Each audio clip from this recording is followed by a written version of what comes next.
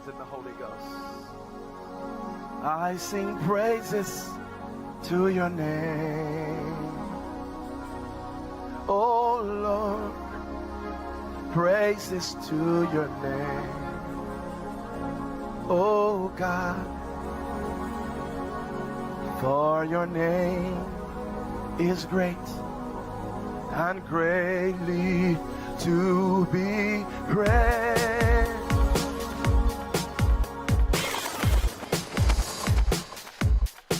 Don't call him David. Ex-Michelle, she knows. Your opinion is a lie. You fortifying, forging. I would sweat through all of my personal clothes and you probably need to ask Michelle. I don't know. Yeah, I can't. Ex-Michelle, she knows. Ex-Michelle, she knows. Ex-Michelle, she knows. Your opinion is a lie.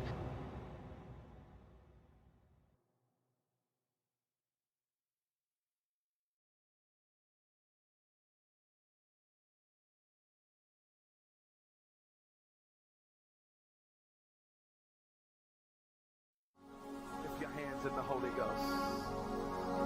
I sing praises to your name.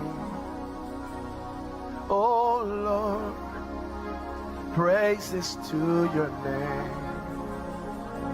Oh God, for your name is great and greatly to be praised.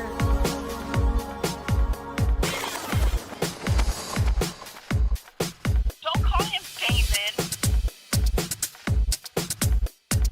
Ex-Michelle, she knows. Your opinion is a lie. You fortifying, forging.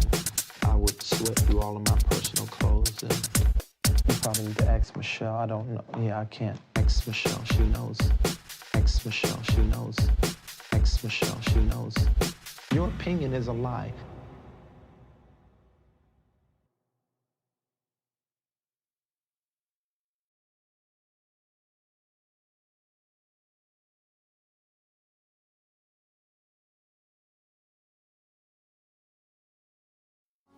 Lift your hands in the Holy Ghost. I sing praises to your name. Oh Lord, praises to your name. Oh God, for your name is great and greatly to be praised.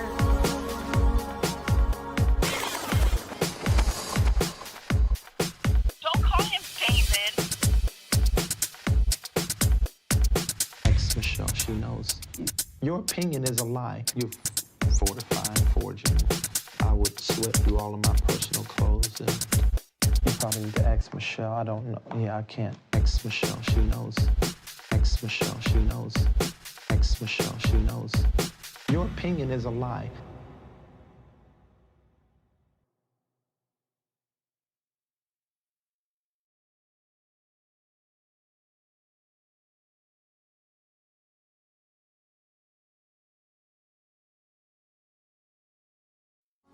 Lift your hands in the Holy Ghost.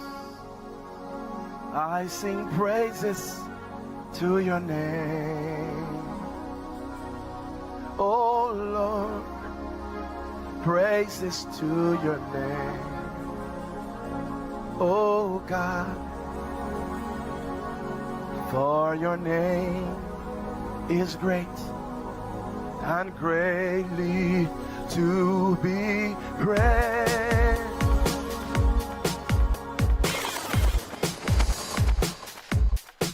Don't call him David. Ex-Michelle, she knows. Your opinion is a lie. You fortifying, forging.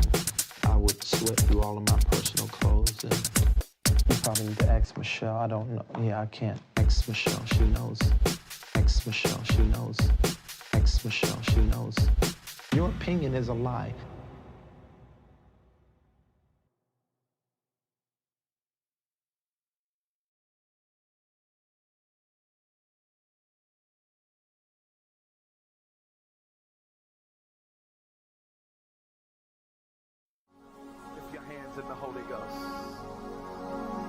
I sing praises to your name. Oh Lord, praises to your name. Oh God, for your name is great and greatly to be praised.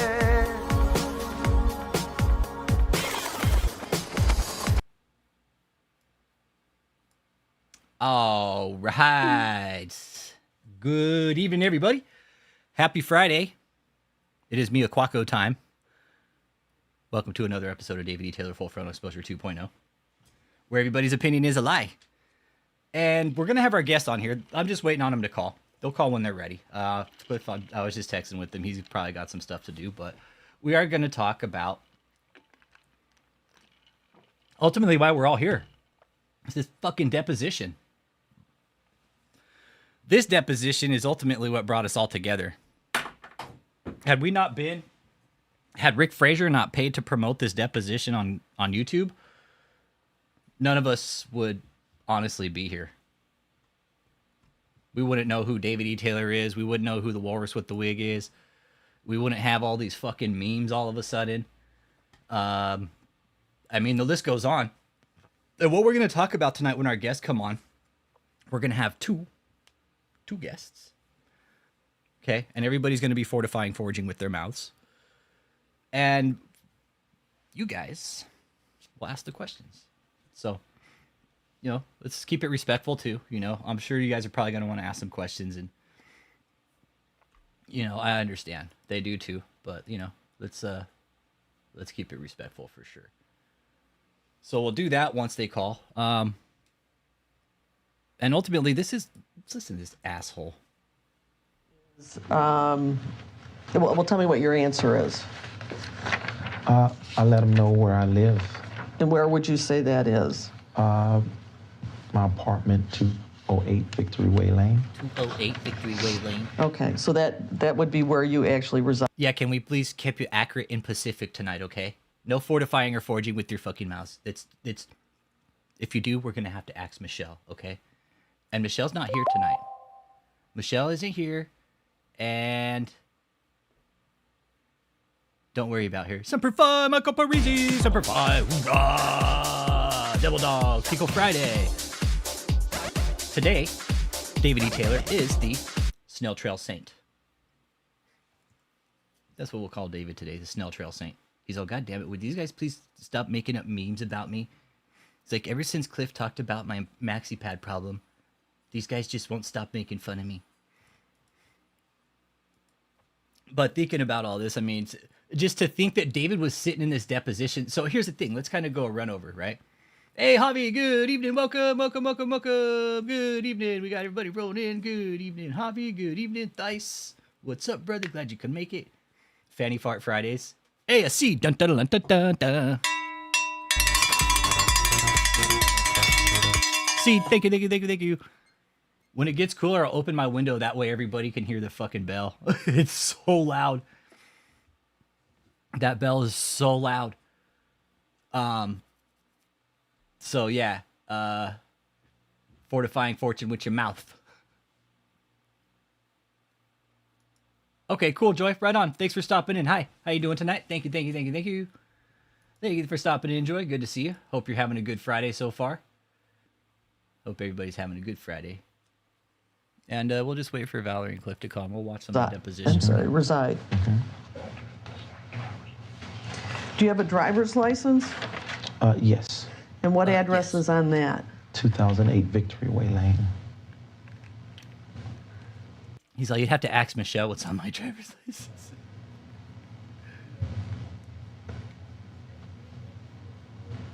And when you refer to your babies, your two teenagers, did they live primarily with their mother?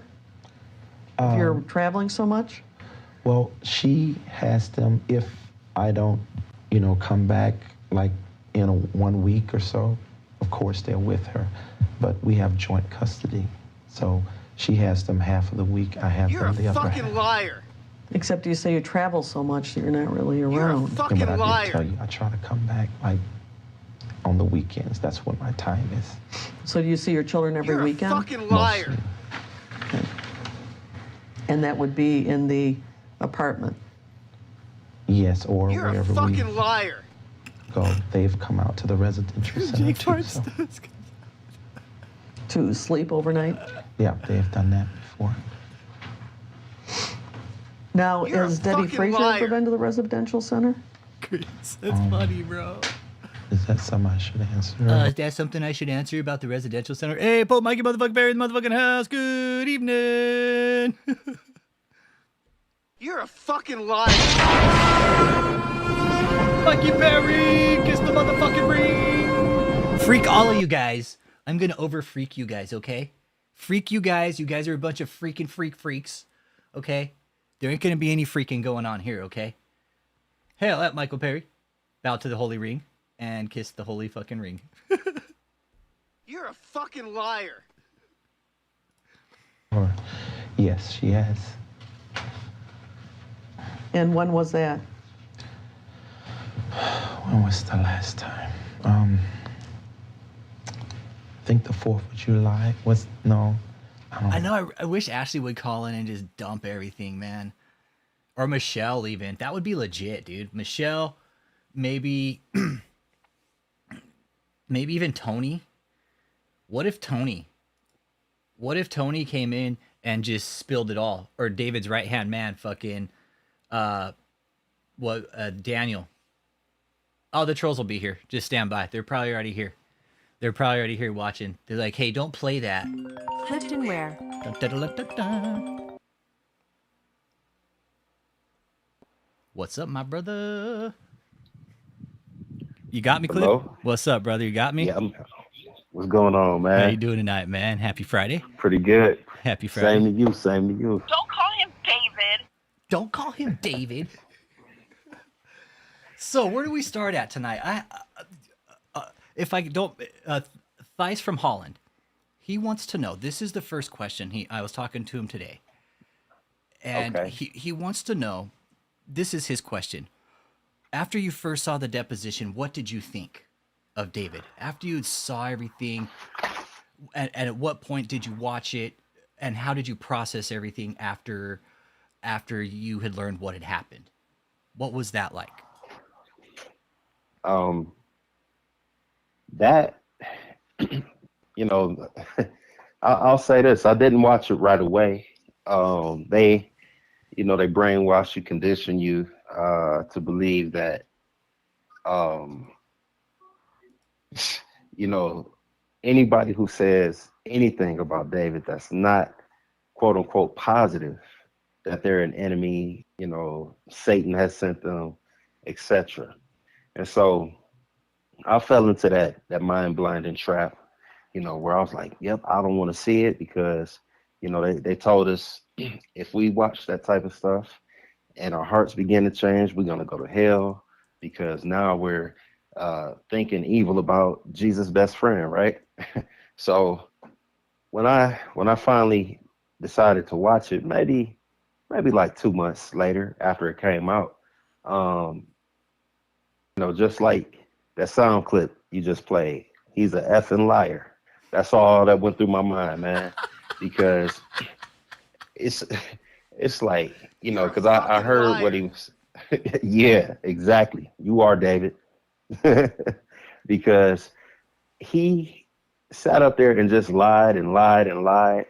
And so, it's like, it took me a while to catch on. You know what I'm saying? Like I said, I ain't watched it for like maybe 2 months, but I've never been the one to just take somebody's word for it and that be it. Especially me being around him. I know he's a liar. And so when I watched it, first, before I even watched it, he did the damage control. They spliced and diced my video and yeah, come on, dude. We watched it straight through. There ain't no splice and dice. You just a liar and you got exposed in real time. And so it was like, man, this guy really just got up here and lied in front of all of these people. And, I knew he was lying, but, like the people who wasn't closer to him, they took his word for what it was, and I'm sure if some of them who have come since since the deposition came out and they wasn't there then, now that they're there, I know they see the same exact stuff that was spoken about in that deposition, and they see for themselves that they got trapped. Good evening, everybody. Hope everybody doing good tonight. Let's see here. So David being the head of his own ministry, somebody, how does he not know shit about his own finances? I mean, he obviously lied. Hey, before I even started, just hit that sound clip real quick. You're a fucking liar. Exactly. That's how he does it. He knows everything about the finances. He got, man, look, we would go to, what's that? Kinko's or, yeah, Kinko's. We'd go to Kinko's, and I'm talking about spend like one time I remember we spent like $700 before. All them printouts. He had these huge spreadsheets. They were probably like, the papers are like 2 feet in length, and from top to bottom, all the way across is the people's information who's ever given. And so just imagine that wall of shame that he put up down there in Texas, but it's just on paper. And then he would have all that stuff broken up, in great detail, major donors, one-time givers, small givers, all of this type of stuff. He got it all categorized, and he stays up at night and he writes all this stuff out. Then he has somebody actually do it on a spreadsheet, and then he would send me or somebody else to go and get, because it would take hours for them to print it. And so, probably a few hours will go by, and I'll go and pick this stuff up. Like I said, one time it was like $700 worth just of printouts of all the donors. And so these boxes, probably, like I said, probably like 2 feet in length. And we had one time probably like 30 boxes of these things, man. And they all was probably like a good 100, 200 pages, each box. And so he knows every detail. Trust me when I say that. And, he's wicked. He's shrewd. He's just like Satan. We get that. But he ain't stupid. He acts stupid, but he ain't. He plays dumb, but he's not. He knows every single detail, every single penny that comes through that place, because he wants to make sure nobody else is getting none anyway. And so I'm telling you, he's over all that type of stuff. He just says that he's not. He's consumed about money, gluttony, sex, and appearance. That's pretty dangerous when you're consumed by all of that. Yeah. Are the propaganda videos David plays before his meetings designed with intent to brainwash, deceive, and recruit? Question from Matthew Moore.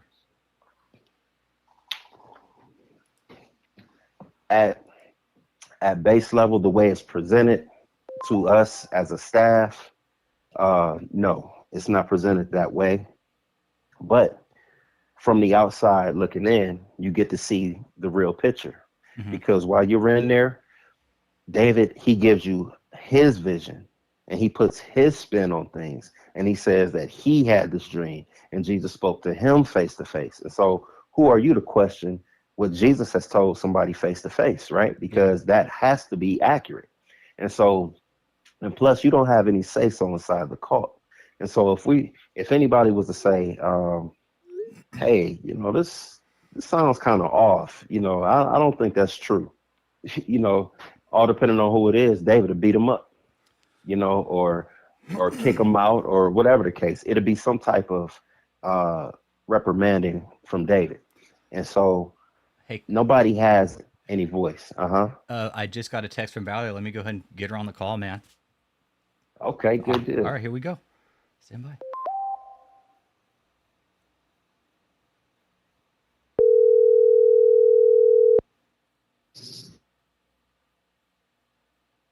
All right, do I got both you guys? Oh, hang on. Okay, do I got you guys? Cliff? Yes, I'm here. Valerie? Yes, I'm here. How you doing tonight? Hello, I'm doing good. Okay, I'm good. doing Hey, good. Val, good to hear from The you. weekend. It's I know. Friday. Happy Friday! Yes. Hello, Cliff. Good evening. Good evening. What were we talking about just now, Cliff?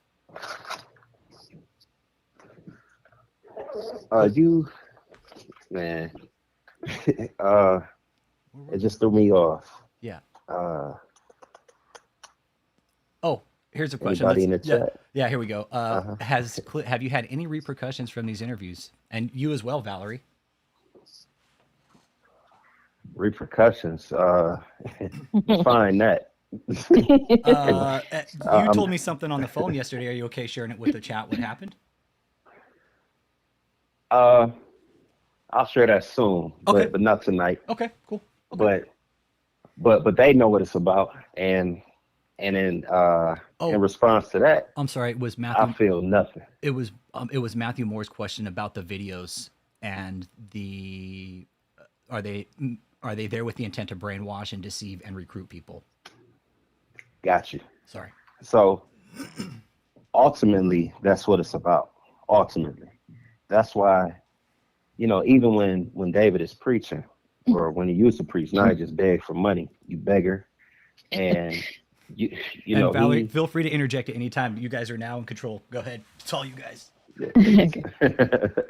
And so what he does, while he's up there preaching, you'll hear him repeat a thing 2, 3, 4 times because he's drilling it into your mind, and so he's making sure that you're hearing these things. That's why he says the repetitive things. I'm not a liar, and everybody knows he's a liar, but if he says it enough times, he can get you to believe it. And so, he'll do things like that are repetitive, different brainwashing techniques. And if you're not knowledgeable of those types of things, you won't even know that it's happening to you or to other people. And so a lot of these tactics I didn't realize until after I got out the cult, and I saw other cults and other people who've gone through these things, and I saw, man, we got the same type of trauma, we went through the same type of thing, and they've been out for a long time now, and they're able to break down and explain to somebody like me who's just now coming into the knowledge of what happened to me, and so I know as somebody who actually went through it, I know for sure that it's brainwashing. Okay. But while you're there, you have no idea that it's going on. What about you, Valerie? Did you witness any kind of brainwashing like that?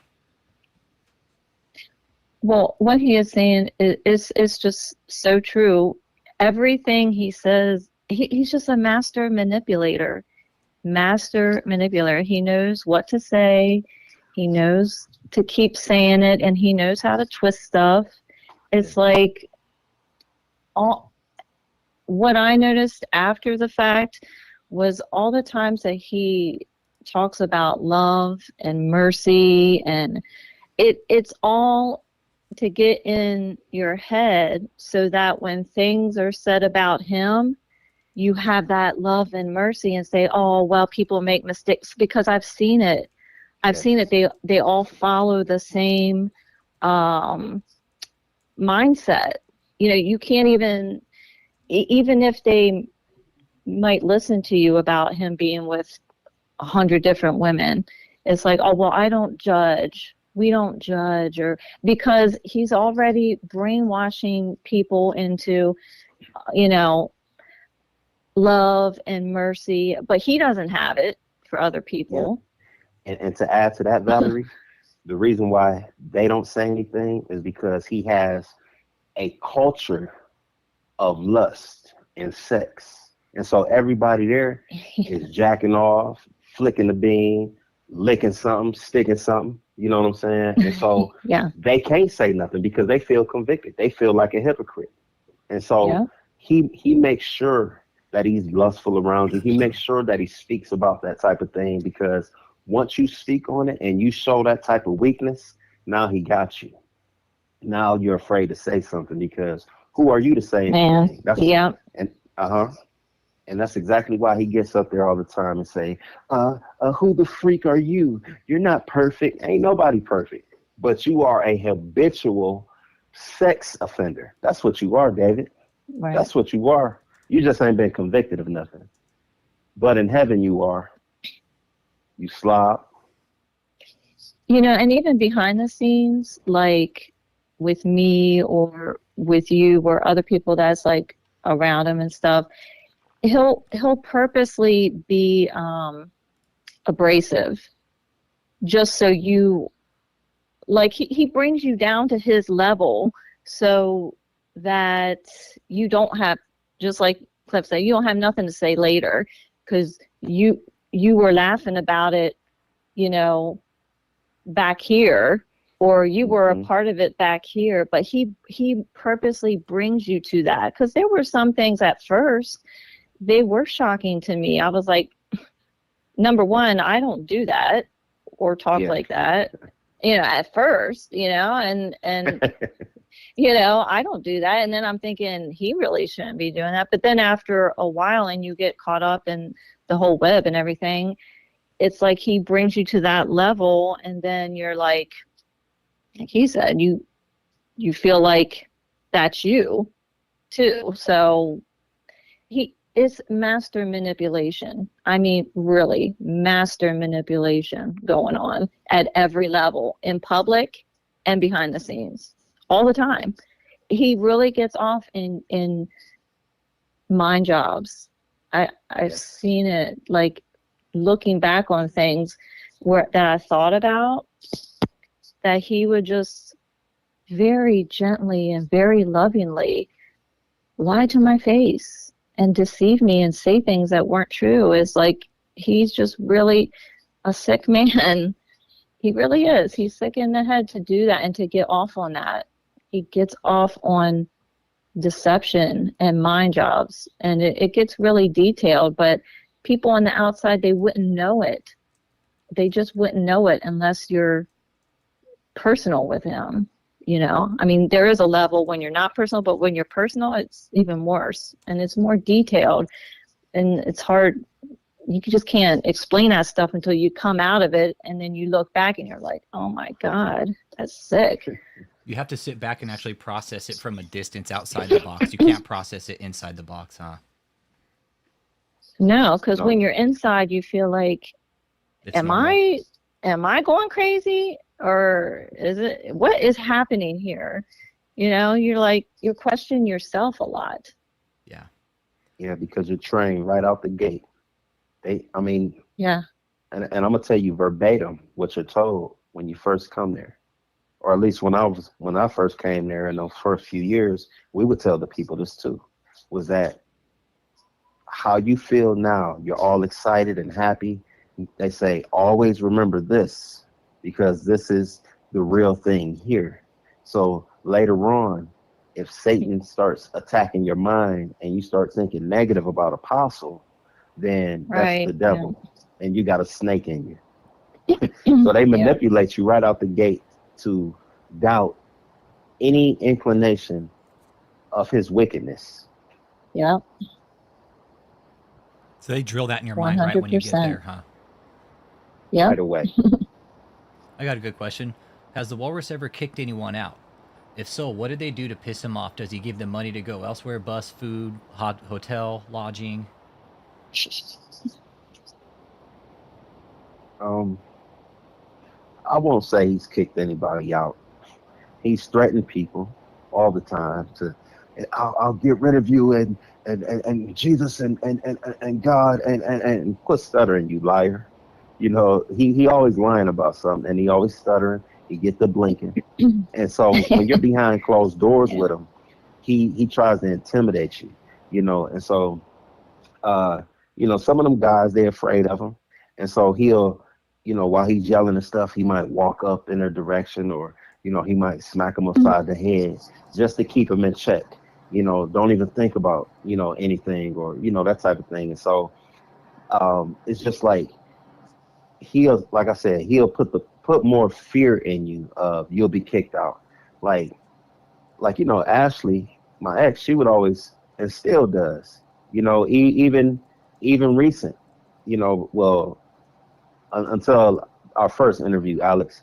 But before then, she would come or call me and say, you're the only person I can talk to because of, how blah, blah, blah is and such and such. And I say, yeah. And I say, why you still putting up with it? Well, I got to get my heart right because Apostle ain't playing and he going to be kicking people out. And I'm like, how many years you been hearing that type of crap? It's a rat wheel. And so it's mind control, mind manipulation, emotional manipulation, spiritual manipulation. And also on top of that, when he has quote unquote kicked somebody out, it's mainly because they didn't have sex with one of his concubines. You know what I'm saying? And so he'll get mad at the men. If one of the guys has sex, it's like the end of the world.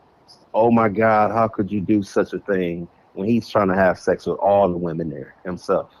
And so that's when he'll quote unquote kick somebody out.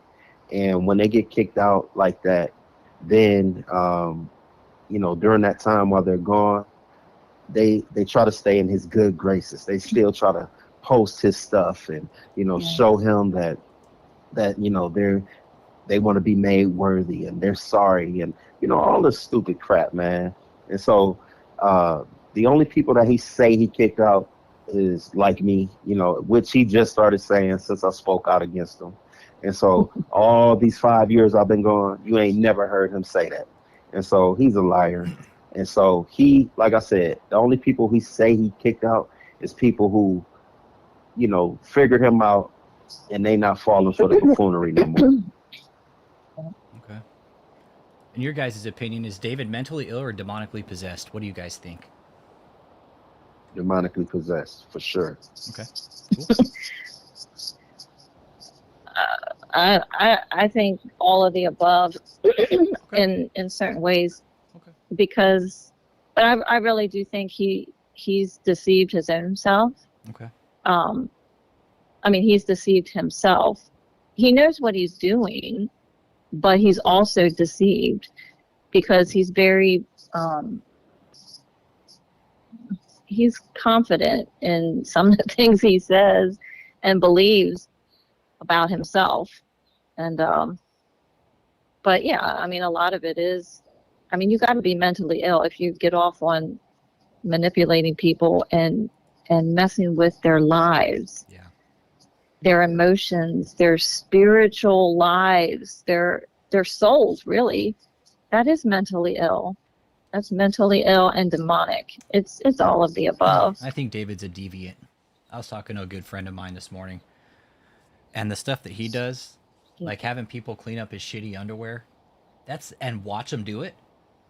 That's a passive aggressive sociopath move, and only a somebody like him would do it, because David isn't going to physically do anything to anybody.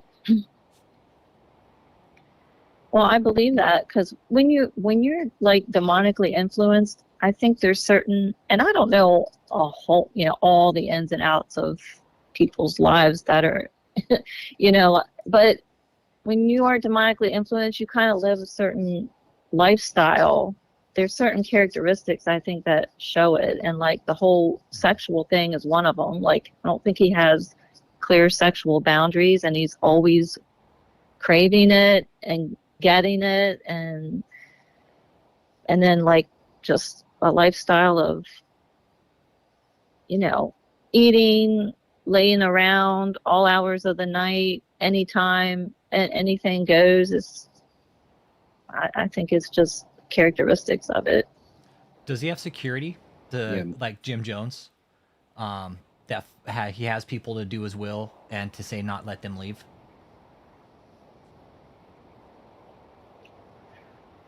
Could you repeat that one more time? Yeah, this is from Michael Parisi. He's a Marine.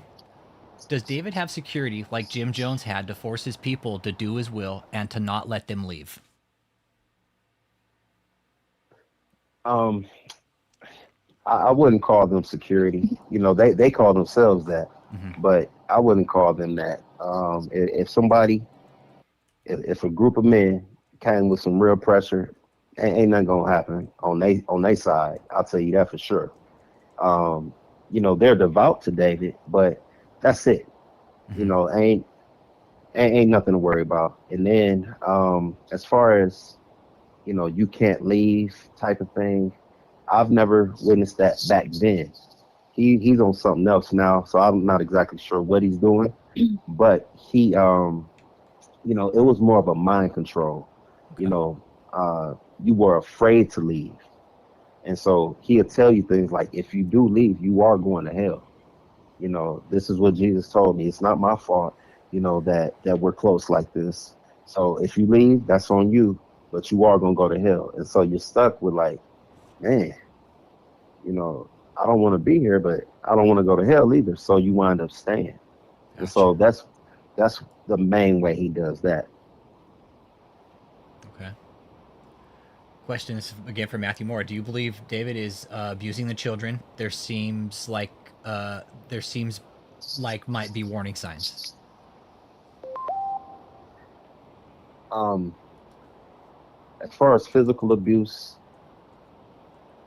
like I said, I don't know what type of time they on now behind closed doors, but back then, no type of physical or sexual abuse that I knew of. Okay. Um, however, the emotional damage and mental damage is definitely being done on the children, for sure, Yeah, for sure. because they tell the children, or they tell the parents of some of these children right in front of the children, Jesus gonna kill you. You gonna die. You gonna go to hell. Satan gonna kill you. And these babies hear this crap about their mom, about their dad, you know, and they're traumatized by that stuff, you know. And you know, later on, I mean, you see this all the time. Later on in life, they don't want anything to do with, you know, religion, which ain't a bad thing in my opinion, but they don't want nothing to do with the Bible or any type of quote unquote higher power, as some people will call it, you know, because of the trauma that they witness in these fake ministries that are really cults. Did you see what David saw in his dreams? That's from 999. Either one of you Um, guys, did you guys experience any? And these questions are for both of you guys. Any of you, yeah. did you guys witness any type of these dreams that David talks about or he claims you're going to have when you read his so-called face-to-face books? You can go ahead, Val. I never did. I never did. And he did personally, he would tell me, Yeah, you did. you know, God's telling me you're going to have a dream by such and such time. He told me that 2 or 3 times. That never happened. The, the only time it did was towards the end. And I mentioned this on my interview. In my dream, I did see Jesus and I pushed him as hard as I could and he evaporated into a spirit and flew out the window. And I knew even then it was fake. It was not the real Jesus. It was an evil spirit in my dream. That's the only dream I ever had. So, you know what he says, it doesn't come to pass. It's like, and if something looks like it's a hit, he'll try to make it so. You know, Yeah, he knows that what he says it could be hit or miss. He just never addresses the misses, you know, but yeah, stuff that exactly. looks like it could be, he will try to make it be like his word comes to pass. But it never did for me. That's what happened with me. But Yeah. some of the Uh, reasons I didn't answer is because I wasn't actually on staff. You know, like I was just coming from a little bit different perspective. And I think somebody in the chat asked who knew him longer, and that's definitely Cliff. Cliff knew him way before I did. Okay, that was one of the questions. That's awesome that you answered it. Somebody asked, like, you know, when you guys knew each other. So Cliff knew David before you, but you guys still crossed paths at one point, right? And somebody had a yeah, Oh question. yeah. yeah. Somebody had a question. Did the deposition not raise flags as to what kind of person he was, no matter what he told you? we weren't allowed to watch it. Oh, okay. So, okay. Nobody was allowed to watch it, and that's the thing. He, as soon as something comes out that makes him look bad, incriminate him, whatever, block them. Don't look at that. They don't even know. We don't even know about it. You know, for the most part. Full on damage The control. only thing you can do is take David's word about that. Whatever he says about it, that's the only thing that you know about it. And you know, he's you know, he definitely is manipulative, you know, like Val was saying, as far as you know, he'll say something so general, Jesus is gonna appear to you. Yep. I mean, you can go on YouTube and see 1,000 of them type of things, and so that could be hit or miss. But if it like you said, if it's a miss, he won't mention it. But if it's a hit, see, I told you he was going to come to you. He told me to tell you that. You know, so, and that's the same reason every appearance that's in these so-called clouds or whatever, none of them look the same. You know, every appearance is a different face. Like, come on, dude. Give me 2 consistent faces, just once. You know, I need to say something about that. Remind me. Oh my gosh. You talking about the Hagerstown one? No, I'm talking about it just in general, how it's really fake. It really is. So, oh man, yeah. Because matter of fact, the Ukraine and hey Ashley, I'm gonna tell on you right now. So look, a few months ago, right? When I was telling her, I was talking to Ashley one day, and I said, Ashley, come on, man. I said, we've had our differences, and you ain't gotta like me, but tell the truth. I said, Ashley, you remember when we went to St. Louis, before we got to St. Louis, while we were still at home in Cleveland, Ohio, in 2008, we were watching on YouTube these different appearances in the clouds.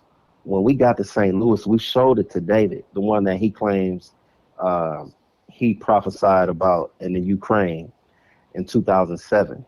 So we showed him that video, and he was like, oh man, where'd you get this from? And Ashley couldn't do nothing but laugh because she knew I wasn't lying. He knew, or he didn't even know about it until we showed it to him.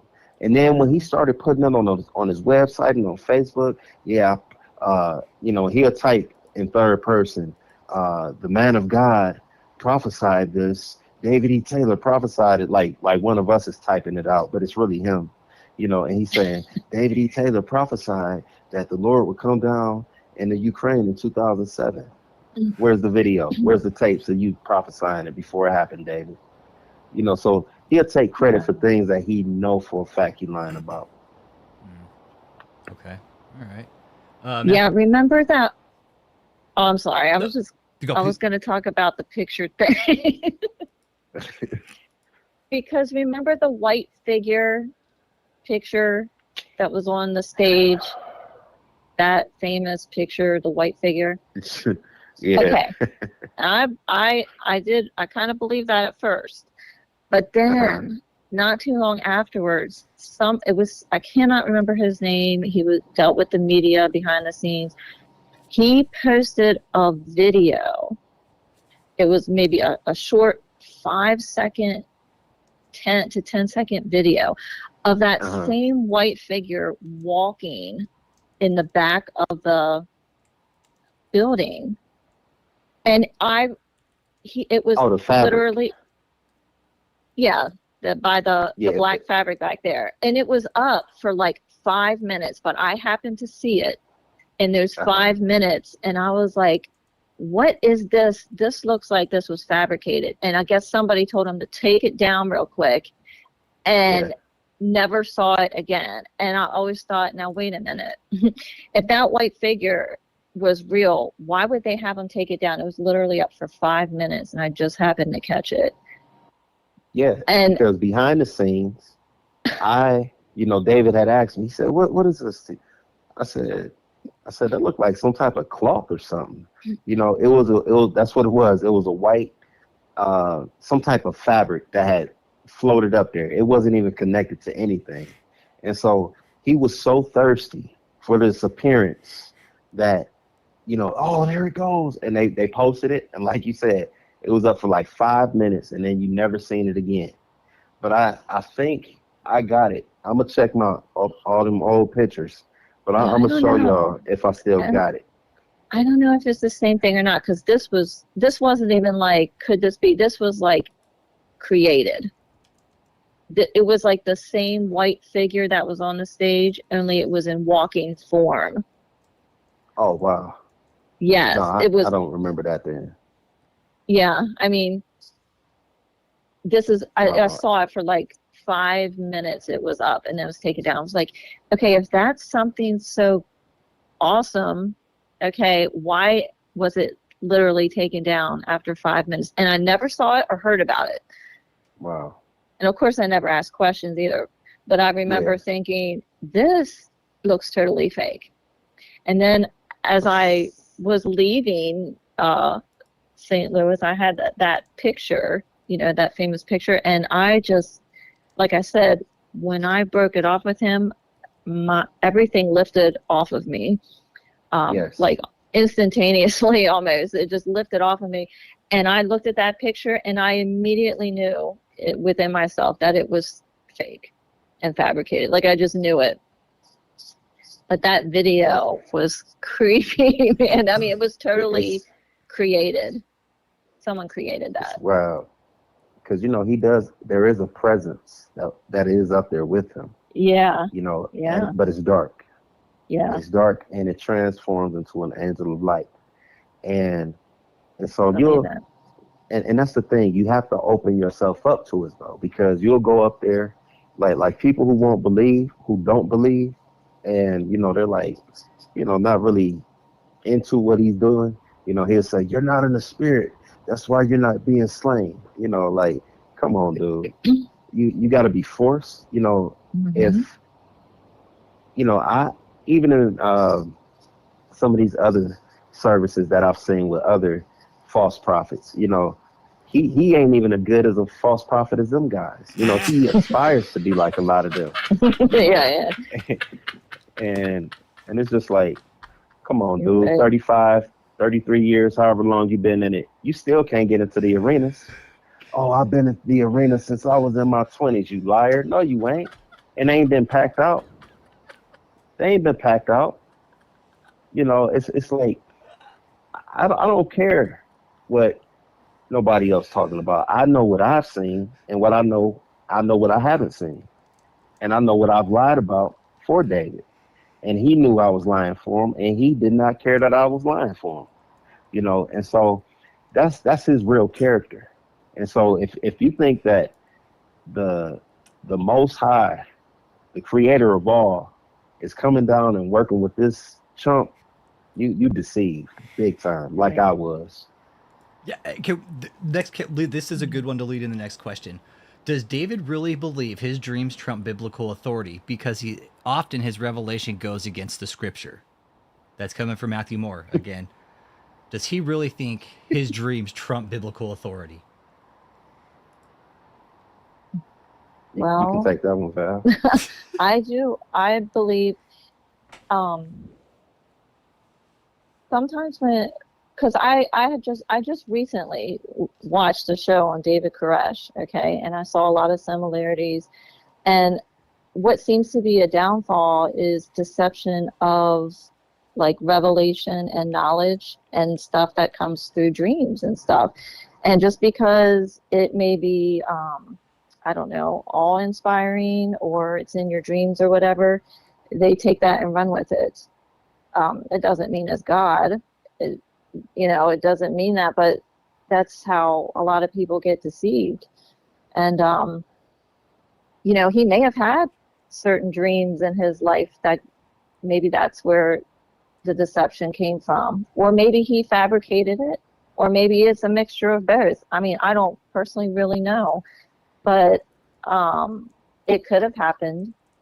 But it doesn't mean it was God. And just because, like this David Koresh guy, he got some wild stuff coming to him, and he ran with it, And then he just got deeper and darker as he went on. And it looks like David's just getting deeper and darker as he's going on too, because look what the fruit of what he's doing. So we know from that none of that is pure. None of that is good. None of that is helping people. He's literally destroying lives and not helping lives. And that's what the thing about the dreams. He's big on dreams because he is quote unquote what did he call himself, Cliff? Like a dream master interpreter. Yeah, dream master. Dream master interpreter. That's it. And so I'm like telling he's the you, wish master or some shit like that. Yeah, witch doctor. Witch doctor maybe, but I seriously don't know the depths of what he and some of his people do as far as divination, witchcraft, whatever. But I know that I'm sure some people do have dreams, and then he teaches if that's what you dream. Like he really teaches the dreams guide your life, But I think he has a certain amount of control. I wouldn't say control, but he does something where he influences people's dreams, the people who believe in him and everything. And then so when they have these dreams, but some people might be lying also, but so then when he teaches that and you turn around and you have a dream, and then I believe you're really encouraged to immediately tell him or Michelle your dreams so that he can interpret them, basically, put his spin on it to make it how he wants it to be. So that's why he's big on the dream thing, because he's basically teaching people this is what's guiding your life. And if you have a dream that involves him or anything about, he's just going to make it how he wants it to be. And then people think, well, this is what I dreamed, so I know it didn't come from myself. And so that's what really gets them, cemented. Some of these people, they get cemented because of what happens in their dreams. And it's really sad because he's got some sort of, I don't know what he tries to do. I don't know what all goes on, but, he has some sort of manipulation with people's dreams. I don't know, but. When you guys left, were you ever, this is from Michael Perry, when you guys left, were you ever afraid he would come after you or have someone try to intimidate you? No. Absolutely, I was. For me, no. Like my fear was the spiritual stuff. Gotcha. That what he would tell us is if we leave that cult, then we're leaving the kingdom of God. And if we leave the kingdom of God, obviously you go into the kingdom of Satan. When you die, you go to hell. Boom. That was my fear. But as far as him sending somebody, no, they got my address. They can send anybody. Anybody come out here, they'll get slid. It's simple as that. And it's always been that. But yeah. I mean, I did at first, but that is what the feeling was to get out of St. Louis. That's why God got me out of there in a day and a half. Because I was thinking, I knew that I really felt like eventually somebody would be harassing me, knocking on my door and harassing me if I stayed there. And I just had such an urgency within me to leave that city. So, but after that, I wasn't afraid or anything. But that's initially I had those thoughts, and that's why I left immediately. Okay. So intimidating. Well, you said, Valerie, you said in your interview that some of the cult members actually sent you pictures of you moving out and stuff. Oh, he did himself. Yeah, it was David. Yeah, he sent his whoever, I don't know what spy it was, because they were all in Michigan at the time, getting ready for those end of the year things. And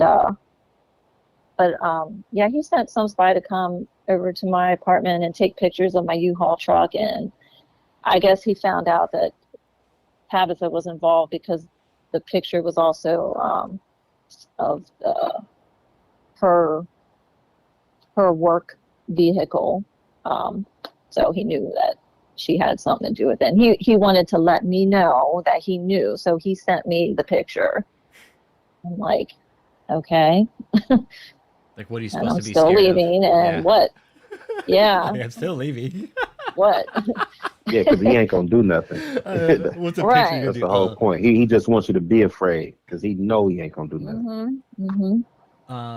Here's a question. This is from somebody new to the chat too. Looking for trouble, you found it. Ask Clifton, wouldn't you say the fears when you're in the process of trying to leave without them finding out? The people that have left so far have shared that. It really wasn't, you know, it was more so like like my thing was I just didn't want to hear, oh, you're gonna go to hell. I didn't want to hear all that crap, you know, because you know it wasn't gonna be nobody to get in my way. You know, I never had that type of fear, like they're not gonna let me leave or nothing like that. And so, but the mental preparation is like, all right, I'm putting all my marbles in here, and so if I'm wrong, I'm going to hell. You know what I'm saying? But if I'm right, I'm free.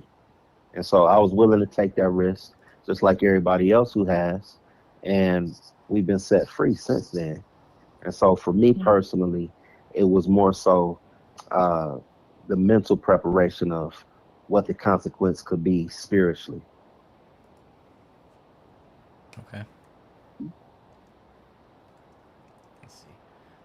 Let's see. Had another good one here too. Have any of you either been personally threatened since you have come out to talk about what's going on? If so, what kind of threats have you guys received?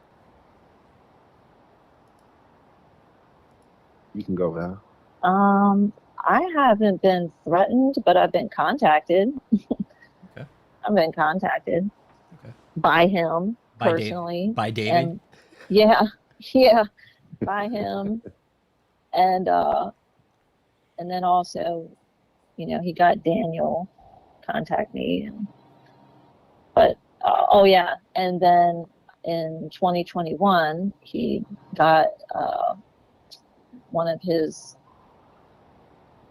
sister wives or whatever to contact me and trick me by being nice and, oh, how you doing and all that, and then all of a sudden she started in with the questions, you know, to try to find out, you know, where I'm at with him, like thinking this is 2021, I'm not anywhere. Like, what are you trying to find out?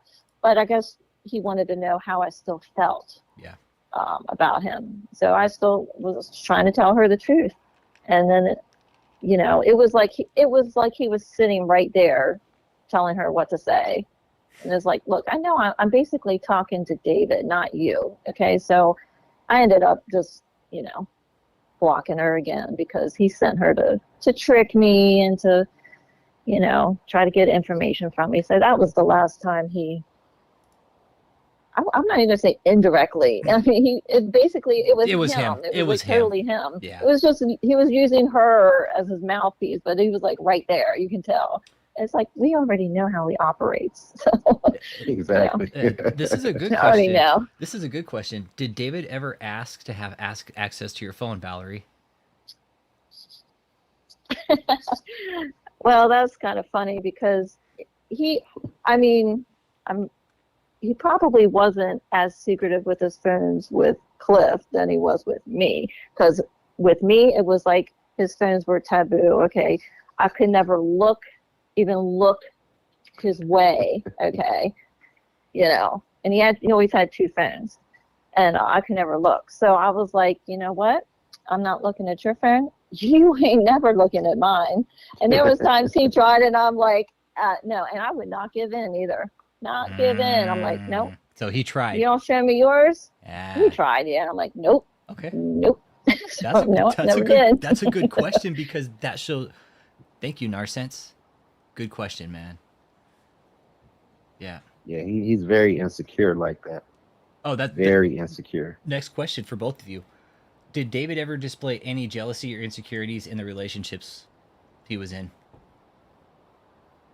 Yep. Oh yeah. Oh yeah. Yeah.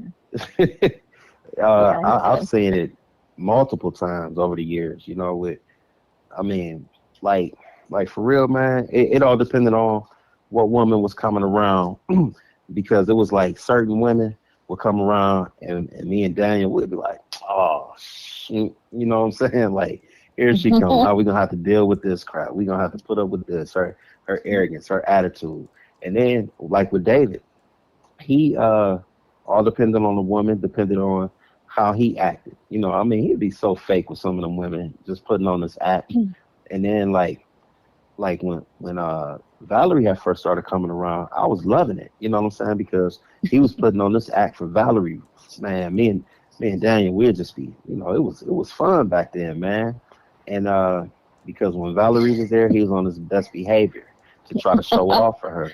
But then, like, some of the ones that's been around for a while, you know, we like, we finna go through it. He finna, you know, try to be boss hog, you know, like he big dog or something. And so he tried to show off for them.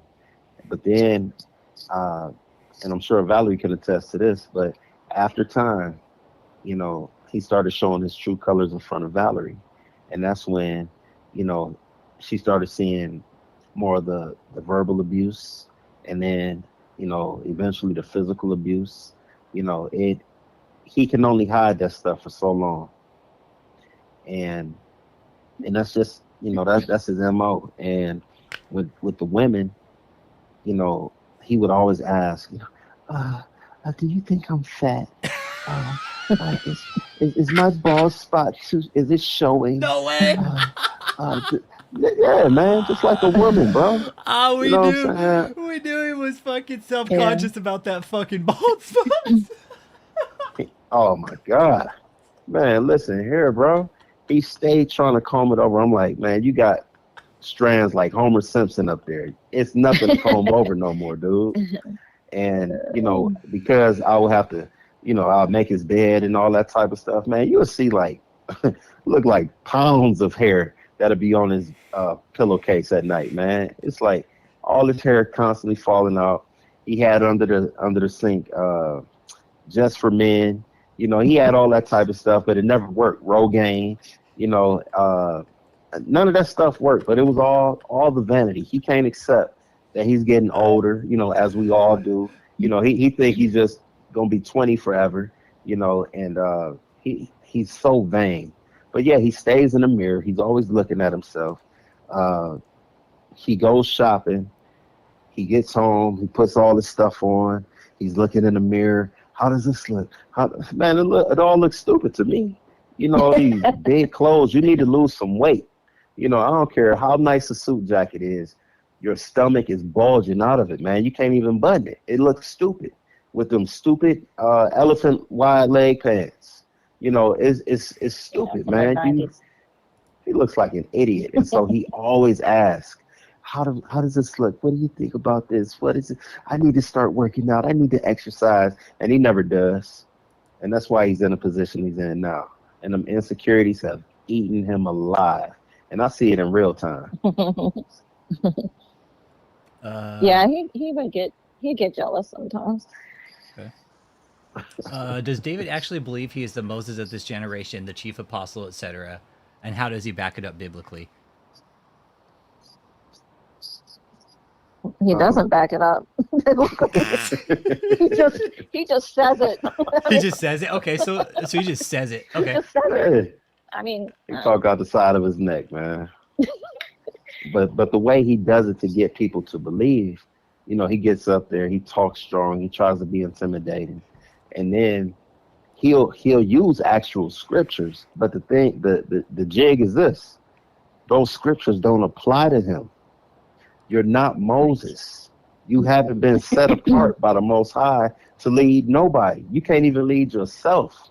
You know what I'm saying? Like, You can't stop yourself from jacking off with a beautiful woman in the bed next to you. Yeah. Right. You ain't leading nobody. You know, like, That's come right. on, man. And so he just uses the scriptures, and when you hear the scriptures, it's like, wow, this guy is talking about this.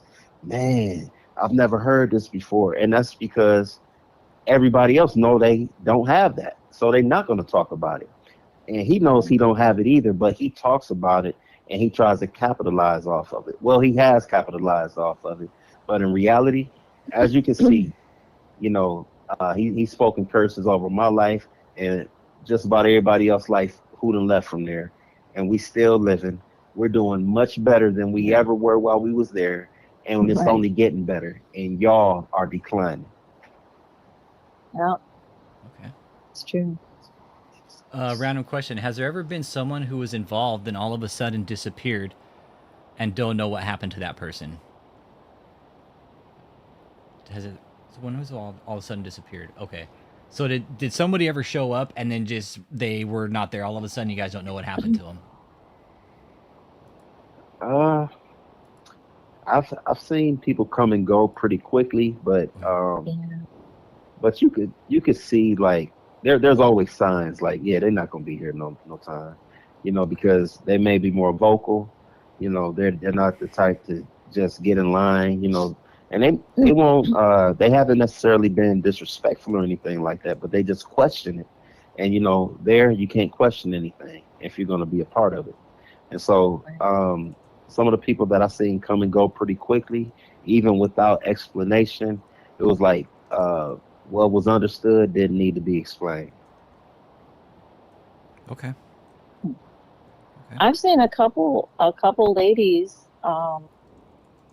like they would show up and I'd only seen them like once or twice, and then I wouldn't see them again. Okay. There was a couple that I can remember. Of course, now I understand what happens. Yeah. You know. It's like he uses of it. It's like I don't know if anybody saw what was it? Secrets of the Playboy Mansion. I'm getting that vibe about this place. That David, it's just like a revolving door of women. He sleeps with them. He brings them in the front, shoots them out the back door. Yep. In that building, brings them in the Breaks front. their heart and blames them when they call them up. Yep. Yeah. Yep. Yeah, because there's been a few that have literally. I mean, I moved to St. Louis, and you know, I took care of myself, and I was ready to leave at any time. But some women have picked up from way further away than that, and we're going to move their whole lives, and you know. Okay. The one I can think of, I don't know the whole story. I just know she came, I saw her, then all of a sudden she was living across the street from him, and I'm like, why is she all of a sudden living across the street from you? Wow. You know, and would be talking about it and stuff, and then all of a sudden she was nowhere to be seen again. So I can pretty much surmise what happened there. You know, Wow. because she had I don't know, something happened where, because I think Michelle told me she wasn't, I guess, complying with everything. So it was like she was done. She was done. And I think she had moved from, like, across the country to Michigan.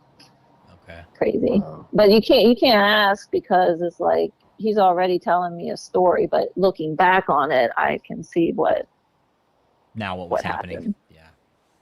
Yeah. Do most people at the cult get along, or are there a lot of cliques and jealousy and favoritism? That's a good one. Most people get along. There's definitely a lot of jealousy, but it's not allowed to be shown. You know, you can't be human there. That's why they're all like robots. And so if you you know, not and I'm talking about like the natural, most normal form of jealousy. You can't express that in any type of way because you're a devil, you're a snake, you're a Judas, you're a traitor, you're gonna be all of that. And so Mostly that comes up with the women though.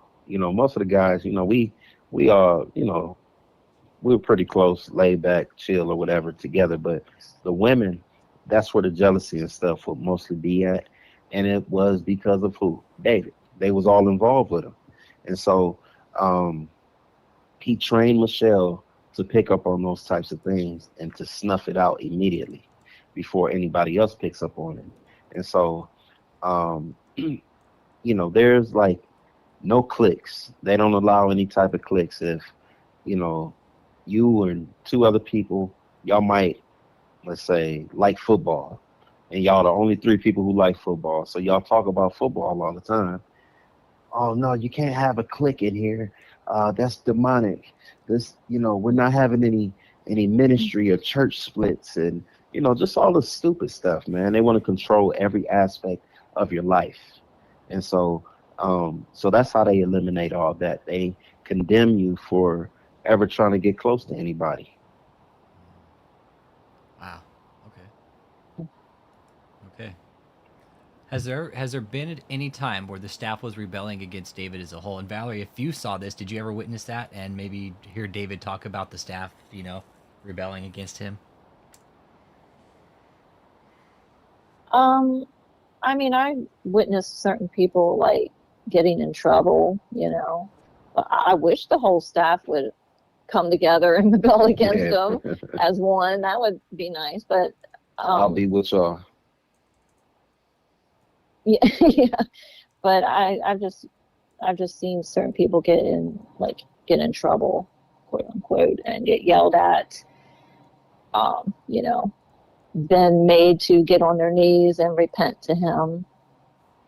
Because like I said, he started showing me more about that later on that I didn't know at first. I didn't know nothing about how the staff was, because they really did put on. They put on in front of people. They put on like everything is just great and wonderful and everything. But as time went on, because I wasn't part of the staff, but I helped a lot when I was there, especially as time went on. So I was around them more. And then personally, he would let me in on phone calls and stuff and allow me to see him, I guess reprimand people and stuff, even Michelle. But yeah, I wish they would, as a whole, rebel.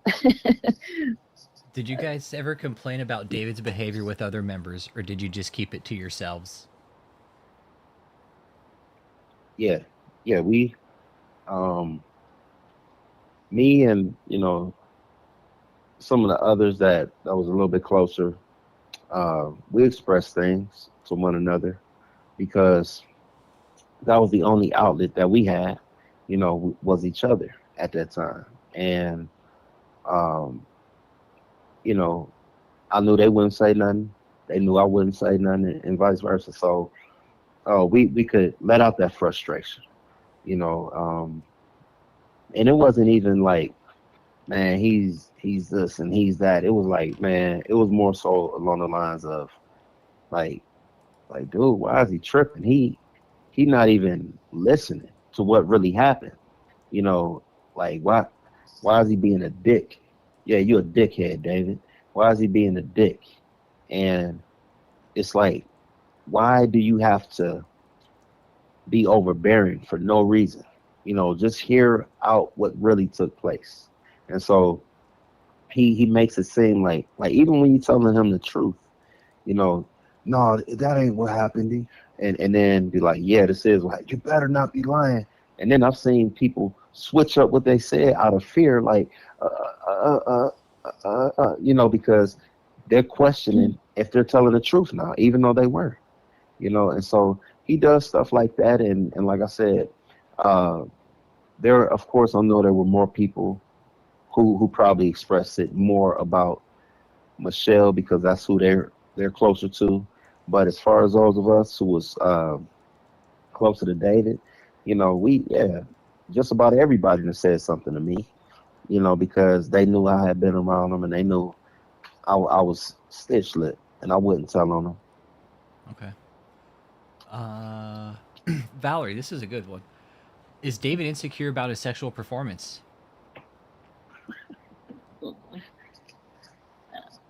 And you don't have. I don't know. Okay. I can answer that. Okay. Okay. That's cool. Sorry. And by all means, you can pass. Say pass. By all means.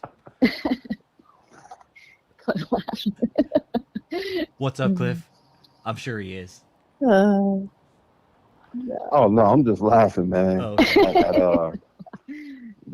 the premature ejaculation. Yeah, that was enough for me. That I think that should tell you. And I'm sorry. Go ahead. I mentioned that because I wanted people to know how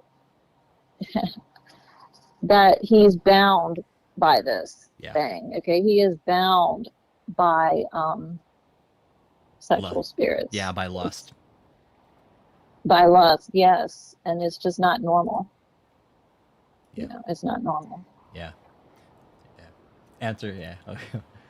Has David had sexual relations with any of the men like Jim Jones? Not to my knowledge, but there's nothing in me that would put it past him. You know, and I say that because he is bound by lust. Like, I mean, man, it's crazy how bound he is by it. You know, and so just from things that I've seen over the years, things I've read about, people that I've talked to who were like that, they went into some real dark stuff, even beyond same sex. You know, and so same sex, I wouldn't put it past him. I've seen the type of porn that he watches.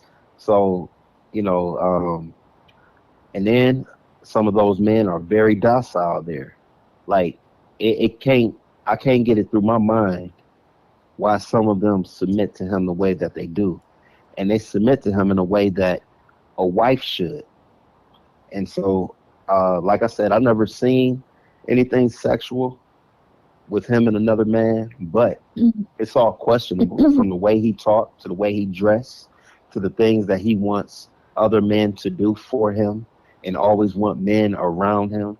You know, I wouldn't put it past him. He talks about masturbation. When was the last time you jacked off? And, you know, when was the last time this and that last time that? You know, so he's sick. I know he thinks about men.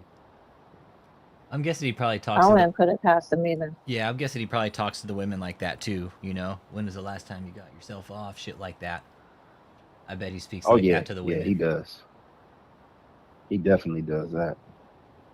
But like I had said, I started having dreams and stuff about me and other women that I had never had before. Yeah.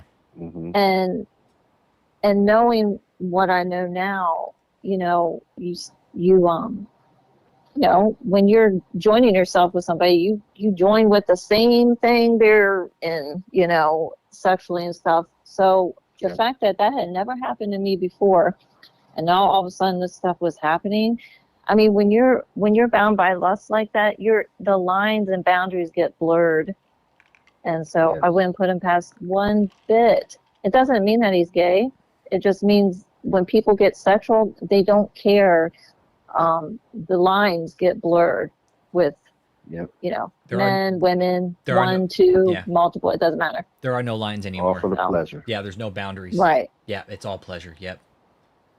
All the way to bestiality. Yep. Exactly. The way he uses the F word rhymes. Yep. Yeah, the way he uses the F word in the LGBT community term, and it's like he's internalizing, he's projecting it, right?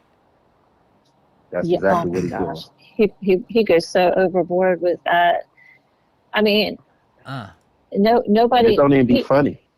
It's not, and I know. I started noticing that, like, you know, people around him make it like you're like either going to laugh or you're going to get yelled at. So like you're almost forced. You're just kind of forced to laugh with him, because if you don't, something's going to happen out of that. You know, you're not just going to get out of not laughing with him. But there was one time I was in the store publicly in the department store, and was joking with Daniel in front of the cashier. I rolled my eyes and I was like, just stop. And I walked away. And he really hates when if I walk away from him or like you do something like that, because you don't do that to, King David or whatever. But I walked away disgusted because I'm like, you are embarrassing. Yeah, and he would always do that type of thing. Like don't go to a restaurant with him, and the waitress may be pretty. He gonna try to humiliate you because he wants the attention. But it always backfired on him because most of them people look at him like, this guy's an idiot, and they'll be smiling and laughing because they want the tip, of course. But they're looking at him like, this guy's corny, man. Like, how old is he? Saying he's, the LGBT jokes and they're not even funny. And like Val said, if you don't laugh, then that'll be turned into you got a demon in you. What's wrong with you? Everybody else is laughing. Yeah, everybody else is faking it. They're laughing at you. Yeah. And laughing at him because he's corny, man. And it's just like once his money dries up, he gonna see, and the people there are gonna see what he really is, which is nothing. Everything is inflated through the appearance of media and money. Yeah, that's right. Good question. Cliff, did you ever notice somebody coming in and picking up packages and dropping off packages at the main building in Taylor? I didn't. Okay. Like when I was up there, if I was at that building, I was there with David mostly, so I was there with him directly. And so somebody else, if that type of thing was going on, it'd have been somebody else. Okay. Do you guys think he was bipolar? Was he moody or depressed much? That's a good question. What were his mood swings like, man? I mean, go ahead. I was just going to say real quick that I don't think he's bipolar. I just think that he's selfish. At the end of the day, he's selfish. And as long as he's getting his way, you have, this great, fun, loving guy. But then as soon as something doesn't go his way, he's mad, and he's mad at everybody. And so he's just selfish, in my opinion. Not bipolar. He don't have no condition other than he's selfish, he's self-centered, and he wants everything his way. And because he's in a position of power, he will exercise that authority over you if he can, if you don't agree with him or if things don't go his way. I mean, for me, like I said, a part of the deception was he was not around me. He didn't seem like depressed. He didn't seem mad or anything like that. I mean, he would yell at other people sometimes, but for the most part, like with me, and it may be because I'm myself am easy to get along with, so then it was easy, but I don't know, for the most part, he was he was fine around me, and maybe that was his time to maybe not think about things or something. I don't know. Sometimes he was on his phones, but a lot of the time he put his phones, I mean, I know now that his phones were constantly going off because they were women, but he would put his phones away and when he was with me. I don't know. I mean, you can figure him out. I don't know what he really thought of me, truly. So, but around me, he was for the most part, he was fine. There was a few times where he got mad at me, but I think it was just to back me off a little bit because I said something he didn't like or whatever. But there was a few times. Question. What did you guys ever see law enforcement called on David for anything at any time? Did you ever know of anything or? Um, yeah, there was one time. This was, I forget what year it was, but there was a time where he was whooping either Destiny or Josh, and in that small apartment on Victory Way, you can hear everything in the next apartments next to you, and somebody called the police. Um, they didn't, he didn't get in any type of trouble or anything, but somebody called the police, and you know, when I went to the door, I told him, everything's fine, that type of thing. But that was the only type of uh, interaction with law enforcement that was called on him that I witnessed at that time. Yeah, I never knew about anything Never. Okay. personally. Mm-mm. Okay. Josh Wilcox said he did. He said he heard fucking David throw a beating on him several times. Mm-hmm. Yeah, the premature ejaculation, which that's weird. Hmm. That's I question that. I'm sorry. That's just it is. That's why I think he's deviant. It's just like, dude, to get off without like intercourse, like that's some real shit, man. That's telling me But that he didn't even touch himself. But- Wasn't even touching himself or anything. It was like in his mind going on. I don't even know. It was the wildest thing. I was like, what just happened? What? Yeah, he's possessed. like you got and just you guys weren't even in the process of like intercourse or anything, right? Like you guys hadn't even like No, started it the was, process, and like he was just like, oh shit. no, here it you go." wasn't nothing like. I was an arm's length away from him. I was like, I was arm's length. That's why I was like, what just happened? I even said, how did you do that? It's like And American he Pie. was He's just, like, I don't know what he said. No, man, I was. But I mentioned that just to say how serious this is. it's real serious. Yeah. He was cheating on you, Valerie, with Pamela and her 5 sisters. Let's see. How does David's family feel about what he's doing to people in the cult? Damn, that's a good question, Will I Am Music. Thank you. What does his family think about all this? Well, in my experience, his mom and dad were around and going to the services, but there was always this. He would always say how his brothers and sisters, like there was something there with them, and like he would always make it sound like it was about. Okay, well, what he told me personally, like he was saying that his brothers and sisters would always, like, I guess they weren't over the fact that their parents abused them when they were younger, but he was forgiving of his parents. So that's what he set it up to me as, like his mom and dad did stuff in their childhood that his brothers and sisters just weren't over yet, but he had forgiven them and stuff. So that's why there was like a rift between him and his brothers and sisters. Who knows, I now know it's probably just him. they know what he's doing, Why wouldn't he go to his Yeah, dad's funeral? I'm sorry.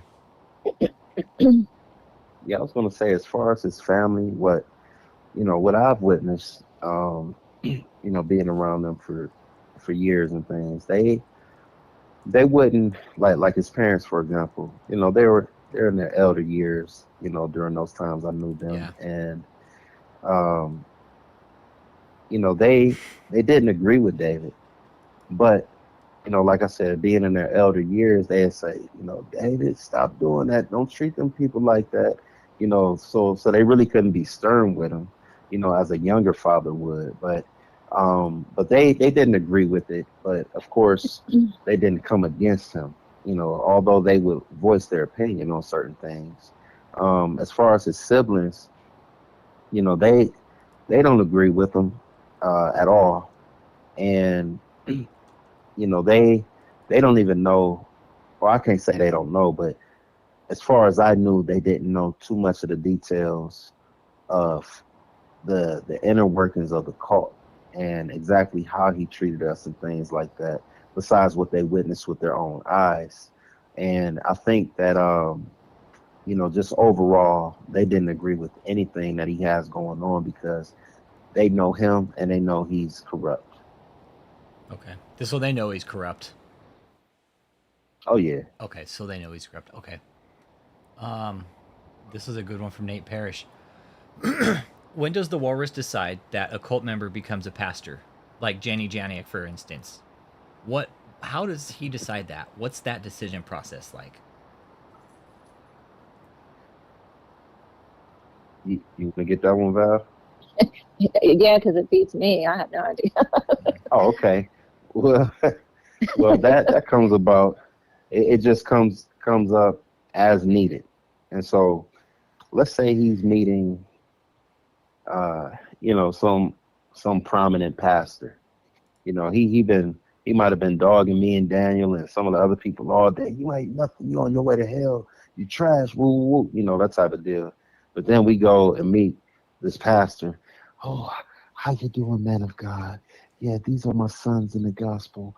Pastor Cliff, Pastor Joe, Pastor Daniel, Pastor. All of us as pastors all of a sudden. So okay. he only applies it when it sounds good and it's beneficial for him. Gotcha. Okay. Yeah, sounds nice. That's okay. Cool. Yeah. That's a good question.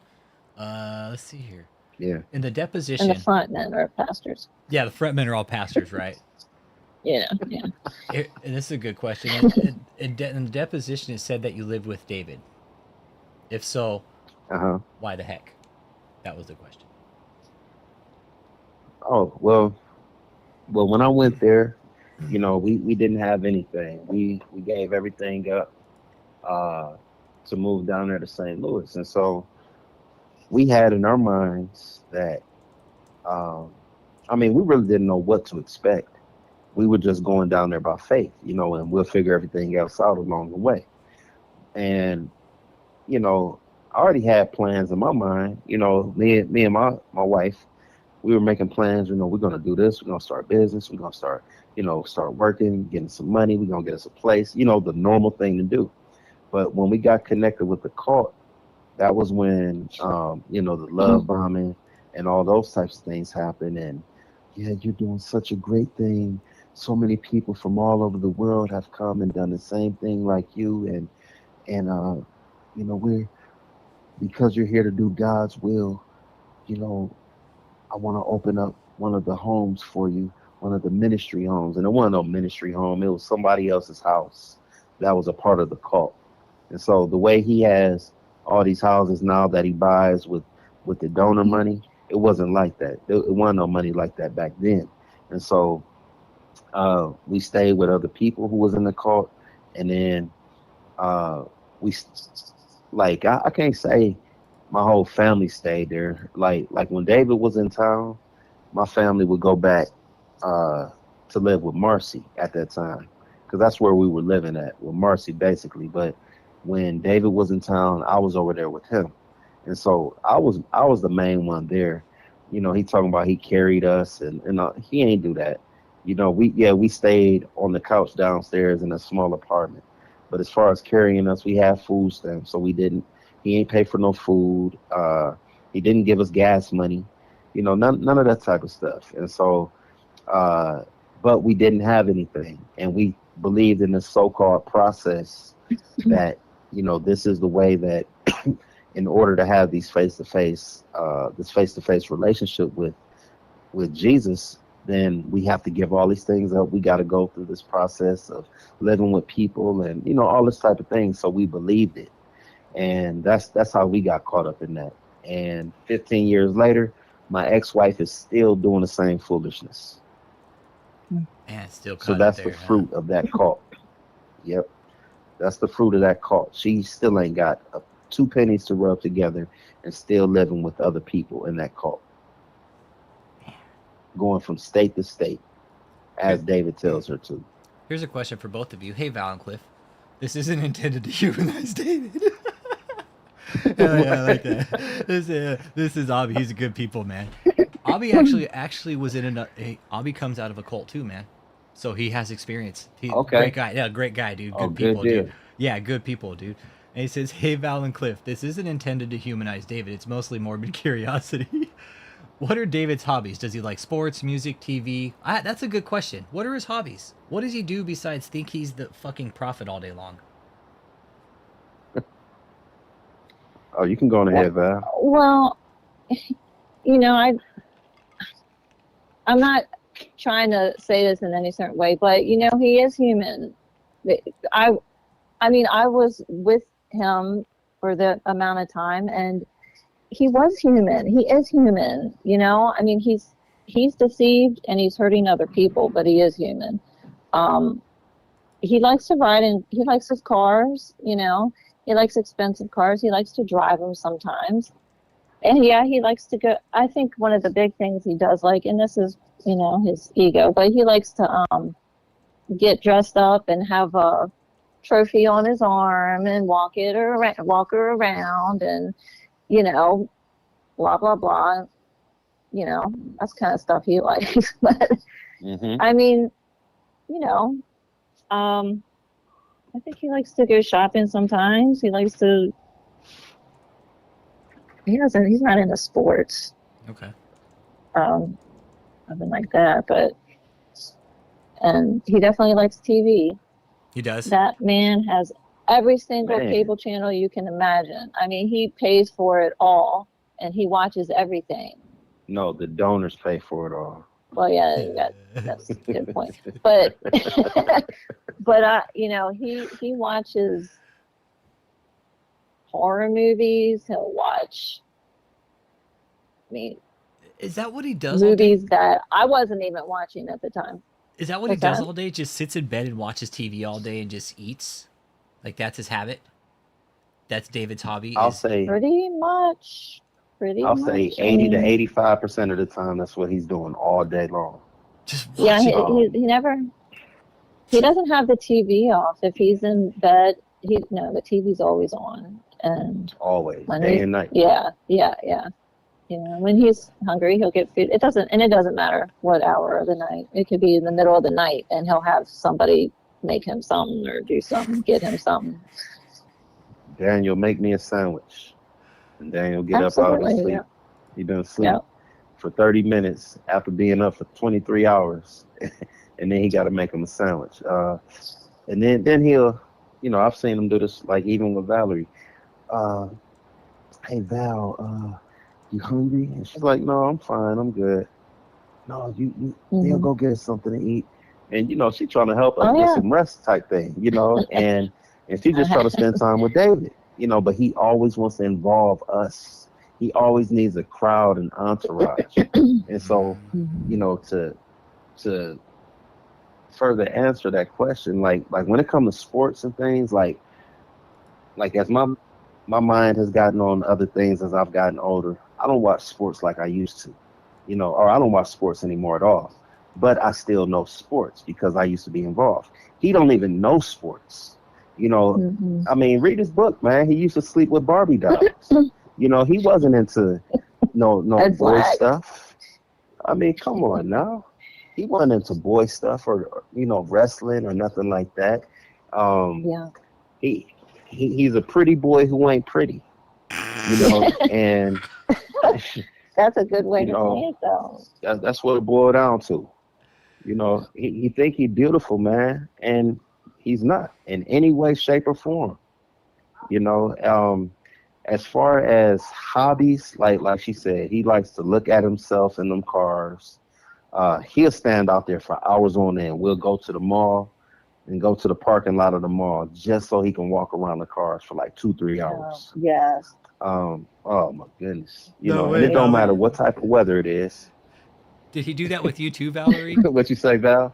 Yes, he would drag me sometimes too. It could be. That's a shit, man. Yeah. He's like, hey, everybody. It could be. We're going to the fucking mall, and you guys are just going to sit there, and you're all going to sit there and fucking watch me walk around the cars, okay? That's it. No. Yeah. Cliff knows this. Cliff knows this. How many times have you been in the Mercedes dealership? How many times? You go to the Mercedes dealership. While they're closed at that. While You know they're what I'm saying? closed. Like, Always while they're closed. oh, It could goodness. be 11 o'clock, 12 o'clock at night.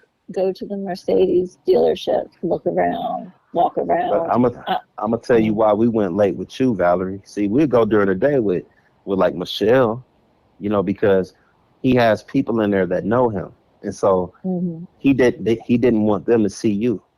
That's what that was about. That's why we would always go late at night. But yeah, we'd go during the day. We'd be in there for hours. Yeah, yeah, that's how he is, man. Interesting. But yeah, he'll drag you in the middle of the night, 1, 2 in the morning, 12 o'clock. Yeah, let's go to, hey, Cliff, start the car. We're going to go up to the Mercedes dealership. Parking lot. What? Parking lot You pimping. know? Yeah. Lord Pender's That's parking it. lot pimping is what we called it in Houston. Oh, speaking of parking lot pimping, check this one out, right? So what he'll do, we'll get the car shined up and everything, and then we'll ride past the nightclubs in St. Louis.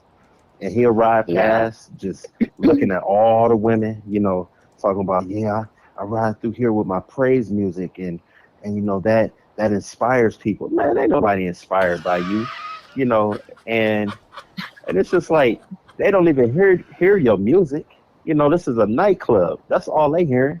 You know, the music that's blasting in there and coming outside from the inside, and he just rides through there. He wants to be seen. He wants to be seen, and he riding through these places, and especially as things get worse. Hey, whoever ride with him, Daniel, your fake earpiece ain't gonna help you, bro. People gonna snatch all about them whips.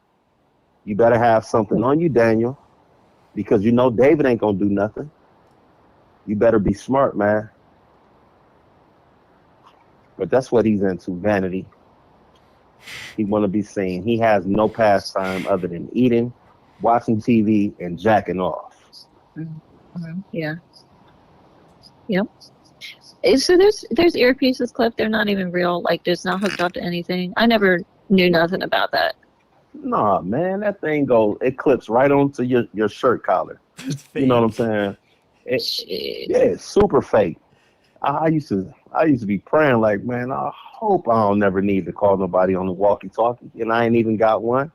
You know, it was just like, this guy, man, he puts your life in danger with the type of crap and the type of lifestyle he lives.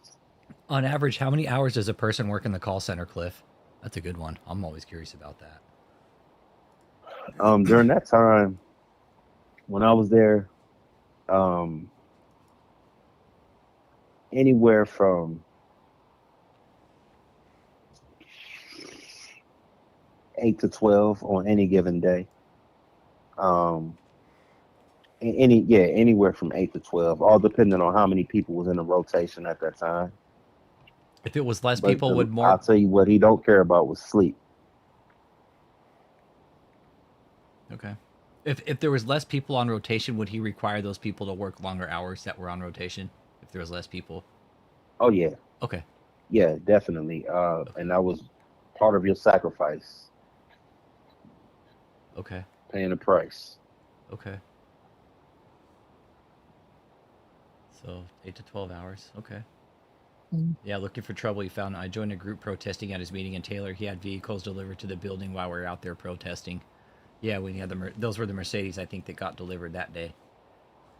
Let's see here. What other questions we got?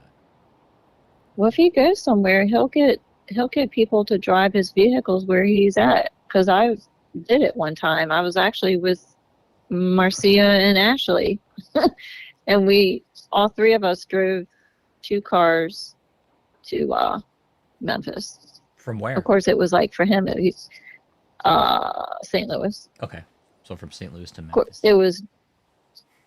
Yeah, of course he was saying it was a time that I could be there with him for a couple days, but and then I just flew back. But it's just like he just can pick anybody.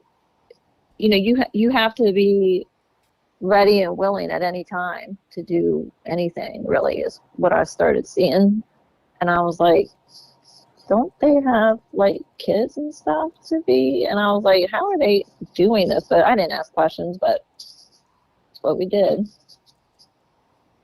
Yeah. Okay. Let's see. So true. So true.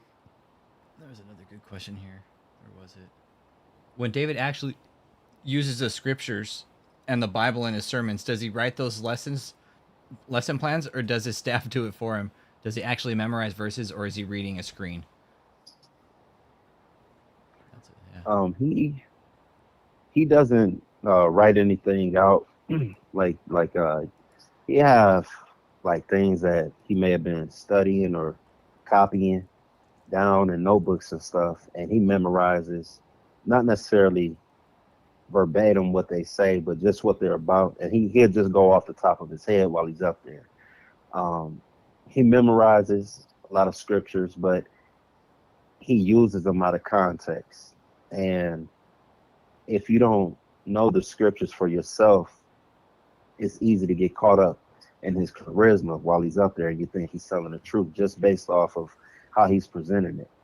And but as far as his other literature, like things you might read on his website, and you'll see his name signed at the bottom, David E. Taylor, you know, that's like Joe or Kathleen or somebody who wrote that up for him. He's too you know, his mind don't work in that way. You know, you hear how he talks, so he can't really write like that either. Who writes his books? A little some of everybody. I mean, he'll take, you know, like when we was working on the face-to-face book, you know, I'm just talking to him, asking him questions, and he started putting the stuff that we talking about in the book, you know. And as we're talking, it wasn't his input; he was using things that I was saying, you know. And like I said, it wasn't like, I wouldn't say I wrote the whole book and nothing like that, but he just threw it in there willy-nilly like it was nothing, you know. And so, and that was like when I first met him, like maybe 2 months in, a month in. And so right away, I knew off top, he was like that. And then he'll have like Joe and, like I said, Kathleen. I don't know who else is good writers and things like that now. Pastor Dom. Yeah, Pastor Dom. Yep. He writes a lot. That's right. Oh, Pastor Dom writes a lot of his books, huh? Okay. This is a good one. I've seen him at the house. Okay. Does David have a learning disability? No. He's very sharp. Okay. He's very bright as far as his book smarts. He just uses it in an evil way.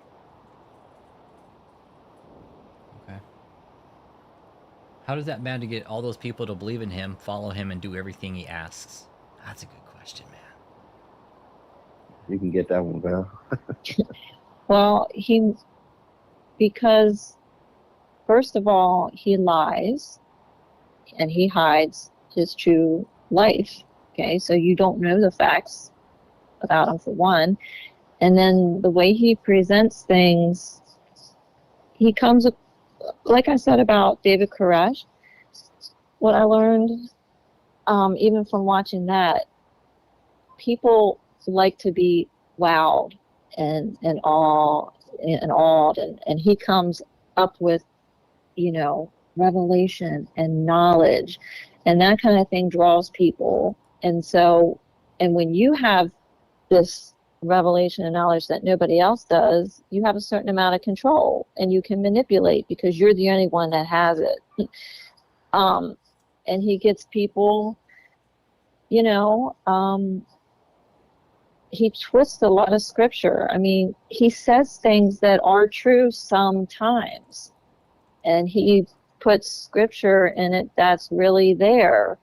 But that's the whole deception, is that you mix truth in with some lies, and, you know, you can deceive people, you know, and plus that's why he just hides the facts of what's really going on. Because if people start knowing the facts, then they can say, well, wait a minute, then this can't be true. But some people, even when they know the facts, he can still manipulate and have answers for everything and justifications. And but I really do believe that what happens is you kind of, once you get in, it's like you get blinded. Yes. And even if you feel checks in your spirit, you overlook them, and you turn from them because of how he's got it fear-based, and he's very oppressive, and that's why people feel that, like, even when he's not actually there, there's always like this oppressive spirit over people and a fear, like walking on eggshells and stuff, so even when people do get a check in their spirit, you overlook it, and it's just how it works when you get manipulated by a master manipulator. Yes. It's typical cult. That's what cults do. It's what they do. Do members get brownie points for how many ridiculous chains they can wear?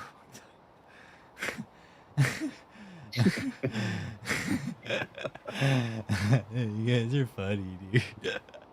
Man. That's too funny. No, does Valerie or Cliff know anything about David being in Carolina? I don't know. Just some things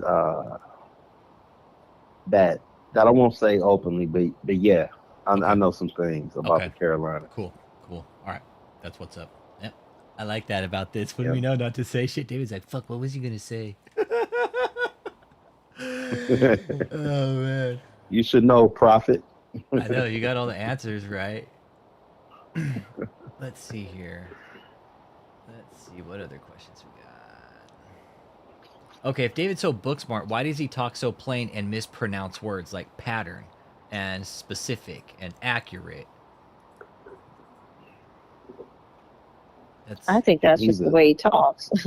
Yeah, it is. It's just because you know what, he doesn't like, you can get in the habit of talking a certain way. That's why he doesn't say normal like cuss words. It's not because he's not evil, because he's evil with a smile on his face, Yeah. Yes.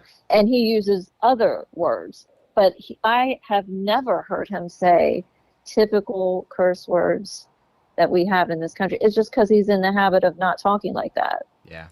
So I just think it's the way he talks. Okay. Exactly. That's what it is. Just the way he talks, huh? He doesn't know how to say fuck and shit like that. He doesn't know how to cuss.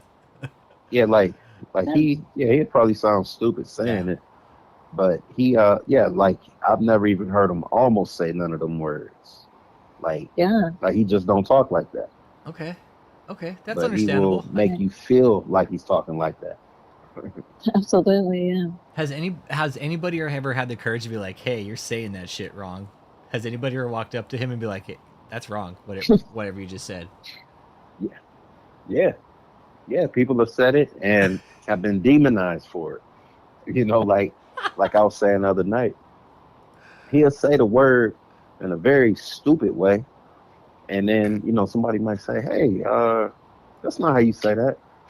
And Michelle, well, apostle is a king, and he's not mispronouncing words. He's just saying it a different way, and because he's a king, that's how the word is now pronounced. And some of them people fall for that crap, man. And it's just like, as silly as that sounds, there's some people whose minds are that gone that they start talking like David. Yeah. And he talks like a 5-year-old at times. That's what Valerie said. Yeah. Got creepy sometimes. Yeah. Can him talking like a 5-year-old? I mean, would I'm guessing he would only do that around the women. I mean, I can only speak for myself, but you know, he would do it to be like, I don't know, I guess Cute. I don't want to, yeah, like cute, or I don't know if romantic's the right word, but it wasn't. Okay, it was not what I think he intended it to be, because it was just too it was too much, and it was too I talked to another girl, she was with him too, and we were friends, and she would be like, he was just too feminine for me, and that's exactly how I felt. Like, he was just too feminine at times, that it was like, that's not cute. And then, you know, of course, the I didn't want him to smell like cucumbers and watermelons. You know, that was like my lotion. Okay, not yours. That was my lotion. But I don't know, just yeah. Sometimes it was just too feminine, and but hey, I mean, honestly, I was not really attracted to him to begin with, like physically. Yeah. Honestly, I wasn't, but yeah, I'm not that much of a superficial person either. Yeah. So, Yeah. you know. It's like you're more about the person. Yeah, and Yeah. Yeah. I mean, for the most part. Should be, yeah. And, yeah. And I can attest to what Valerie's saying. I've seen him do that with her, as well as, I mean, women over the course of the 10 years I was with him. And it's like you know what I'm saying? Like, there's a line, you know what I'm saying? Like, I get it, you know, using your little pet names and, you know, little baby names you calling your significant other. I get that. But the way he talks, the way he goes about it, it's like, dude, are you weird, man? You know, it's borderline, like if I was a woman, at least, it would be creepy to me, because it's like, why are you acting like this? Like Valerie said, he's putting on way too much with it, to the point where, you know, it's like, yeah, something's off with this guy. Yeah. But I can't put my finger on it. Yeah. Yeah, I think that's what, looking back, that's what it mostly is. Like, he tried too hard to be, you know, if you know that you're messing with something, like if you know that a woman just left before I came, you're going to act extra nice, probably, because, and you're going to act that, oh, whatever, because you know that you're the dog that you are, but I don't, and you're just going to, he just overdoes it a lot. That's probably why I don't know if he feels guilt at all. I doubt it. But he probably, you know, if someone just left 5 minutes before I came in, you know. Yeah, he had to overcompensate so he didn't feel overcompensate. Exactly. Yeah. Yeah, because, like, you know, what was real, like, just off top weird. Yeah, hold up. Hey, guys. Hey, that. Hey, Billy, let's keep the chat clean, brother, okay? Like, let's keep that shit clean. Let's be respectful, okay? Sorry, go ahead, guys. Oh, no, you good. And so. Yeah, he does use women's deodorant. Yes, he does. Yeah, he does. Summer Fresh. That's the scent. And it's just like, that's just how he operate, man. And he's real feminine, very, very, very feminine.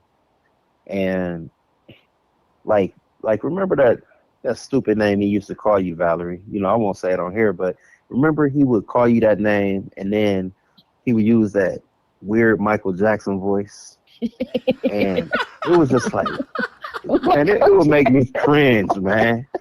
Cause I'm like, this guy, he don't like women. There's no way he likes women. I would be thinking that while y'all in the back while I'm driving. Like, there's no way this guy likes women. I'm serious, man. Yeah. That element did show sometimes, and I was like, it's too feminine sometimes. It's too much. Duck lips. David's wearing smell like Teen Spirit. Secret. He's all, I like this smells like Teen Spirit brand here, okay? Oh man. Does he care?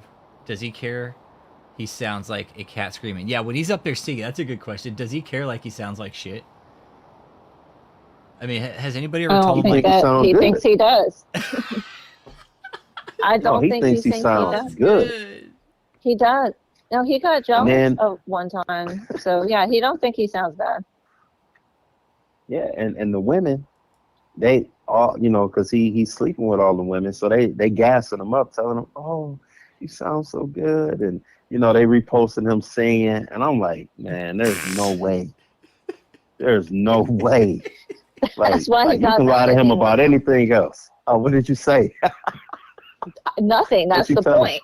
That's the point. Because no, I'm being dead serious. I'm being dead serious because somebody Oh else man. was doing something with music or whatever, and I was praising them, and he was like, "You didn't say nothing about my singing when this came out or whatever." I was like, well, what do you want me to do? Like, what do you?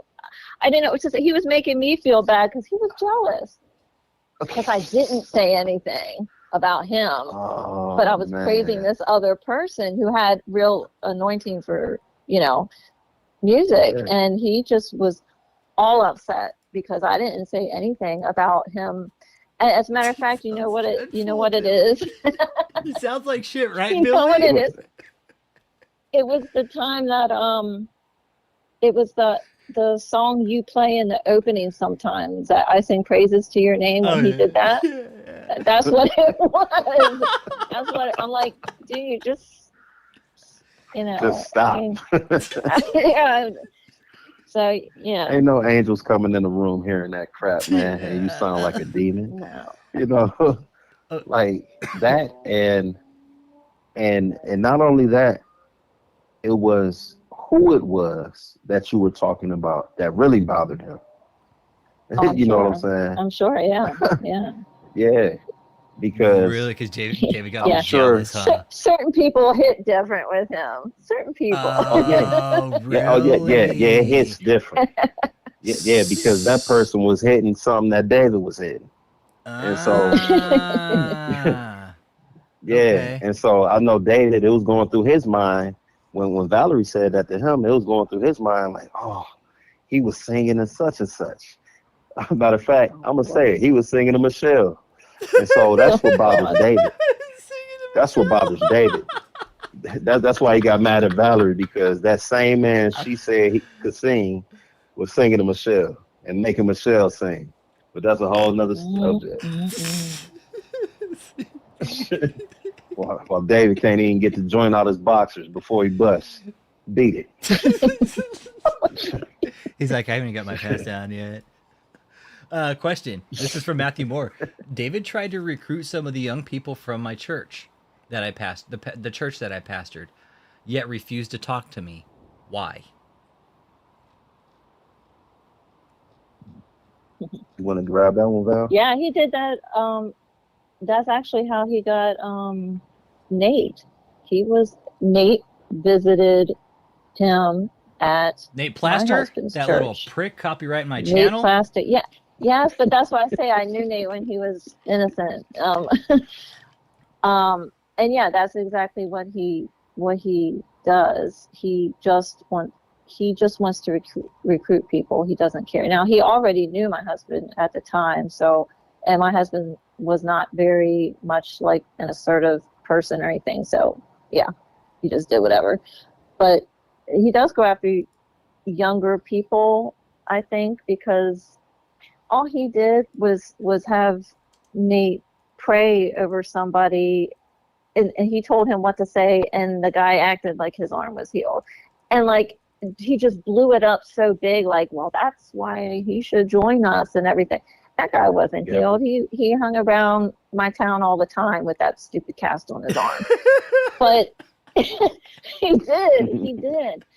Another failed prophecy. But he just made it, made it such, like, he blew it up so big, and I guess made Nate feel that he was really being used by God, and all of a sudden there he goes, moving to Michigan. I got a question for you, Cliff. So What is the big deal with David's obsession with Benny Hinn? That's from Patrick Freeman. What up, Patrick? I'll say, like he was on Benny's tip when I first got there. He was milking that cow, huh? He's like, Benny Hinn, man, he's what? my spiritual father. Yeah, wanting to drink that holy milk. You know what I'm saying? And so he was, he was always talking about Benny Hinn this, Benny Hinn that. Yeah, I go and sit at Pastor Benny's feet every Monday out in California, and this is when I first got there. And so I'm like, oh man, he fly out to California every Monday. And so I've seen him do it maybe twice since I was there, but I come to find out years later in 2016 when me and David and Prophetess Sylvia Guerrero, I think her last name is, or Sanford. Yeah. She's another one. Messing around with David. I don't know if she still do or not, but she was at that time. And what she was doing, she had a lot of connections. And so she connected him with Benny Hinn because she knew Benny Hinn. So we, like I said, 2016 came out here to California, and this was his first time meeting Benny Hinn. And, he was just like, he was trying to keep, just play it cool, but I knew he was all excited on the inside. But when he met Benny, Benny, met him, shook his hand. Oh, he gave Benny his book. But it was just like, for Benny, like, okay, nice to meet you, another preacher, on to the next one. And David was low-key shattered by that. I'll bet Benny Hinn just probably went home. Shattered by that. Yeah, Benny Hinn probably just went home and threw David's shitty book away. He probably didn't even open it. He's like, fuck this book. Yeah, I'm sure he did. I'm sure he did, man. Yeah, so David got his little picture with... So you said David was shattered by that. That hurt David's ego. Like Benny Hinn wasn't like, oh, this guy's a great apostle. I'm gonna go ahead and shepherd him. Yeah, and ever since then, I started seeing the dwindling of his so-called honor that he had for Benny. He was still on his knob, but that was why he got so upset. Besides the fact that Benny was speaking about how David gets his money, but you remember he spoke out against Benny, and he was all hot and angry and yelling, Benny Hinn, he's a liar, and he's about to cry. Because Benny Hinn, he was upset, because Benny was exposing that fraud that they be doing with these tithes and things, man. And so, like I said, man, it was like David met his hero and got his heart broken. It's like he met his one true love. He met the love of his life, and he got his heart broke right then and there. And I loved it. He was like, "Oh, my heart's broken, broken heart." Prophet Sylvia left him years ago. Okay, Lionel Blair says, okay. Prophetess Sylvia left him. I don't know. But I'm gonna call cap on that Apostle. one. Yeah, because okay. you know what, Apostle Lionel, what she did was she removed all social media presence, but behind the scenes she was still with him because she decided to give me a call, and she had done a lot of stuff behind the scenes to make it look like she's no longer with him, but she was. And it's funny because she lives in Miami now. Isn't that where David just bought a house, like in Florida? So I don't know. Why did she move from California to Miami? I don't know. You just can't tell because she removed his presence. When Vicky came out, she immediately removed his presence, but she was still with him behind the scenes. She even recorded our phone call and sent it to him. So once again, he could send the clip to me to let me know that, he knows what's going on. So I'm like, you know what? You can have him. You can have him. Yeah, because I know the game behind the scenes, how he operate with the women and how the women operate, especially the ones in ministry. And so, it's a certain way that they move. And so knowing how they move, I've watched her pattern, and what she been doing. Like Val said, you'll see her in certain places that David's all of a sudden in, or was just in, or had recently been in, and so it's always been like that. People just weren't hip to what they was doing. And, not only her, but there's a lot of names I could say that some people ain't who you think they is. They false. Not just false prophets, but they false people. They ain't real people. Were they real prior? So, were they real prior to getting there, though? Were they real people prior well, to? I that like I'm speaking specifically on like pastors and stuff. Gotcha. These Okay. so-called leaders, like the people. I understand. We get caught up, but the quote unquote clergy, they crooks, man. A lot of them are crooks, just right there along with him. Like with Sylvia, for example, 2016, I asked her, I was like, because she had all these different connections and stuff, like in the Latin world. And so I asked her, I said, how long you been in ministry and whatnot? She was like, yeah, about a year. And I said, okay, how long you been saved? About 2 years. And so I'm like, oh, okay, now I see what's going on. Because David tell us, those of us who ain't, we ain't got no connections in ministry. We ain't got no connections to other nations and stuff like that and media outlets. And so, we've been there 10 years, some of us longer than that. And yet David tells us we're still too immature. We don't know anything about ministry, but this lady only been saved for 2 years, and he puts her up. He lets her preach. He let her do all them types of things. And he can't say, like he would say openly, well, that's because she got the right heart. But behind closed doors, he used to be dogging her heart, what type of heart she had, talking about her pride, her character, and all that other stuff. Mm-hmm. So if he can use you, he will, no matter how long you've been involved with something. If you have the influence, he's going to take that. He'll use you for as long as he needs and fucking spit you out on the other side. You're like, okay, you're done. Exactly. Gotcha. Okay. Exactly. And she knew about me years before. Okay. She knew about others too. So she was not ignorant of that. Okay. Don't ask me. I don't know why some people want to be sister wives. I don't know. Yeah. Here's a question for both of you. It's for Cliff, but I think they could. This both for both of them.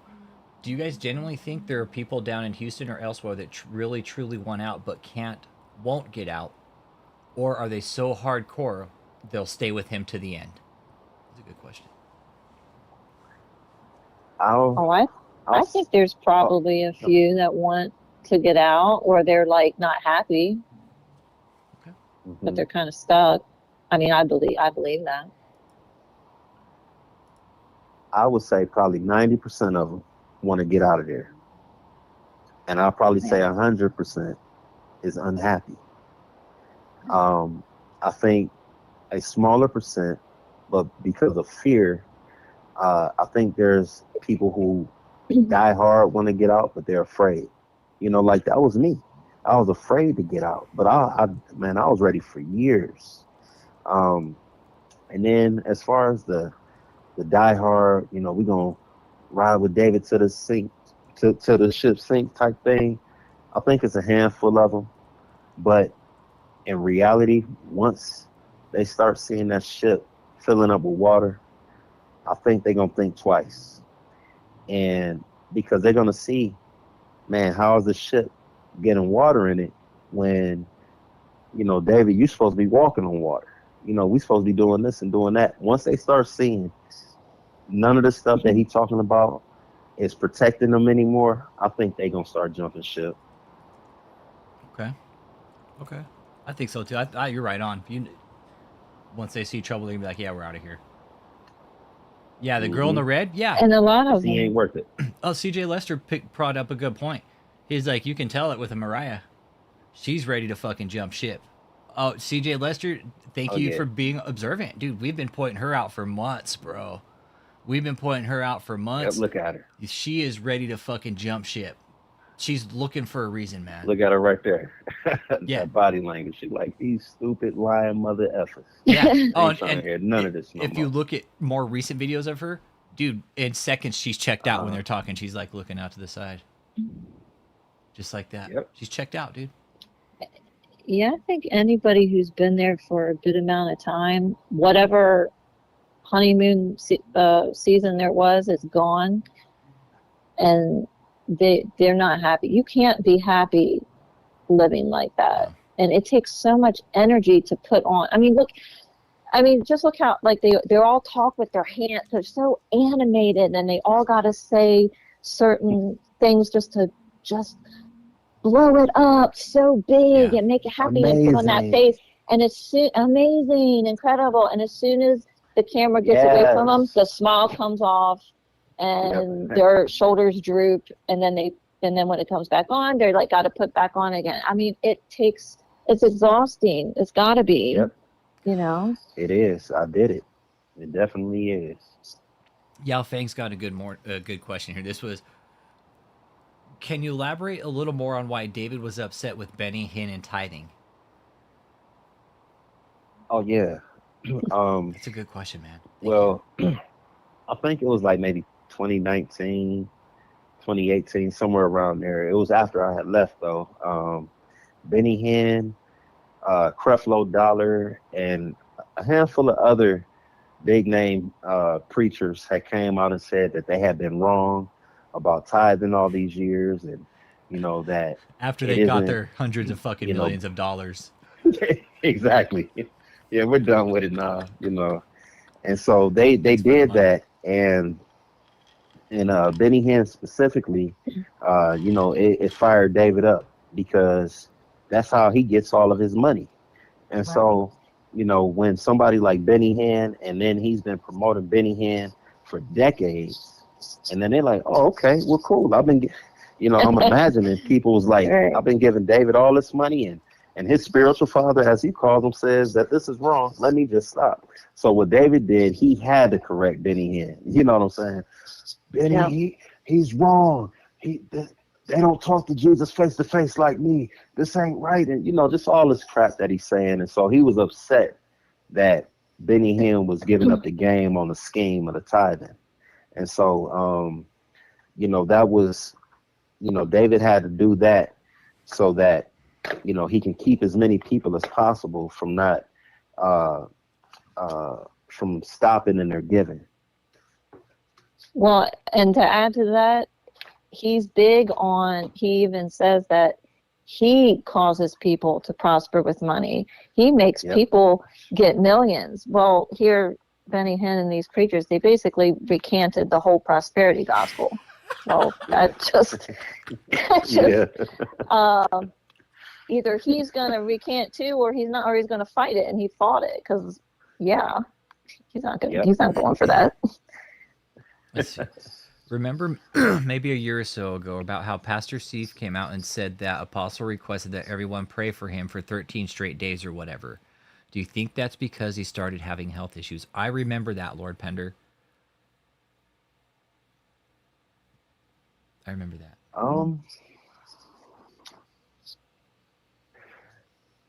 It's possible. I think he's had the health issues though, but he might have randomly said to the staff, I had a dream last night and Jesus told me to tell y'all to pray for me for 13 days, or it could be something like that. He may not have given them what the detail would be for, because he won't tell the staff that. Pray for me for 13 days. Yeah, exactly. But he's hoping that those prayers would heal his heart and all that crap that's going on around it. Meanwhile, he won't exercise, he won't eat right, he won't do right. So them prayers ain't gonna help you, David. No. What happened to the man and girl that had a baby? Are they still there? I don't know who had a baby. A man and girl had a baby. Yeah. Oh, are you talking about? I think I might know who. Maybe it's if let's not mention names. Let's be careful on that one. Yeah, if I think Yeah, so, I think I know yeah, who if you're you're talking talking about who I think, then I don't know. Okay. Hey, everybody, Abiabar is on a plane right now watching this live. Tell him what's up. Abiabar is flying watching the live. What up, Abby? What up, Avi? He's just got Wi-Fi on the plane so I can keep hearing this live. What up, Abby? I'm taking the Mile High route, okay, guys? And I'm watching the live Mile High status. I'll be up there on that Gulf Stream like David, huh? G7. Yeah. Let's see here about David on what made it King's something sick. Yeah, I'm with you. Hey, 54 all the way from Australia. What's up, brother? Got 54 from Australia, man. Yeah, that's my from boy. down under. From down under, it's my boy. All the way from Australia, man. Let's take a peek here. I know there's some other questions. Let's take a peek here.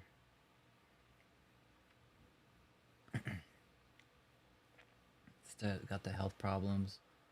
Let's see here. Okay, what do women see in him, Valerie? If you don't.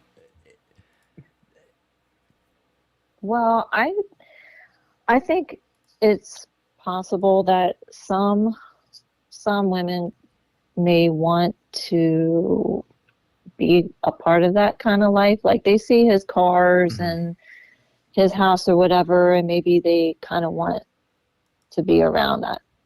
You know, they want, I don't know if they were looking for money, but, you know, they want to be around that kind of, you know, nice cars, nice house, stuff like that. Okay. They want that, like, ballin' lifestyle that David is trying to provide, basically. I guess. And maybe there's some women that think, you know, he's really for real, and they want that spiritual awesomeness or whatever they believe in or whatever. Other than that, I don't really know, because like I said, I wasn't attracted to him, but at least I know with me, like I said, he kind of presented a certain type of love that I was lacking. But once again, he's a predator, and he knows who's vulnerable, and he knows kind of at what angle to come at. He smells it, huh? He smells it on women, like when they're vulnerable, doesn't he? Oh, yeah. Yeah, you know, and that's why he's always trying to get information. Look, someone just posted. You know, he's always trying to get information. Blanca Suave. He tried to flirt with me, and I was so confused at first, then disgusted when I found out who he was. Yeah, he's a fucking walrus, Blanca. You know, he likes to sweet talk and stuff, and you know. Have any of you guys? That's why. Oh, go ahead. Have you guys ever witnessed David apologize to anybody? I have. Mainly it's been women, you know, but they were lies, of course, you know, false apologies. He's apologized to me before one time. That was in 2010. That was when he did this first quote unquote shutaway.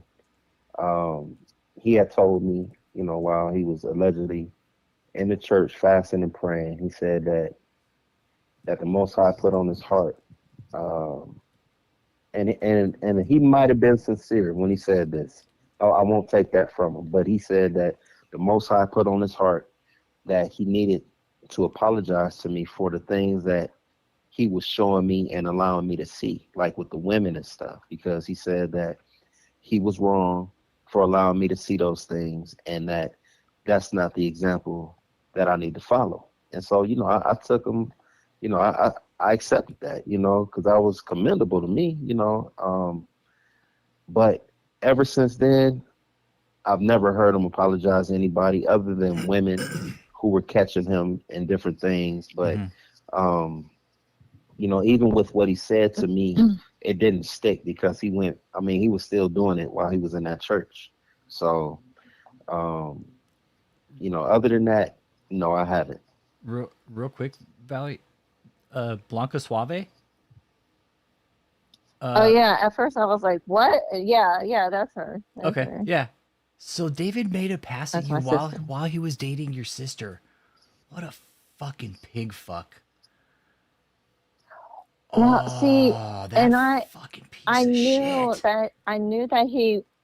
that he said certain things to her, but I thought he was coming at her as like my little sister type thing. But it wasn't until later that I realized, and also, you know, how she really felt about it. It wasn't just that. It was he will try whatever he can with whoever. And if you'll bite, he'll be like, oh, okay. But Yeah. she wasn't Wow. biting that. And I remember, like, I hadn't met Valerie's sister, but I remember when he would say certain things, like on a Facebook or whatever the case, and I'm like, wow, because I saw that before I put two and two together about who they were, and because like I saw hundreds, I mean, really thousands of women that he was messaging, but so I didn't click on the pages and things like that because there was so many different women. But when I found out that this was Valerie's sister, it was just like, man, I mean, I wasn't surprised, but I was just saying to myself, like, that's low down. Because at one point, uh, during the relationship that he had going on with Valerie, I thought that Valerie might have been the person that he was going to settle down with. But then as time went on, I saw, he was just putting on that extra butter to keep Valerie around longer. Mm. Yeah, and I found out later that he had contacted people in my hometown trying to get with him. And I was like, she told me this like after I had left. I'm like, why didn't you say anything? She said, I was afraid. Now, she wasn't even a part of the church, a part of my church, nothing like that. And yet she was afraid to tell me about it. These people in my town, like it's like he's a Facebook predator. And there was more than one. There was more than one person he contacted from my hometown. Wow. Trying to, talk to them like that. Yeah, I think David. And I didn't know that, Cliff and them knew could see all those messages and stuff like that. I was like, I couldn't believe that. Yeah, David's that type of pig to share all that When I shit with found that out. everybody. Well, I thought, see, you don't know, sometimes you don't know whether he's lying or not, because if it got him in trouble, he said, oh, that was Cliff that sent that. But if it didn't get him in trouble, then he acted like, no, they would never do that. They would never cross that line. I'm like, which is it, Right. And so it wasn't until later I didn't know that you guys actually had access to that, and he showed you things and stuff, and I was like, man, it's like a whole nother kind of violation, Mm-hmm. So will you rephrase what you said, Valerie? He was sharing the messages you guys were having back and forth? Well, what would happen is, like, if I were to see something that looked like out of line, or like on social media or something, he would say, oh, I didn't say that to them or post that. That was Cliff, or that was Daniel. He would blame it on them. But then if it was a time where I can't think of a situation off the top of my head, but if it would be a situation where he wasn't, on the chopping block, then he'd be like, oh no, they would never cross that line. They don't get in my messages. So, it depend. He would switch it depending on what the deal was, Once again, when Because he would, when it suited his situation. yeah, because what he would do sometimes, I knew it then, kind of at the time, but I really knew later. He'll do things in your face, knowing that it's going to hurt you, knowing that you know, but then he'll just deny it to your face. Like sometimes he would post on some of the women's pictures, and I'd be like, you totally said that to them, or you put a heart there, and he'd say, oh no, Cliff did that. Well, it wasn't me, or, even to my face. Like one time, we were talking about some woman that I knew he was with, but, I just couldn't prove it. And he just came right out and he was like, oh yeah, you mean because she has a banging body? And I'm like, why would you say that to me? He was like, what? Like, he would throw things out there knowing that it would hurt me, and then just be like, what? Like, what are you gonna do about it? I didn't do anything. Yeah. What are you and gonna I'd do be to like, the apostle? You would go off the wall if I said that to you. I'll bet. I'll bet David. I'll bet David, if whatever woman he's with now, if a woman picks up his phone, that's why he doesn't want anybody going through his phone. I bet because it's like a bunch of chicks just rejecting his dumb ass.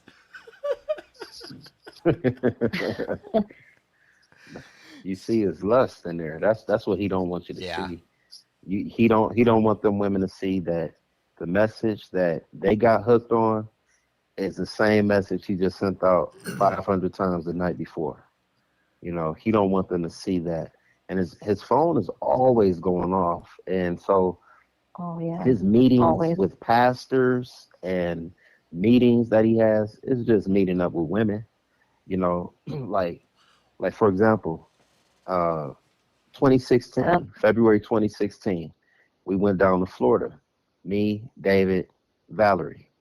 And remember, I had lost his wallet. And I was just thinking about that the other day. I was just thinking about that, and I was thinking, wait 1 minute. Was a wallet lost?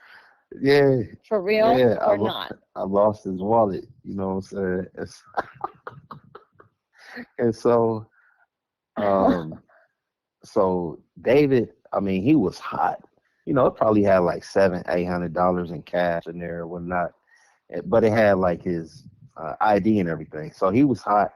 He called Daniel to come down, and so he didn't even want me down there no more. Remember that? And so, so while we're down there, I'm talking about he's spending big money. We went to Disney. We went to, the little dolphin place. We eating good. We driving good. All type of stuff, man. And David, he's not frugal. He does it big. No. Anytime he does something. And so I'm talking about we spending thousands and thousands, and all of it was on the ministry. And it was, he always had them label it for some type of ministry expense. He had an engagement he had to go to, and man, we walking around Disney World. You know what I'm saying? We having a good time. I was riding the dolphin. Yeah, I remember. Which was weird because he didn't do that with me, and always wondered why. And now I know why, because he didn't want to be in any kind of recording. Yep. With, he didn't want that. So he let me do it, but then he didn't do it.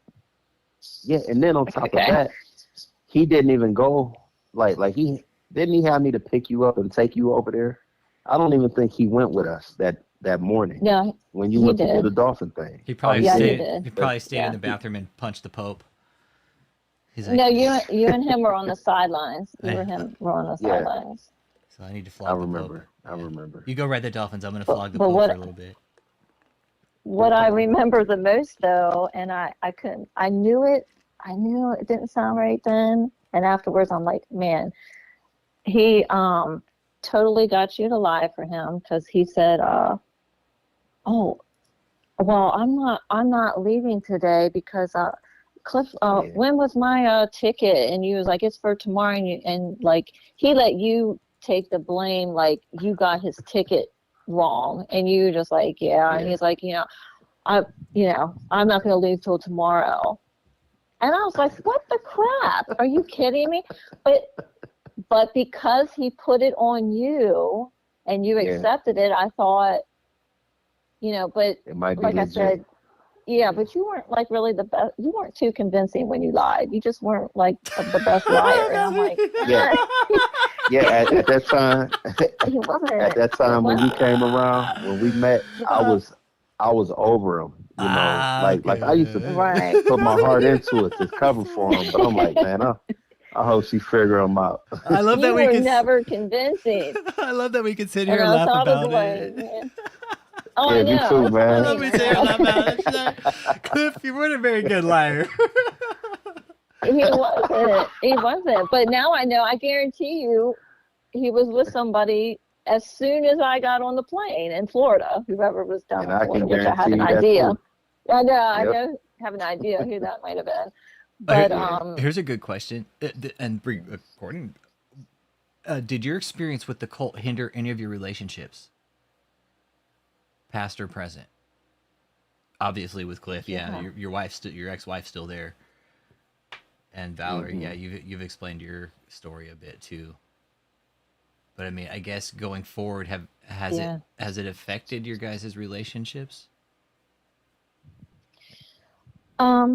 Well, like with my sister, like I said, I ended up telling her, even though he didn't want me to, because we've just been too close and I just couldn't do it anymore. But, me and my sister are always good. It doesn't matter what happens in our lives, we're always good. But I did lose relationship with people that was my husband's family. Okay. And I have not gotten that back. Okay. So that affected you in that sense. So yeah, it has. Okay. Yeah, and as far as me,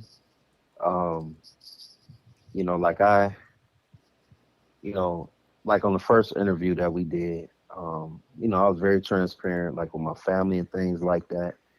And out of my family, like I'm talking about like my relatives, my blood, like only one person even responded, and I sent it out to everybody, And so some of them, they feel whatever type of way they gonna feel, which is cool. But I feel like a lot of those relationships are toast for the most part, and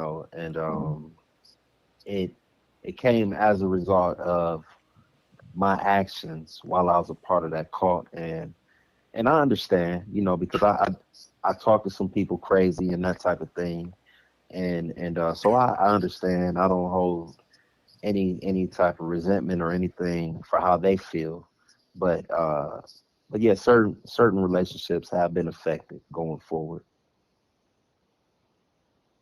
Okay. Why is David always chewing his lips? That's a good question. Man, 'cause he's first guilty. off, they crusty as I don't know what.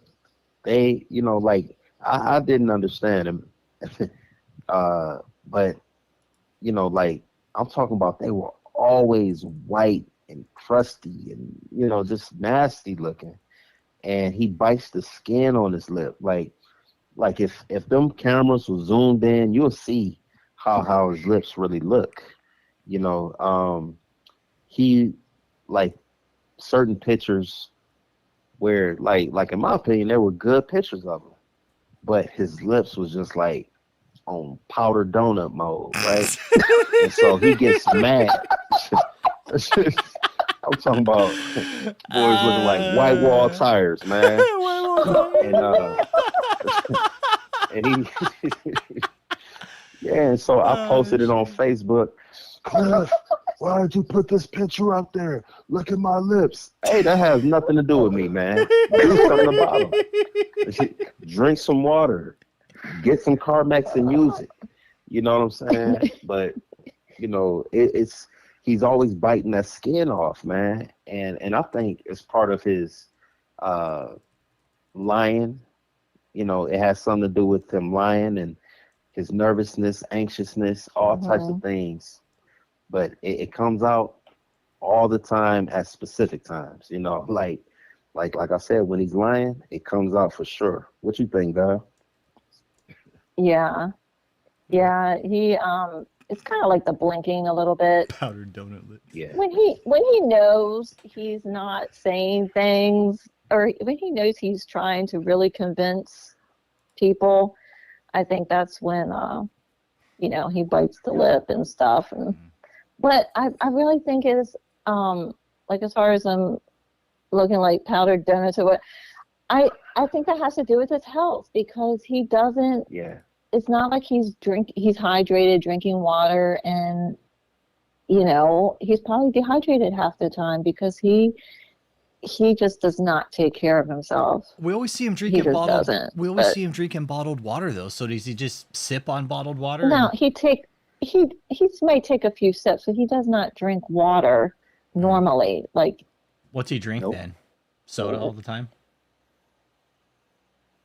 Yeah. he drink a variety of different things. It's not hardly water though. Like, not at home anyway. Yeah, like we'll have a refrigerator full of Fiji water because he gotta have Fiji water. And like she said, he'll take a few sips, and then when he call you to come and get his tray out the room, it's like 3/4 full. You know, but he just ate 4 pounds of bacon, 3 pounds of pancakes, 6 pounds of eggs. You know, and Breakfast buffet. but just sipped on the water. And he's like, oh, and a large Diet Coke, okay. Yeah. No, but isn't that true, Cliff? Like, he wants like a little bit of everything all the time. So Yeah. he'll get, even when he orders at a restaurant or even at home, he wants a little bit of everything, even if he takes 2 bites out of it. So if he'll make it a buffet. He really does. He does. He does. That's like Because, the best and he'll thing. even say, like we've gone out and he'll order all of this food, man, hundreds of dollars worth, right? And you know, sometimes even the waitress and things, they'd be like, hold on, you getting all this food? And he yeah, I just like to nibble on a little some of everything. Exactly man, right. Yes, That's exactly what he said. that's true. And he think he being That's cute. true. Like, dude, you corny, man. Like, just wasting money, man. Wasting money. Yeah, Just like because to nibble on everything. I hardly ever do the leftovers that I've seen. Nope. It's like When he get out of town, everybody else eat it. I was gonna say it's probably everybody else. Like Daniel and Josh got the leftovers. I bet his gases are toxic. Yeah, I'm probably shut down the fucking sewer Oh, plant. man, he's rancid, bro. He smells like an ox, a mule. He stinks. Like, and he's constipated because he be taking them pills, man. And so he'll be in that bathroom jacking off or trying to doodle for like 2-3 hours. And so it'll smell like you know, one of the elephant cages at the zoo. And you'll go in there behind him and he'll Cliff, Daniel, come spray the bathroom, clean it up in here. Valerie's on her way. And you know, Valerie, she ain't live too far from Tempage. And so Valerie would be there, you know, 15, 20 minutes. So we got to hurry up and scramble and vacuum and, you know, and it smelled like a straight dump in there, man. And he couldn't even get it out because he's so I was gonna constipated from them say, pills. man, he must have hid that kind of stuff really good, because I never really got that. Yeah, me and Be Daniel around did it. Because if it was up to David, it wouldn't be hid. Yeah, Yeah. him Everything being would be backed out. up like that. We talk about opioids. Opioids fucking do that to you, man. Mhm. Opioids make you not take a shit. Real fact. That is true. Well, that is plus it's very. diet. Yeah, it's true. Opioids make you not take Yeah. a shit, dude. Doctors, when you're on opioids for any certain amount of time, they give you fucking pills so you can take a shit. And if David Yeah, just after I popping had my pills, surgery, I had it. yeah, yeah. Yeah, If it- at that time he was taking hydroxycut, talking about he got to lose his stomach for TV. So he was popping hydroxycut like they was Tic Tacs, man. Ain't lost 1 pound either. Oh my God! You know how bad. So they had him all backed up. Hydroxycut. You know what? Actually, he did. He did go to the gym once, and I don't know if he did that because of my influence or what. But I went with him, and I tried. I was just say just walk for 15, 20 minutes to start off or whatever. He would do it, but he was still looking at his phone. He was still looking at his phone, and it just like he just stopped doing it. He like tried for like a good second. And got the gym membership and tried to walk at the track, and he just wouldn't do it. He's got all those gyms Just at like the he fucking. had that gym in that mansion. Yeah, what the fuck? Why you don't get he did not use fucking gym membership? So, Yeah. Well, it's everybody's Yeah. money. I'll go buy it anyways. I'm not paying for it.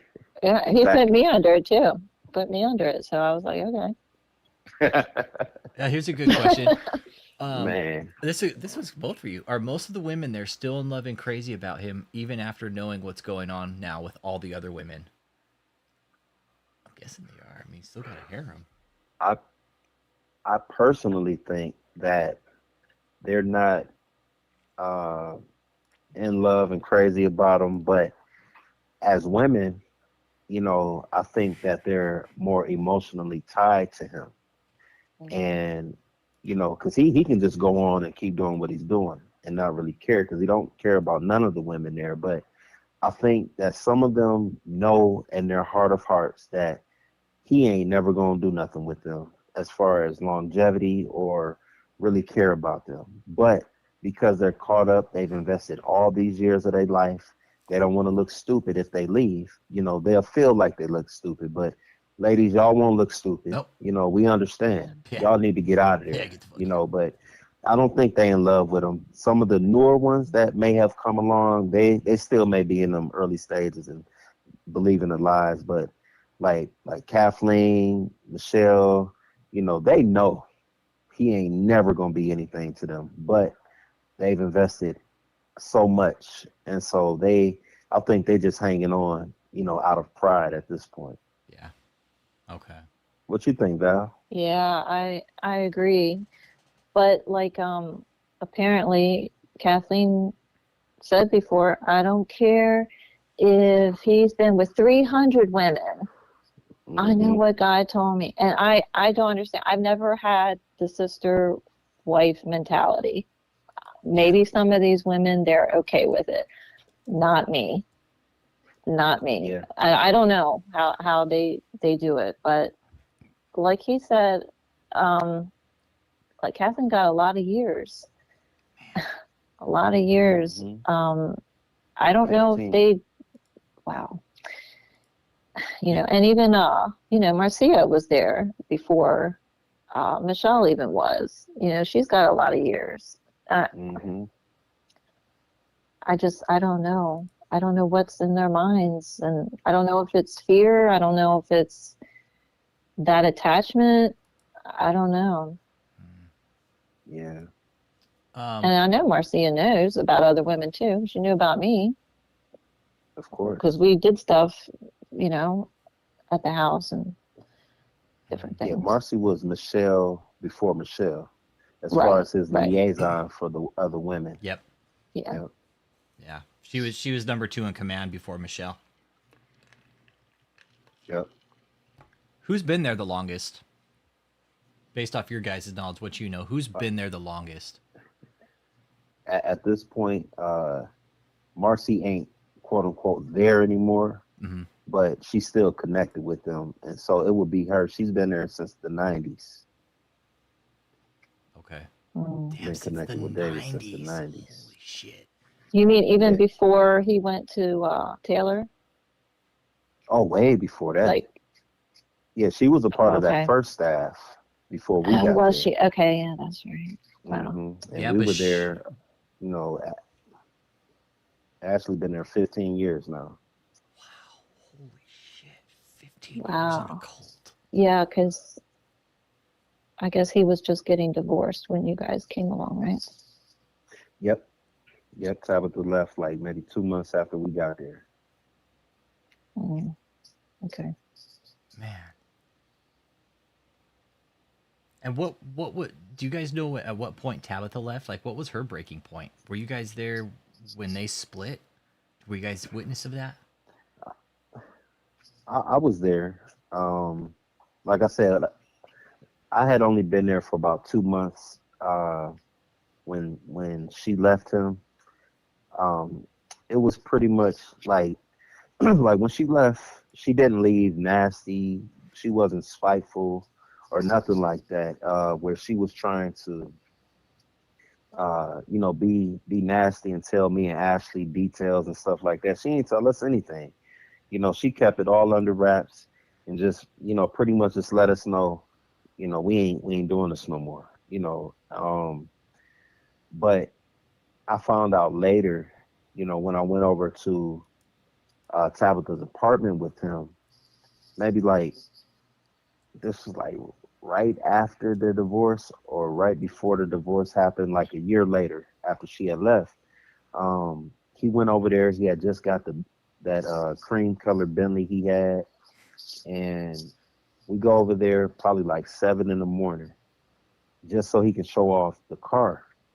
And I remember during that time she was asking him, for a little bit more money for the children, and he was saying he don't have no extra money. And so she was like, okay, that's fine. But then he pulls up, to stun on her in this new car, and she was like, dude, what's going on? And he was telling her, he didn't know I was listening, but I remember him telling her, he was pleading and begging her to take him back. And he was saying things like, I exaggerate, I lie a lot, and I'm sorry for the things that I've done. I'm sorry that I cheated and talked to them other women and did these things with women. He was saying all this stuff, and he didn't know that I was in the bottom of the hallway and I could hear everything as it echoed. And so I knew then, but I still didn't judge him or none of that stuff, and but the people who were there before before me, as we've heard on other testimonies, they got fed up. He was cheating with all the women there, getting women pregnant, and the whole nine. And so but like I said, for the things that I found out years later that was going on in his marriage with Tabitha, she never, tried to be toxic and shame him to us or none of that. So she was always a sweet woman. Man, Tabitha, the path of destruction that David has left in 30 years. Destroyed his own marriage. He destroyed Cliff's marriage. He's destroying other marriages as we speak right now.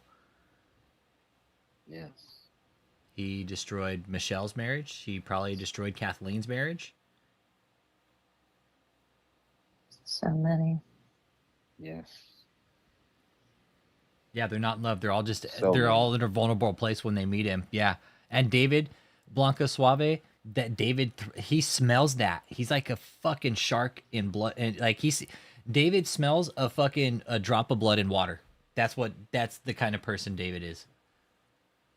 Yep. Cliff, do you know or think he was ever a godly man in the beginning, but then gradually changed? I feel like he used to be different. That's a good question. He's changed since the time I've known him, definitely.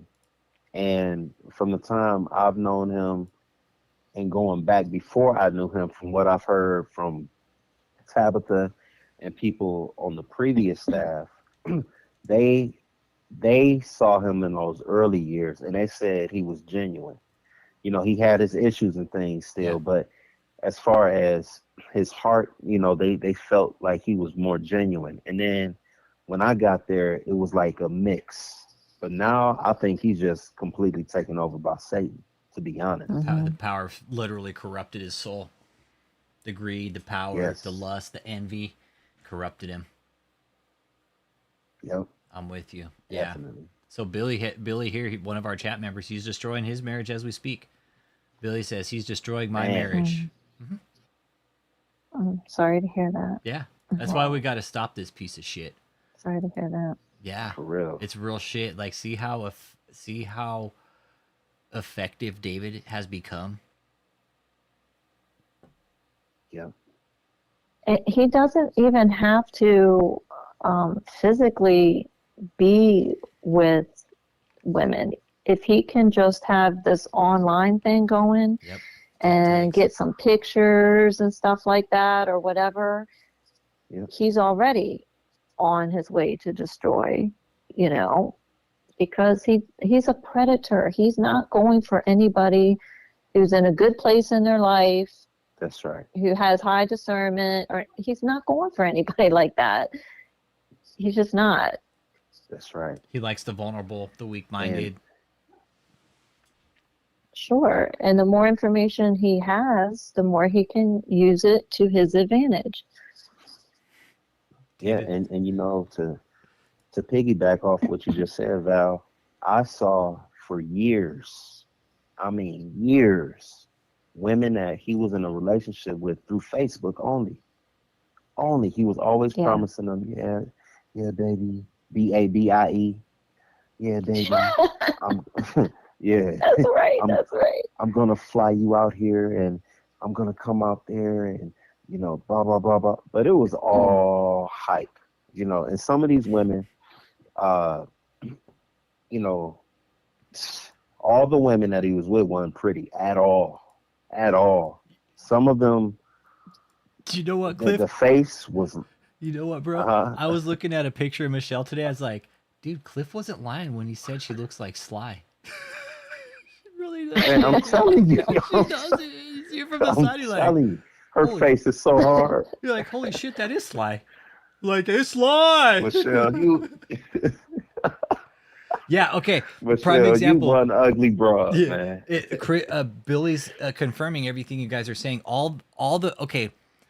If any men out there, or you're in a relationship, man, woman, whatever your case is, and David's talking to your significant other, probably a good idea to fucking cut ties right then and there. Yep. Take screenshots and expose them. Yep. Take screenshots. Absolutely. So that other people that's in that. Yep. Start posting so it that on other people that's in that position will know. Yep. Absolutely. Baker Boy, good evening. I got Cliff and Valerie on the phone, and we're just listening to sharing stories. Do you got any questions you might have for one of them?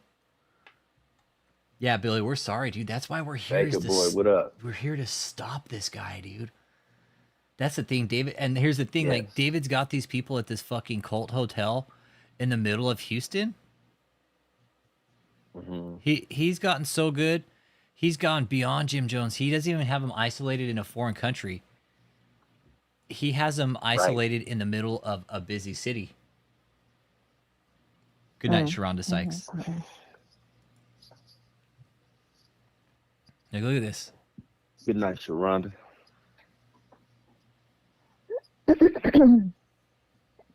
Here's all the cult members right here in the hotel in Houston. I mean, this is... my stomach turned looking at this, man. I know. Look at this. They're my brothers, man. Yeah. And I hate seeing this. And the thing is, it's like it's predominantly black. Like, he's doing this to his own community. That's even more fucked up. Yeah. It's like, David, dude, be much more of a fucking piece of shit, dude. Honestly. Yeah, and I'll bring it out. He don't like, the reason why he always say, and I get on my own culture, the black culture, more than any. He don't really like black people. I'm gonna bring it out. Oh, he doesn't. He don't really like black people. No, he don't, man. He say he do, and the reason why he say he do, and his reason that he gives is, I'm black myself. That's like a racist white person saying, I got black friends, I got a black neighbor. That don't mean you love them. And so David is like that, which is why he has Caucasians in leadership over the majority black people. And so this is the undertone of things that you will never know just by watching these services. This is the inner workings of what David does. And not only does he have mostly Caucasians over everybody, and he'll say, well, Caucasians are masters with their minds and they think more than black people. He says stupid stuff like that, man. No way. And then, like real racist fucking oh yeah, like yes, wow. yes, he's like that, bro. And then if you, and if you're black and if you show any type of pride, in your culture, now he'll twist it like you just hate everybody else, and that ain't true. Like I don't care if somebody's white or Asian or whatever the case, and they got pride in their culture. You should. That don't mean you're racist against other people, but that's what David is. He don't like black people in real life. His name and is then Slated. on top of that, having the he has the women over the men, ruling the men, and that's a whole nother psychological thing that he does. He don't want any men in a position of authority that could be a threat to him. That's why he has people like Pastor Steve and Joseph up there, because they're docile. They're castrated, spiritually speaking. They're castrated, and they become eunuchs for David. And so he don't mind them being up front because they're not a threat to him. Exactly. And put a suit on them and they're pastors. Pastor. Yeah.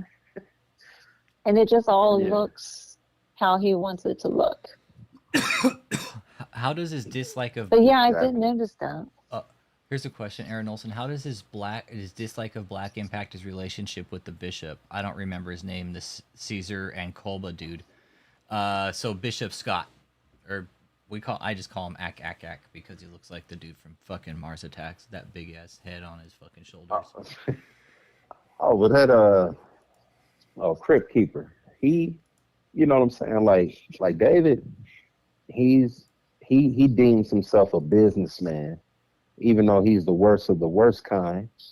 But him and Bishop Scott, they getting money together. So and that, like I said, in that aspect, you'll never know that David is like that. It's how he treats the people that are there to help him. Because like I said, he knows all the right things to say and do in front of the people.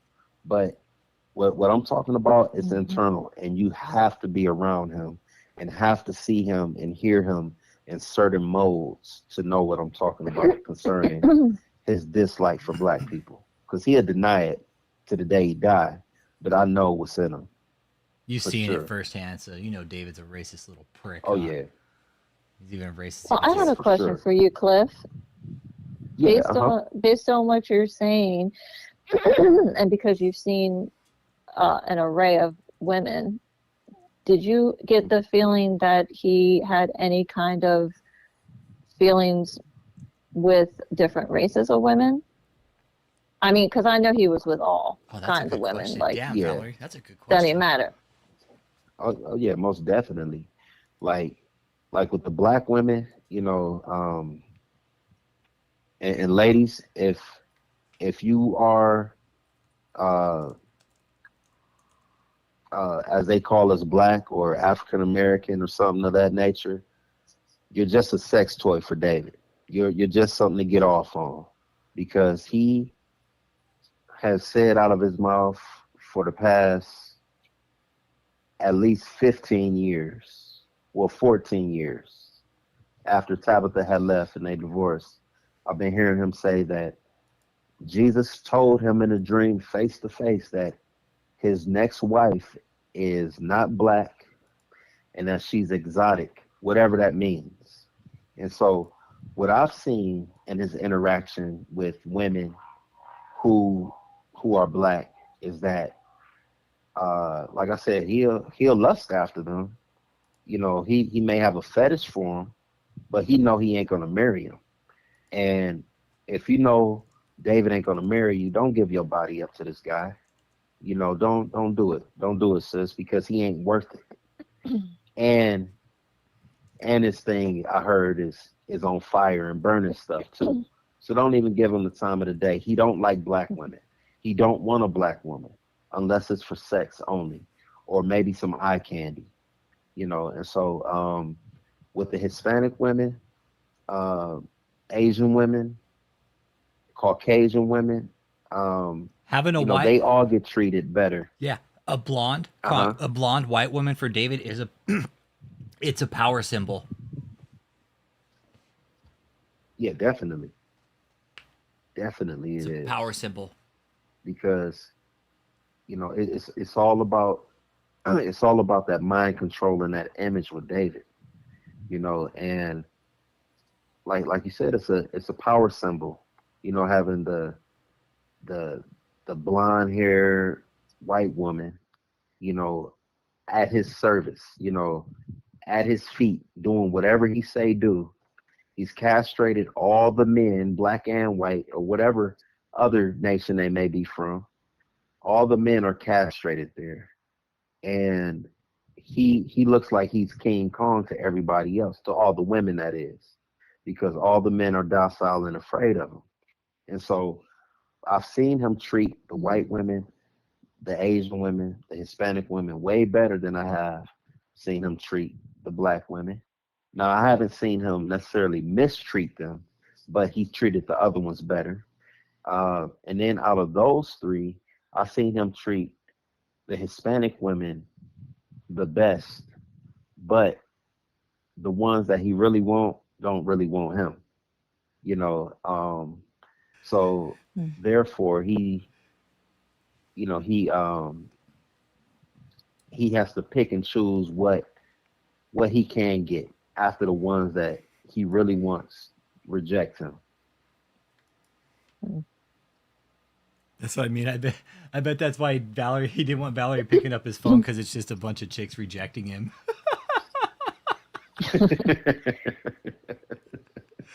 He's like, I don't want you to see My my. husband was going off constantly, so I'm sure it was an array of different situations going on. Yeah, it's like what was And he had going two on? of them. Yeah, and two phones. Was one personal, one ministry? Like, what's up with two phones? Like, dude shows up to a deposition Nope. where it's being questioned about money, and he shows up with two fucking phones in his hand. It's like, yeah, that doesn't look fucking shady in and of itself. Yeah, he got like the one phone number he's always had. Like when I first got there, he already had it. Then he got another number when I was there. This was, matter of fact, he got that second phone after the deposition came out. That's why he got that other phone, because when the deposition came out, you know, people were sending him messages saying stuff to him, and so he needed a whole separate phone. One that, like, initially that one was supposed to just be for quote unquote ministry, but that just turned into a lust line like the other one. Lust line. Right. Lust line. Man. Apostles lust line. Dude, lust line, man. Yeah, because at first he was like talking to me on Facebook, and then he was like, "Oh, I'll give you my personal number." You know, I guess to make me feel like I'm special or whatever. You're exclusive. Yeah. Well, yeah, we got a hold of it. I think we actually had a hold of his number at one time, and we exploited the shit out of it. But yeah, I wish we could get a hold of his new phone number now, but I think they changed it so many times. Dude, He has a new number now? Yeah, I think he changed it. Do the cult members really get to eat all that food? No, I don't think they got to eat all of it. I think they just fucking got to stare at it. David, look it up. They probably did at midnight. No, when it was all they cold. didn't stop until what, 5 or 6 in the morning that day. I went to bed. And, I went to bed. Oh, And yeah. I went to bed. I went to sleep, and I woke up, and they were still fucking going. They were just finishing. It was Man, that's 5:30 crazy. in the fucking morning. I was like, holy shit! He had them up there all fucking night doing this shit. Yeah. Like when he would have them week birthday parties, you know, he'll have like this line to take pictures with him, and it's like, man, these are the same people you see every day. I never took a picture with him, you know, because I'm like, dude, I don't even want to be around you. Yeah. You know, I'm not about to sit up here and fake it. Yeah. This may have been asked already, so I already apologize. It's Hillbilly Cletus. But what are they always looking at on their phones during the broadcast? I'll tell you plain and simple. Not a damn thing. Nothing. Nothing. Nothing. Because I'm one of the ones that started that. Because David will be, what's the numbers? And because I will be up there with Daniel. We'll be like in his room, and we'll set up these tripods for for Facebook Live and whatever Periscope back then. Oh, So we yeah, had the two tripods, and so he'll be asking me and Daniel, Cliff, how many people are? And we're like, I don't know, you know. And so I started holding my phone, like, yeah, California, we have Michigan, we have Australia. You know, I'm sitting up here lying. It's a blank screen, man. And then Joseph, he caught on and he started doing it, which is why it fluctuates between the same amount of countries. You know, he switches it up, but it's always the same numbers. You know, Apostle, it's 192 nations tonight. Apostle, it's 191 nations tonight. 187, you know, whatever he say. But the people, they've caught on to Joseph doing it. And so they not really looking at nothing, man. You know, Yeah. Wow. I mean, at the end of the day, it's all image. They're just standing there. And Cliff, That's it. So It's a facade, man. I can't even believe that. See, I never just thought who would just outright lie about this stuff. David. Who does that? Like, I thought, okay, maybe embellishment, but we're outright lying. I was naive about some of that stuff. I just didn't think people would actually do that and say it's God. Like, who does that? It's a big it's a big business. Retro Mario, we were talking in chat the other day, and like selling Jesus is big business, man. It's big business. They really have. yeah, I didn't know that until I went to that call. Yeah, it's big business. Wow.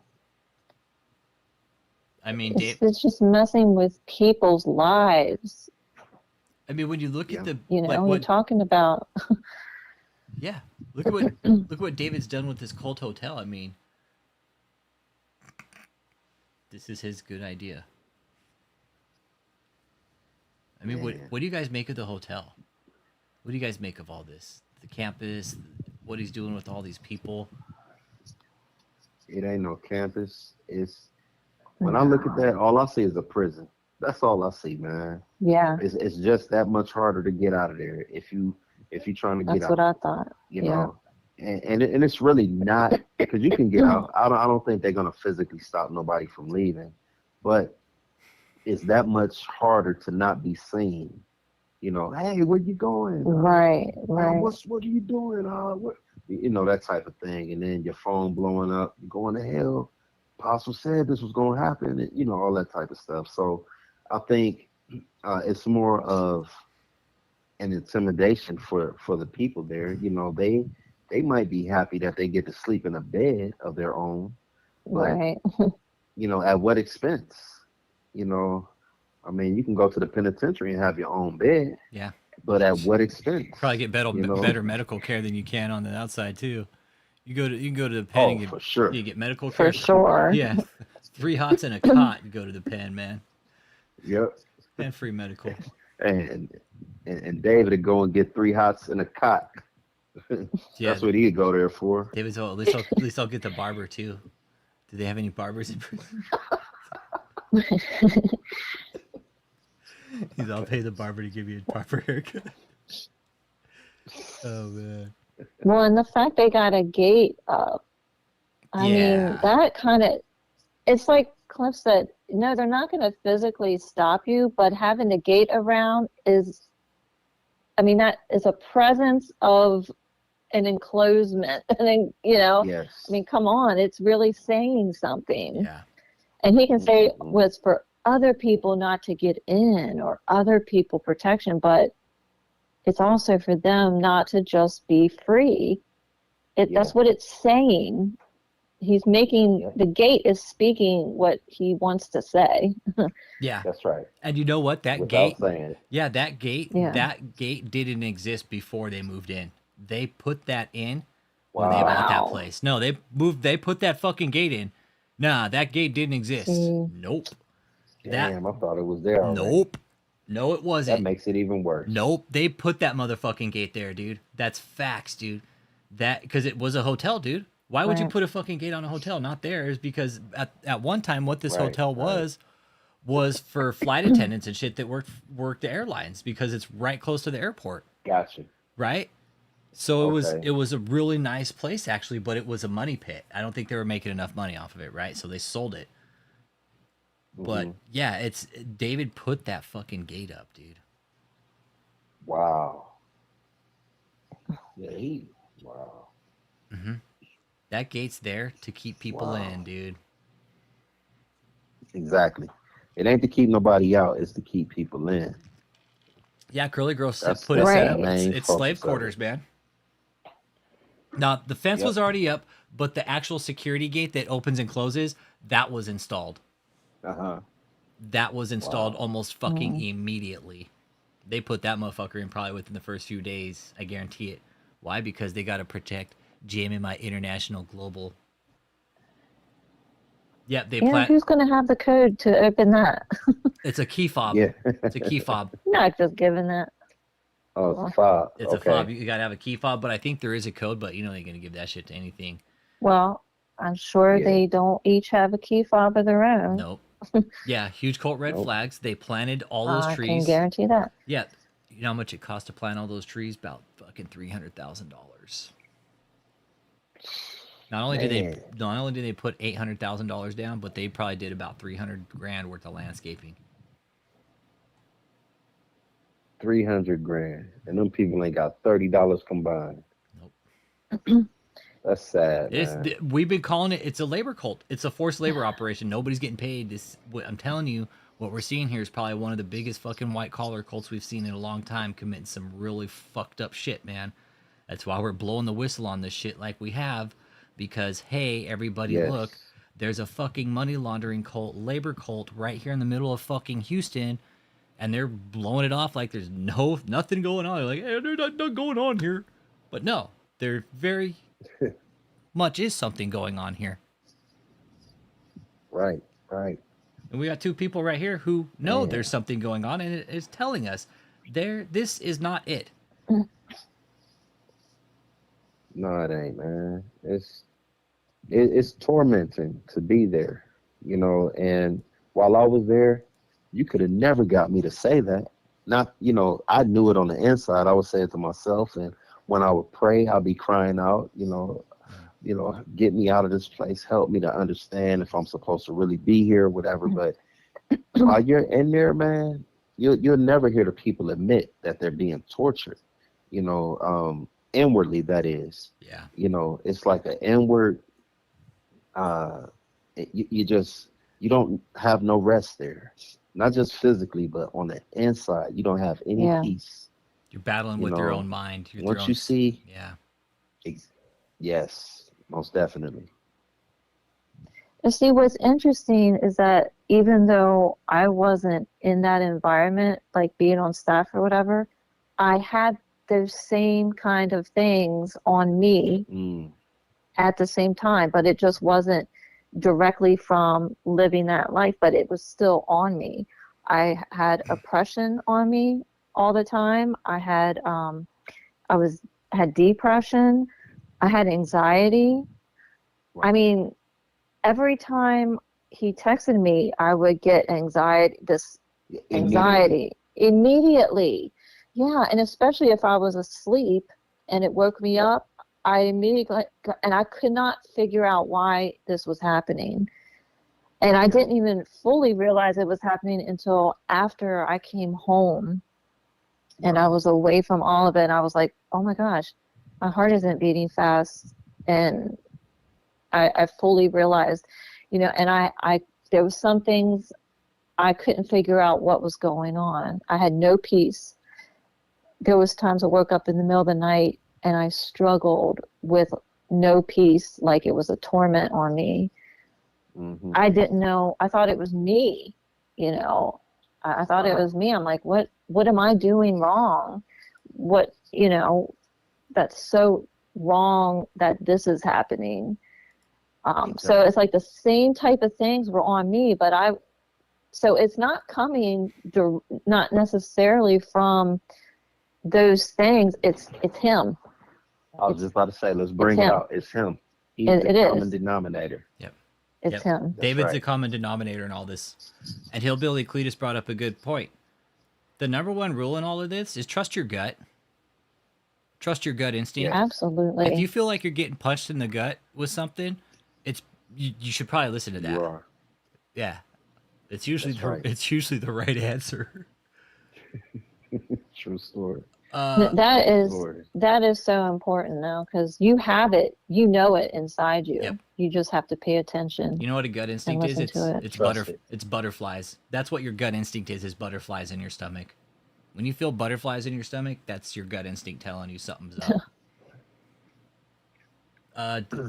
Many times. Yeah, Cliff and Valerie, did you guys ever seek counseling after leaving the cult? I did get some deliverance, and it was very powerful what happened, and I know that I really did get some deliverance. So yeah. Okay. But I will say I took it.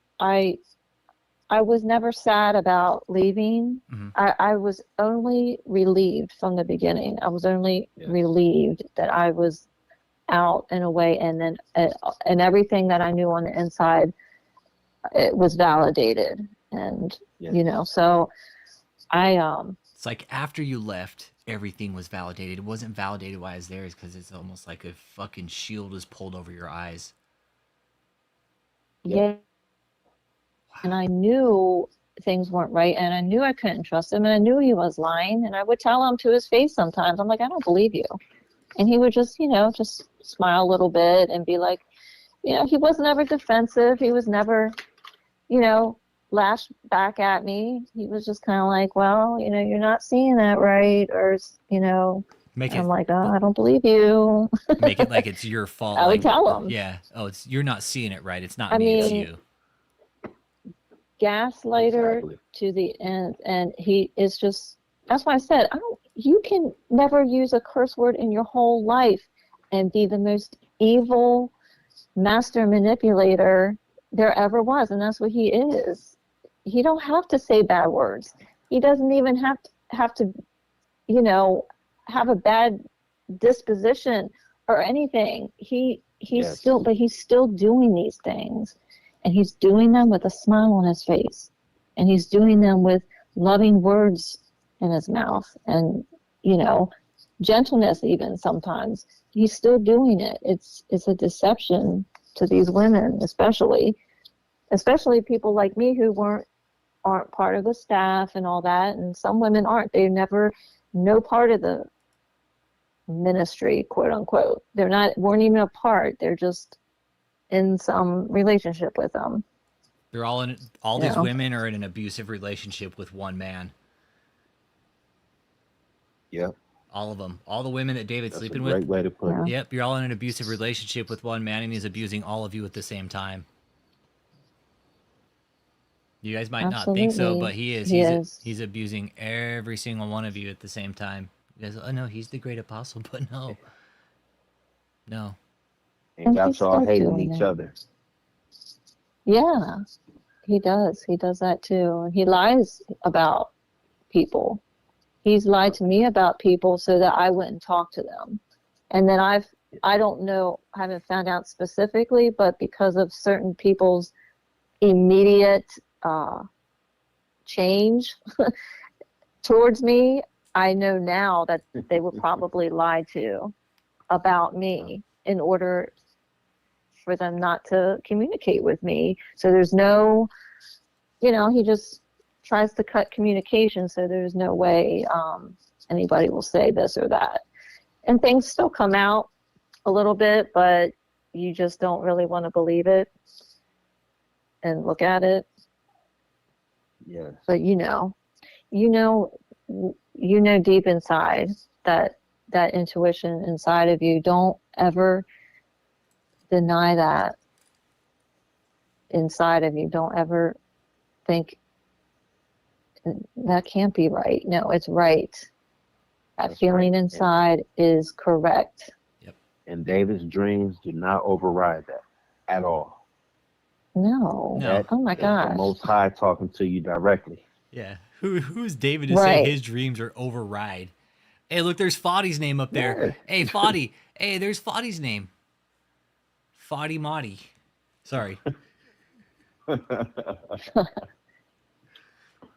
I will say though, I still have I still kind of have issues with believing people at certain times. I do have Trust issues still. issues with that still, because it's like I'll be fine, but then all of a sudden the thought will come, they're just saying that. They're just saying that. They're just lying. They're just saying that. And it's like, I don't know, I still have issues with that sometimes. It's kind of hard. Because what he does is he will say he doesn't do something as he's doing it. Like that is a mind, what?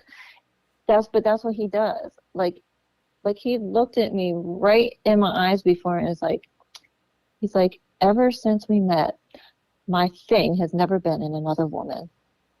Just right to my face, he said that. And then one time he's like, one thing I don't do is blow smoke. No, that's the only thing he does is blow smoke. That's all he does. That's all he does. But he was right to my face. I don't blow smoke. That's one thing I don't do is blow smoke. So it's kind of like all the things he ever told me about myself, then it kind of like made me not even believe in myself anymore. Because I'm like, well, yeah, he didn't mean any of it. You know what I mean? So it kind of messed with me for a while. And, but it's still, I have a little just trouble believing people sometimes. Men, I guess. So David has definitely forced you to have some sort of trust issues when it comes to relationships. Yeah. It's weird because I've only had one relationship after him, and it didn't come up in that relationship, probably because there was too many other things that came up instead. But it's just like, I don't know, just He's textbook, Jezebel spirit, textbook just have a pathological. hard time. Yeah, he's a pathological liar. Yes. But it's worse. It's And I like think worse it's than that. It's because- compulsive. It's just It's just Habitual. yeah. It's habitual. It's intentional. Yeah, intentional, habitual, And whatever. intentional. It's just He normal. gets off on screwing with your mind. He really does. He Father gets of off. lies. Yeah. Yeah. And like Cliff said before, he thinks he's this Jedi, he likes the fact that, he's messing with you and you don't even know it, Yep. and even if you do know it, he's still just going to gaslight you. I mean, this is evil stuff. Just to gaslight somebody like that is just evil. He does it purposely and he gets a thrill out of it. Hey Cliff, ha ha ha ha. They ain't even picking up on it, are they? Ha ha ha ha. Yeah. Like So he's saying something. So hold on. Right in their face and they don't recognize it. So would David behind closed doors laugh about what he was doing with the women with you?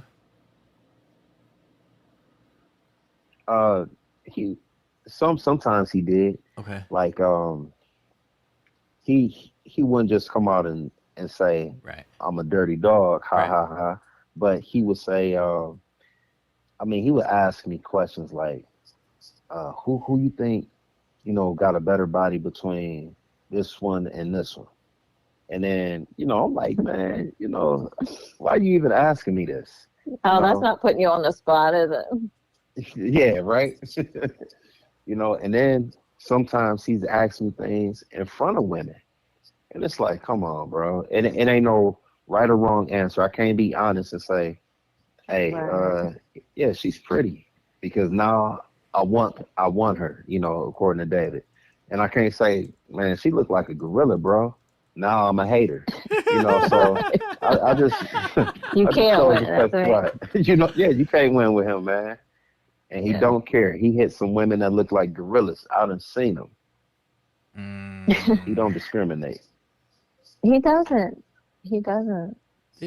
Cliff, Free for all for him. didn't you say you was in the airport with him one time and he actually had you go over and talk to some lady for him and say that, like, the lady didn't bite and he was like, well, go back over there and tell her I'm a king or some shit like that. Yeah. Tell her I'm a king from another nation. And, Oh and that my! I want to take care of her. I'm He thinking, wishes. meanwhile, she probably got a better seat on the plane than you, King. You know what I'm saying? Like, stop it, man. Just stop. Oh my gosh! He wishes he was a king. Yeah, he does. Yeah, He don't know how to talk to women. That's why he has to go through Facebook. really, like, he won't walk up to, Right, like, that makes sense. he won't, like, meet a woman by himself, like, in public without somebody kind of backing him up type deal. It's like he's for real, like, it's like his ego is so fragile, like he can't even, like, go up to a woman and approach I her. think Cliff's right. I think Cliff's right. I can't see him like being a normal man and just coming up. No, I can't see that. I can't either. No. Nope. I can't. No, that's why he's got to use Facebook. Yeah, that way because women probably see him and he's like, fucking look at this ogre. They should have used him in fucking Shrek. Yeah, exactly. Looking just like Shrek. To Shrek fucking Smelling like Shrek. Did Shrek leave the fucking swamp? Man. And there was, we were talking to. Never mind. Go ahead, I'm Valerie. getting ready to make jokes. Now that's bad. Let it rip. Let it rip. No, Man, no, we love joke here. One thing Cliff, we were talking yesterday, and I think this is important. And you said how David disperses the money through different people in the cult to spend on certain items. Can you explain that a little bit? Oh yeah. So, backtracking to what we were talking about earlier tonight was when we went on that trip to Florida, and I lost his wallet. So, so he had Daniel come down to Florida because he was just going to have me down there, but because I lost the wallet, he had Daniel come too, and so. So when Daniel came, Daniel had his own bank card. Like, it wasn't associated with the cult or anything. Yep. David's name wasn't on it. The cult's name wasn't on it. So it was just Daniel's. And then, so what happens was, what he would do was put money on our cards. He would transfer money, or he'll give us cash to put into our own accounts that had our names on it. And he would do, whatever the amount of money was that was needed for whatever task that he needed done specifically. But he would do it like that, man. And I think that he did it that way so that he could say, maybe he was paying people, and he really wasn't, but as far as a paper trail, it would show that it was going into our accounts and it was being marked as payment for services or whatever the case. But in reality, it was just going into our account so that we could spend it without it bringing any type of attention to the cult, just in case the IRS and things look into it. Because that when that happened, this was right after the deposition. Daniel had just got that card right after the deposition. The deposition came out publicly in December 2015. We was in Florida in February 2016. So a month and a half, 2 months later was when, you know, Daniel had got that card. Man. So he's taking church funds out of the church account and dispersing it into other people's bank accounts. That way to spend on him. To spend on him. That way it doesn't look like a paper trail. Exactly. Yeah, well, I thought it was weird that he gave me $5,000 in cash. I'm like, in cash. Why would you give that to me in cash? So David just gave you $5,000 cash for what? well, when I he's all, hey, here's my donor's money. Louis, he told me, hey, want some donor money? Well, he told me he was going to give me you know, around $2,500. I don't know where he came up with that amount, but I guess to help me move or whatever. And he didn't do it for a while, and I wasn't after his money or anything, so I never said anything to him. I never asked him about it. I just let it go because I'm like, well, if he wants to, he can, whatever. And then he would mention about it, but then the second time going to Israel, he said he wanted me to go, so he paid for me, and he didn't give me the money, but he paid for me to go to Israel the second time. And I don't know, like a couple weeks before, well, maybe like a couple months, he mentioned about the money again, saying he never really gave it to me, whatever. And then literally, it probably wasn't more than 1 week before I left St. Louis, he just up and said he was going to give me the money he never gave me before, and he gave me $5,000. And I was like, at that point, I never asked him for money, never cared about money or anything like that. But I sure took it at that point because I knew I was on my way out, and I'm like, thank you, because I'm going to need this to move back home. Took his $5,000. You're like, yo, fuck you for fucking me over. Thank you for the $5,000. I'm gonna move myself back home. Thank you. Fuck you. Have a nice life. Yeah, and he gave that to me cash. And I remember when we went to Paris, he took $7,000 out in cash. I'm like, who gets thousands of dollars out in cash? I could not understand, but I didn't ask any questions.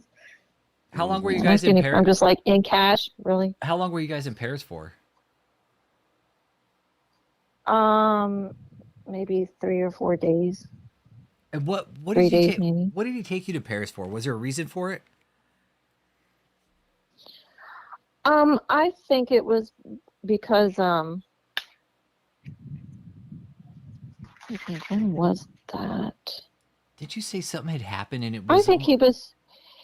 Yeah, I think it was when,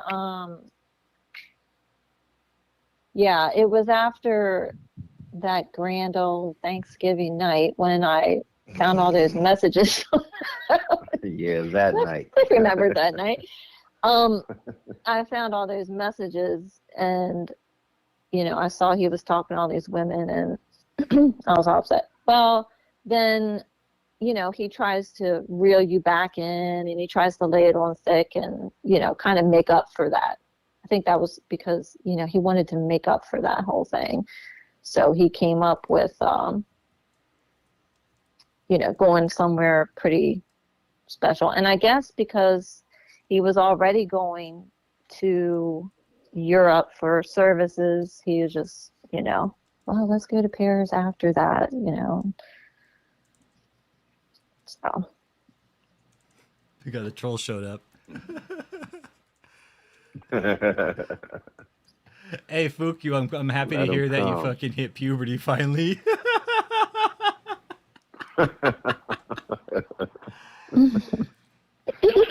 Man, I mean, like these guys, they silly, man. Like y'all ain't even real men and real women. You know what I'm saying? Y'all just an adult bodies. But y'all ain't grown. You got to take orders from David. you know, the tough guy, the gangster, you know what I'm saying? But you got to protect them, though. Make it make sense. The people who trying to help you and get you set free from the person who's really abusing you, you want to act tough towards us. I know, right? You just like David. You just like David, a chump, a coward. Look at him up A there. diseased vagina. That's what y'all are. Diseased vaginas. He's standing up there just swaying back and forth. Decrepit.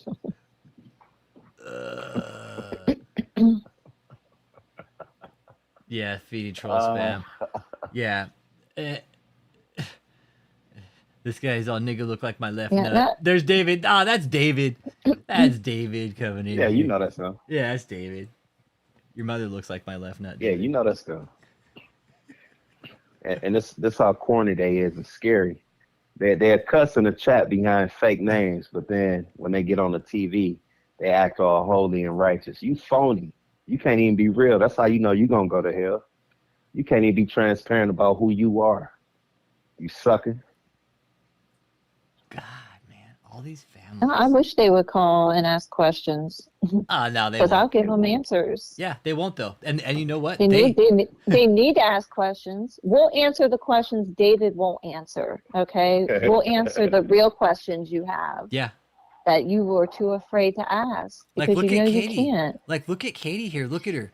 It's like she went fucking full goth almost, man. Like, she used to be young, beautiful, fucking... But now it's just like she looks like trampy almost, man. Look, there's Debbie. Then walking right behind her is Katie. There's another family ruined right there. Look, we got Cliff's, we got Rick's. Wow, man. Yeah. I mean, how many more families does this guy need to ruin before people say, hey, maybe there's a problem here? And then got her to lie on her dad. He wicked. Yeah. He wicked, man. Lied about her own dad, saying that that he was molesting the kids. I mean, it doesn't get much more fucking lower than that. It really doesn't. And you know, David put them up to that too. They yeah, you already know. Yeah. I was there when he did it. I was there when he was coaching her. No way, you were So there. I know for a fact. I Come knew on, it. bro. Fucking knew it. Fucking knew it. She was reading off a goddamn script, wasn't she? Man, she had a paper and she's reading this stuff. You know, this was a whole production. You know, and at first, before I got hip, you know, I'm like, man, that's messed up. This guy did this to Katie, and you know, because he demonized Rick to all of us, man. Were you there? And then told us that. Valerie, were you here at the same time this was all going down too? Yeah. Okay, I'm sorry. I was just curious. Yeah. Okay, sorry, Cliff. Yeah. I didn't want to interrupt. Sorry. Yeah. Yeah. Okay. Oh no, you fine, bro. Yeah, and so he had Debbie lying, talking about she found him in bed with a man, and once again he's projecting. He be in bed with men. That's what this is all about. Right. David says exactly what he does so that people won't look at him when he's doing it. Boom, Exactly right what there. he does. That's what it's about. So That all makes you sense. suckers that's in the chat, you taking up for for one of the strong men in the LGBT movement. Your apostle. He's a part of that, man. And he wants y'all to be a part of it. That makes sense for him to project that kind of thing. For Debbie to say, "Yeah, I buy it." Yeah, exactly. I Yep. buy it. And that's why he says, like, he'll get up there and say, yeah, I'll talk about these booty bandits because y'all know what I like. No, David, they don't know what you like. I saw your computer. I know what you like. And you like chicks with dicks. That's what you like. Anything and everything, I guess. Hole in a heartbeat. David's all, fuck, I'll put it to the test, man. 4 legs, whatever. 2 legs, 3 legs, whatever. I don't care. Yep. I could see David You just. don't care. No, and 3 legs. Shit. I don't give a shit. 2 legs, 3 legs, what the fuck ever, man. I just think when it comes to sex and stuff, it just doesn't matter. See, You and here's know, the thing. I've just- talked to real Just doesn't matter. yeah, and offline I've talked to like real people in this, like therapists and shit like this, and have kind of discussed these types of things.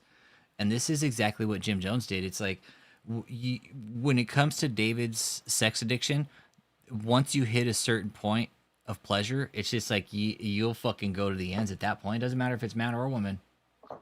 Doesn't matter if it's it doesn't matter if it's a child either. That's the scary thing about man, this. woman, child, or beast. Doesn't matter. Yes, exactly. There's no telling what lengths David will go to get his fucking rocks off anymore. That's right. Man.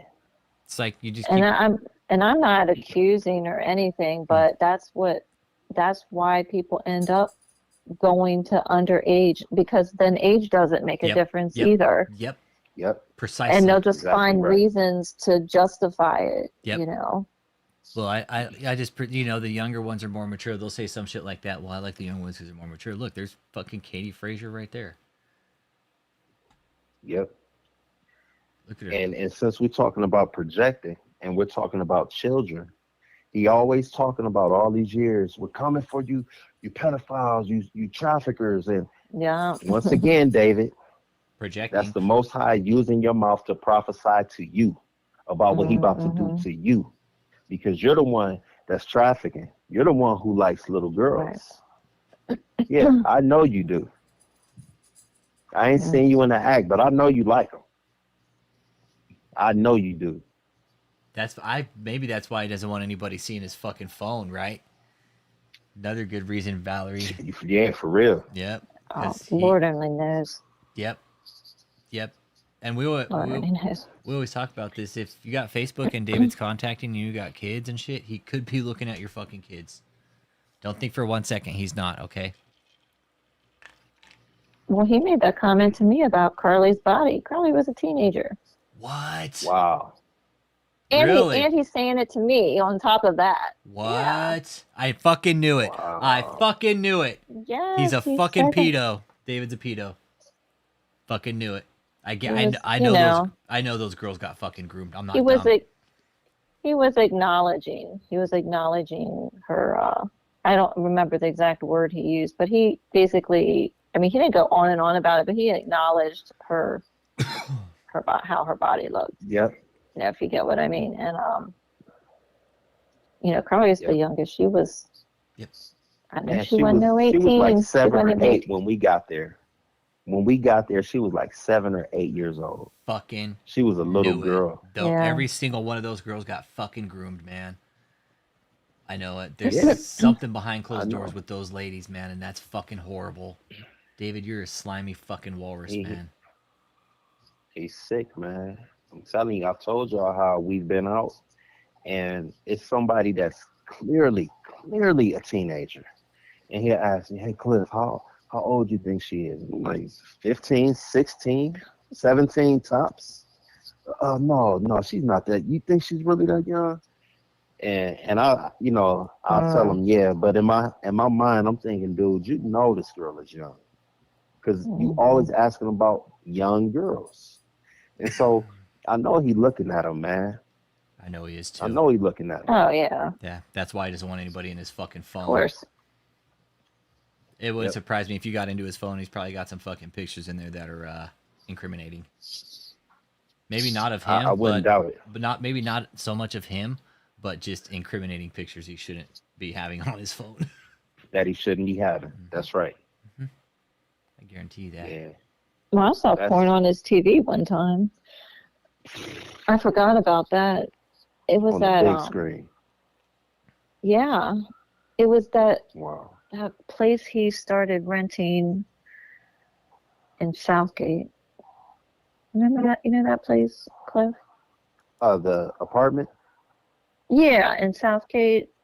Yeah, And it was pretty, well, it was new to me anyway. I guess it was new. He was just starting to stay there, and I was like trying to figure out the TV and stuff.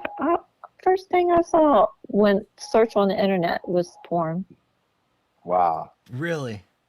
And I was like, what? You know, and I think I mentioned that to him, either that or something else. And of course, he said, well, such and such, they clean here and they clean my room and they probably wash it. I'm like, now, how are you going to tell me that you are, king here and people are so, they're only there to clean or whatever? It's like he switches it. He would switch it depending on, just to get him out of trouble, I guess. Blame it on people that I know would be way too afraid to be hanging out on his bed watching his TV. Come on.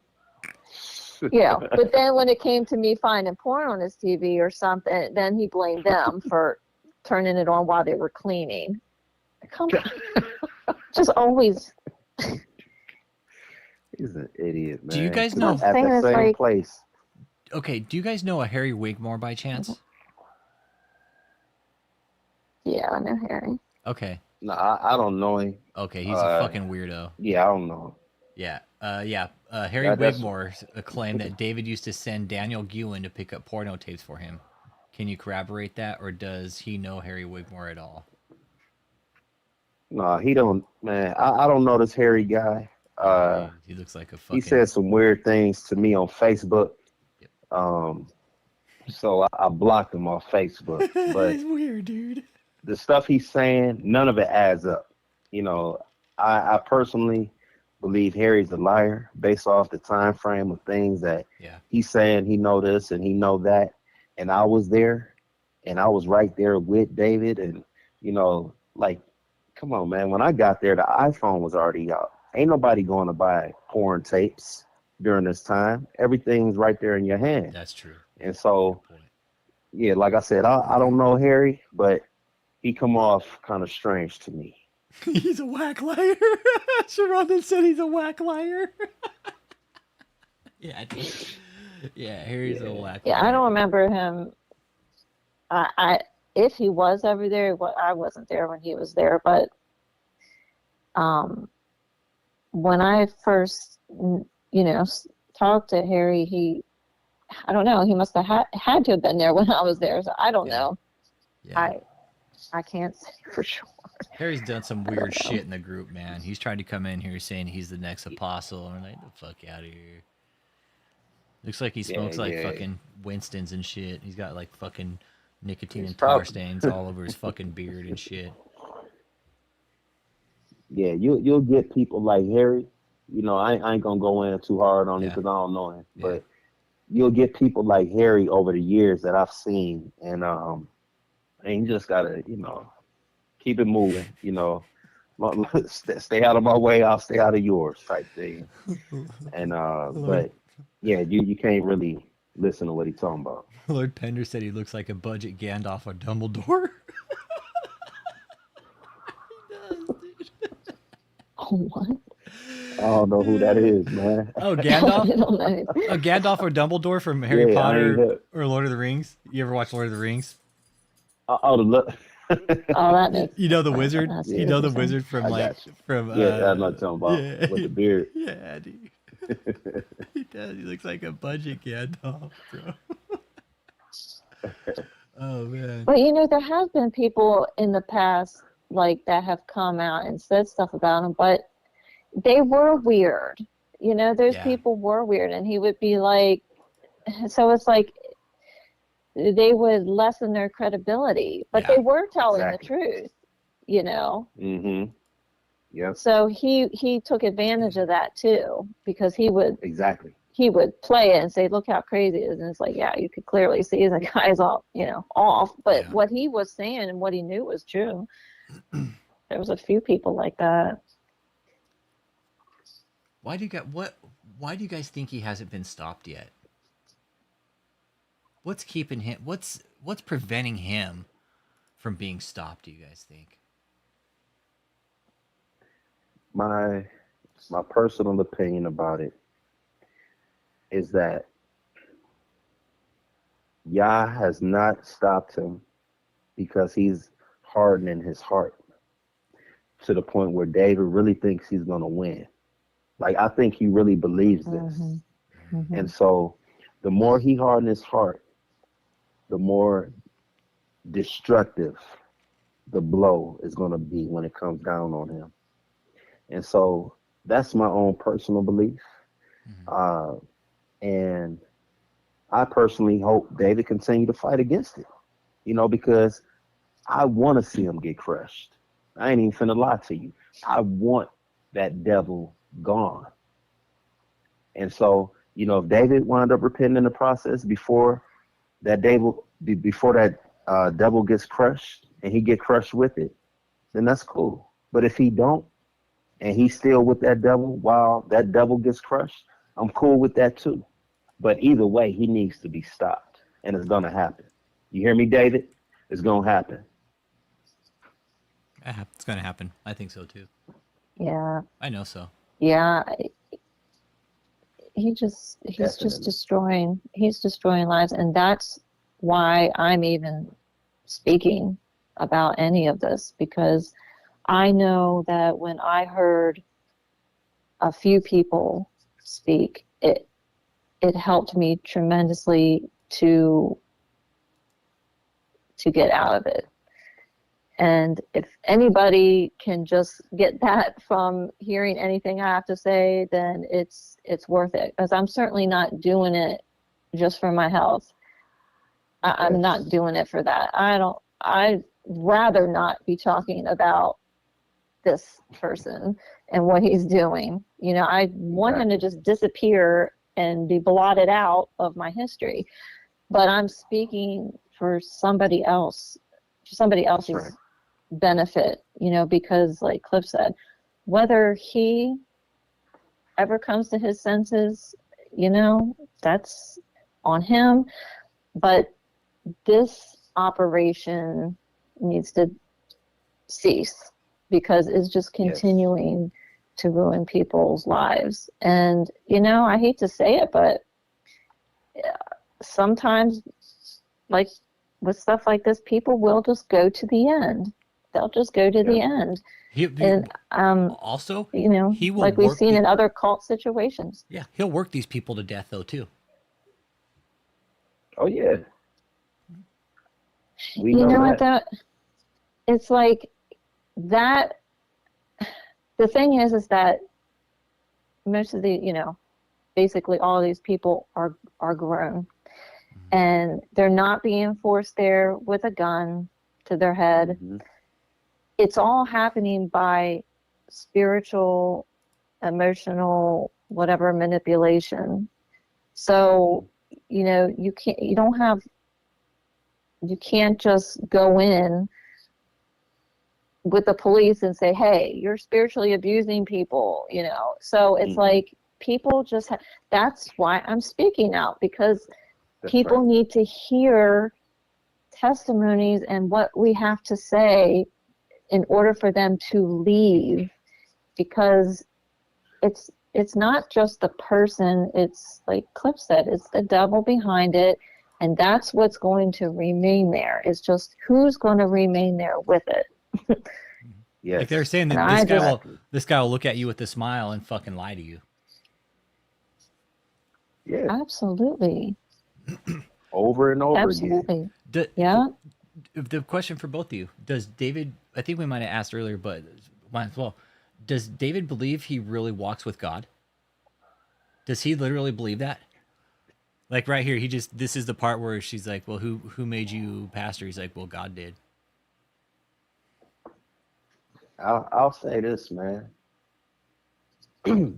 Based off of my theological studies and what I know to be true. Because I used to lie about this whole Jesus thing when I was there with David. And I know for a fact, and I stand before heaven and hell, and I ask God to kill me now if I'm lying about anything I've said concerning David. But I can tell you for sure that I lied about all of them visitations and all of that stuff I was claiming I was seeing. I lied about that. And this is the thing. I believe David thinks he's really connected because Satan is appearing to him. He thinks this is the Son of God, That's what David is calling it. But it's a demon because we go by the fruit that is being produced there. And the Son of the Most High don't produce this type of fruit. You know, it just don't add up. And I'm going to go by the scriptures, David, where he tell us to judge the tree by its fruit, not by David's stupid dreams. He tell us don't even listen to you. He say don't listen to no false prophets who come prophesying and saying their dreams and they don't come to pass, especially because he has not sent them. Especially ones that don't wipe their ass. Yeah, especially. He gonna spit you out his mouth, David. And I'm gonna be there to laugh at you. I promise you that. We all are. Proverbs 126, David. That scripture is for you. The Most High, when you go to him in a time of calamity and you cry out to him and you try to repent, he gonna laugh at you. That's what's gonna happen to you, David. And all you suckers, all you staff members that can't get off of his nuts, you are going to suffer the same fate. And I hope y'all think y'all are being tough, because in that day, it ain't going to be like that. So everything that y'all calling and texting other people saying, you are going to suffer that. Y'all better repent. And like Valerie said, you can't just send the authorities in and say he's spiritually abusing people, because there's no proof of that. But David, it's people out here to do the dirty work spiritually now. Like you say, these weak chump pastors who can't do nothing with you. That's why you pick on them, because you know they weak chumps. But this ain't that, and we ain't them. And so, David, this is the beginning of your end. I'm telling you the truth. Like you say, I'm not lying to you. This is the beginning of your end. And so, like I told you the other night, get your house in order. Get your house in order. You can keep trying to send attacks. You can keep doing whatever you want to do. But you hit like the girl that you are. You're a female at best, David. A female dog. And so it's over for you. You can keep hyping your staff up and telling them all these things. We got to stop this. We got to stop that. We got to stop. Hey, look, it's over for you. Staff, y'all working overdrive because he's finished. He running on fumes. And if you think you're going to go down with him and the Most High is going to honor you for that, you got another thing coming, y'all. Yeah. Yeah, I pretty much agree with that. Bye. Think you got the maxi pad Moses up here, just leaving snail trail of destruction, man. This is, in this deposition, for him to sit here and say God appointed him as leader and bishop and cardinal and all this other shit. Who is this guy? An idiot. I think some of it. Idiot. I think some of it, you know, like Cliff said, he's deceived, and then, you know, of course he's gonna add on to it, I'm sure, to enforce his authority and stuff like that. You know, I'm sure there's times when he embellishes, lies, whatever, but I think there is definitely an element that he does believe, you know, some of these dreams that he's had, or some of the spiritual aspects, because, I mean, how can you continue for all this time and not be deceived your own self? Yeah. You know? Yeah. I think he does believe a lot of it. And then I think we're seeing him grow more corrupt. It's just not going to end well. it's not going to end well. No, And I just hope the people around him don't go down with him. I mean, that's why we're here. I wish they would all just walk And away it from it. might not look.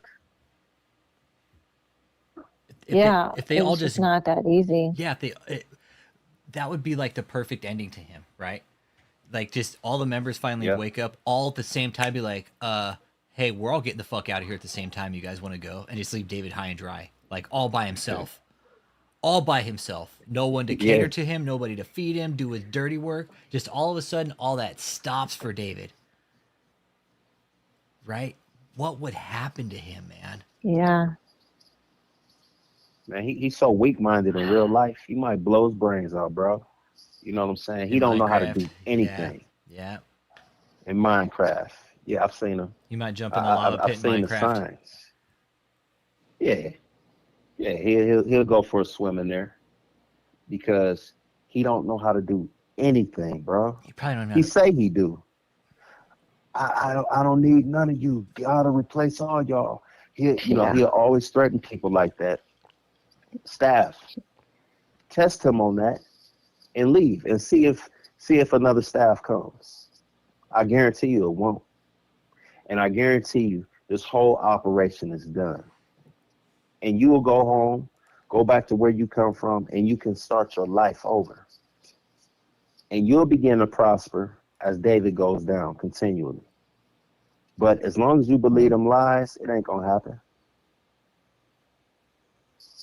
Yeah, I find it interesting that it's been 5 years and I hardly see any new faces. Like, nope, it's the same people. Like, he's not getting more people on staff. I've seen There's only a few new faces. one or two faces. One or two. One girl's But at the in hotel. 5 years, Mm-hmm. like in 5 years, I would think there would be more. But Nope, it's just a shell of what it was. It's all the most And he's loyal trying to members. milk it as long as he can. Yeah. He still has people on the Most outside. fearful. He still has people on the outside giving though too, right? yeah, Yeah. We got I'm sure. Yeah, because the people inside ain't giving for sure. Yeah. No. Yeah, how are they giving any money when they're not being paid a paycheck? And all David's got them doing. Yeah, like when you see They're not. their names on that wall of shame, like you saw Kia's name up there, that's just because they raised that money. And in turn, David uses that as they've given this money. They've donated this money to the ministry, when in reality they haven't.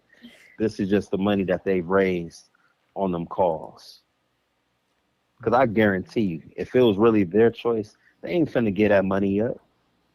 You can forget it. Yeah, I'm with Lord And he Pender. probably telling them, no, that's just how wicked he is. No, David, them people need some money. So I've had girls ask me for clothes. What? Really? Crazy. I've had them ask me for clothes. Yes. Clothes? Yes, a couple of the younger girls that I've talked to and stuff, they ask me for clothes. Oh, do you have any clothes that you don't wear anymore? Can you give it to us? Wow. Were they going to use them for Yeah, their I do give them Like I clothes. told you, Like they needed the clothes a for lot of the themselves? men go to the Goodwill to get suits. Okay, so they needed clothes for themselves then. Yeah. Yeah. Okay. Yeah, holy it shit. was clothes for them. Okay. I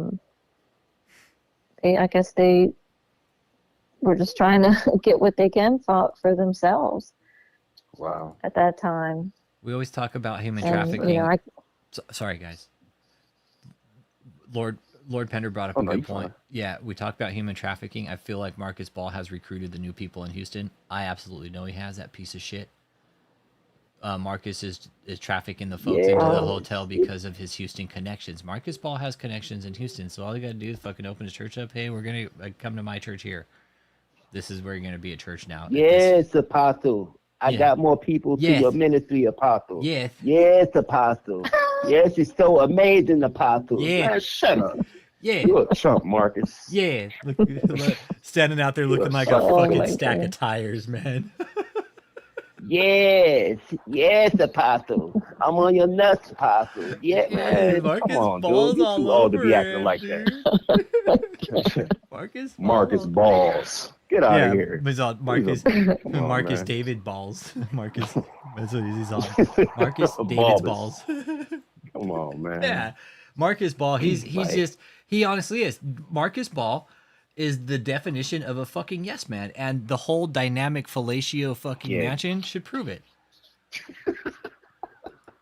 Yeah. Oh, Patrick Freeman's saying here, all the Exactly. full-time staff sewed their whole fucking stimulus checks. Some sewed everything while others sewed half or something at least. Yeah, so David got some of the members' fucking stimulus I'm checks, sure. man. Yeah. I'm sure. Here, David, take all my money that I need to fucking buy my clothes with and shit. Yeah, and then David's like, well, I'm going to go buy fucking, about 20 Davies dozen and eat them all in front of you. Nobody can get any extras, okay? Man, Yeah, that's Marcus, rough. Marcus sweaty meatballs.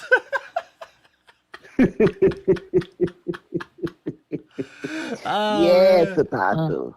Oh my god! And the thing is, now okay, Patrick Freeman. Now think of what David did with that money. Paid lawyer fees, right? Took these women out, paying women's bills, buying them cars. David is legitimately using the money from his donations to live his lavish life, bro. And at the process, he's breaking up wives. I don't know if Billy's still in here, but David's actually trying to fuck up his marriage right now. I don't know how directly or indirectly, but David is in this dude's life right now, and his wife is being brainwashed by him. Patrick, this is real shit, bro. Man. This is as real as it gets, Patrick. And this has been looked over by Wow. psychologists, therapists, real people, dude. Been like, what the fuck? David, this is the face of a human trafficker, bro, right here. This is the face Yeah, it is. of a human trafficker, bro.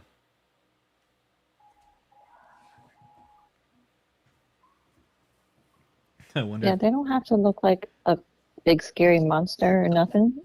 It's just an evil human being. That's it. Or a human being that's doing evil, however you want to call it. But Yeah, he's fat. He's a fat, filthy fuck, man. He is. He's nasty. Look at him, the fucking John G. And he spelled fat P-H-A-T, and he is. He's a fucking he is. He's dirty, man. Sitting there with a fucking maxi pad up his ass. I got a question. After And the farting deposition, during the deposition. yeah. So you were sitting outside the door while this was.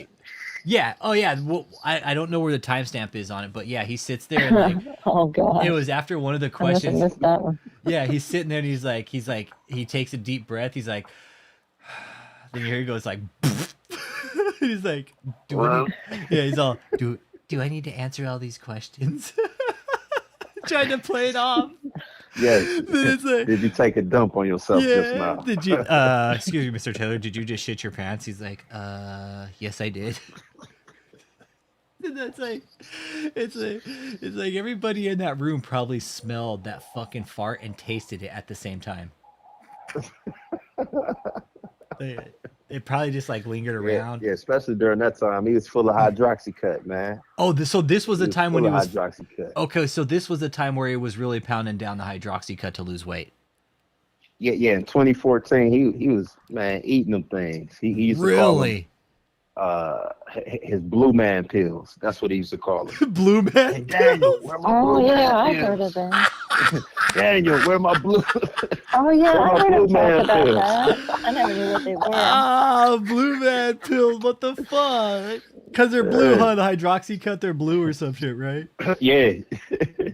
Blue man I think pills. Viagra is too. You was worried about the wrong blue pills. Ah, blue man pills. Fuck out of here, dude. Daniel, bring me my blue man pills. I need my blue man pills all day, man. How Ain't many was lost he a half a taking, pound. man?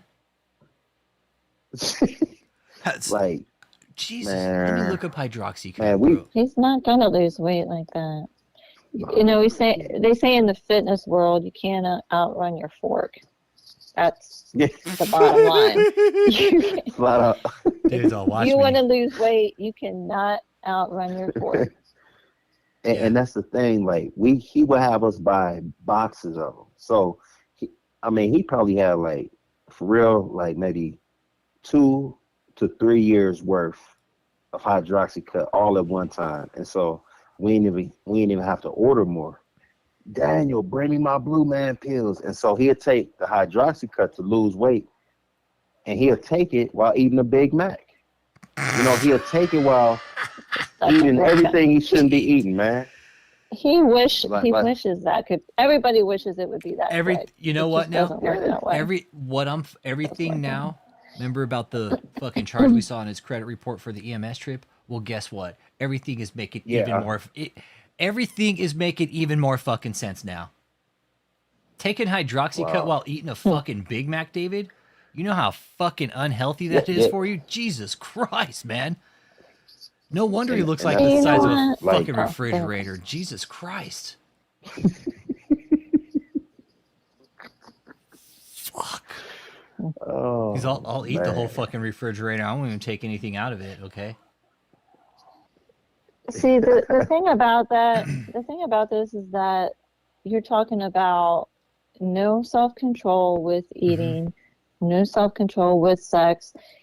He's living a life of fulfilling every lustful desire of the flesh, yet he's the most spiritual man on earth. You see how that contradicts everything? I'm saying this for anybody who might be listening, who's believing him. It contradicts his life. But see, that's why he wants to hide the facts about his life, because when you're a real spiritual person, you possess spiritual qualities.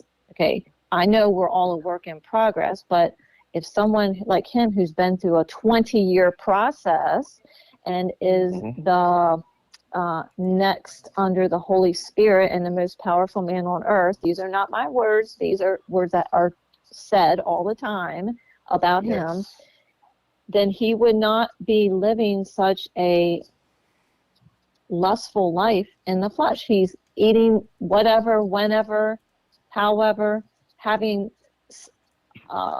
sex with all kinds of women he's not married to at that, up all hours of the night. He has no discipline, no structure. This is not a spiritual life. It's the complete opposite, and that's the fruit that's missing, besides a whole bunch of other things we can bring up about, anger and how he treats people sometimes and stuff like that. It's contrary. And if you happen to get a glimpse of his life and you're like, oh my gosh, am I really seeing this? Yes, you're really seeing this. Yes, you are. And it doesn't add up. It does not add up for someone who claims to be the most powerful man. He was the most powerful man on earth. Don't you think people would know about it? Yeah. Right. I mean, come on. But yet everybody's a liar and everybody's coming against him all the time. Nobody knows who he is, hardly. I mean, well, no, you know what? No, you're wrong about that. We do. We know who the fuck he is. Well, and David, hey, David. We're making the exposure happen. Yeah. Dice told me to tell you this, David. You have international fan base, okay? Because you do. You have a fan base, David, and it's not the fan base you were probably hoping for, right? You probably thought you were going to be the next move of God, but you're actually, dude, you have just become this full-on, just degenerate, one of probably the worst fucking cult leaders we've seen in since fucking Koresh, dude. Really, since Jones or Koresh, man. You are all of them together. You're Jones, Koresh. Could probably even put some Keith Rainier in there from Nexium. Fucking, you could probably even a twist to Heaven's Gate. Definitely there's some dynamics from Nexium in your bullshit, David. For sure on that. I can definitely tie you to fucking Nexium all goddamn day, you fucking little vile pig. Yeah, he's just not as popular. Yeah, no, he's not. Just not as popular. But you know what?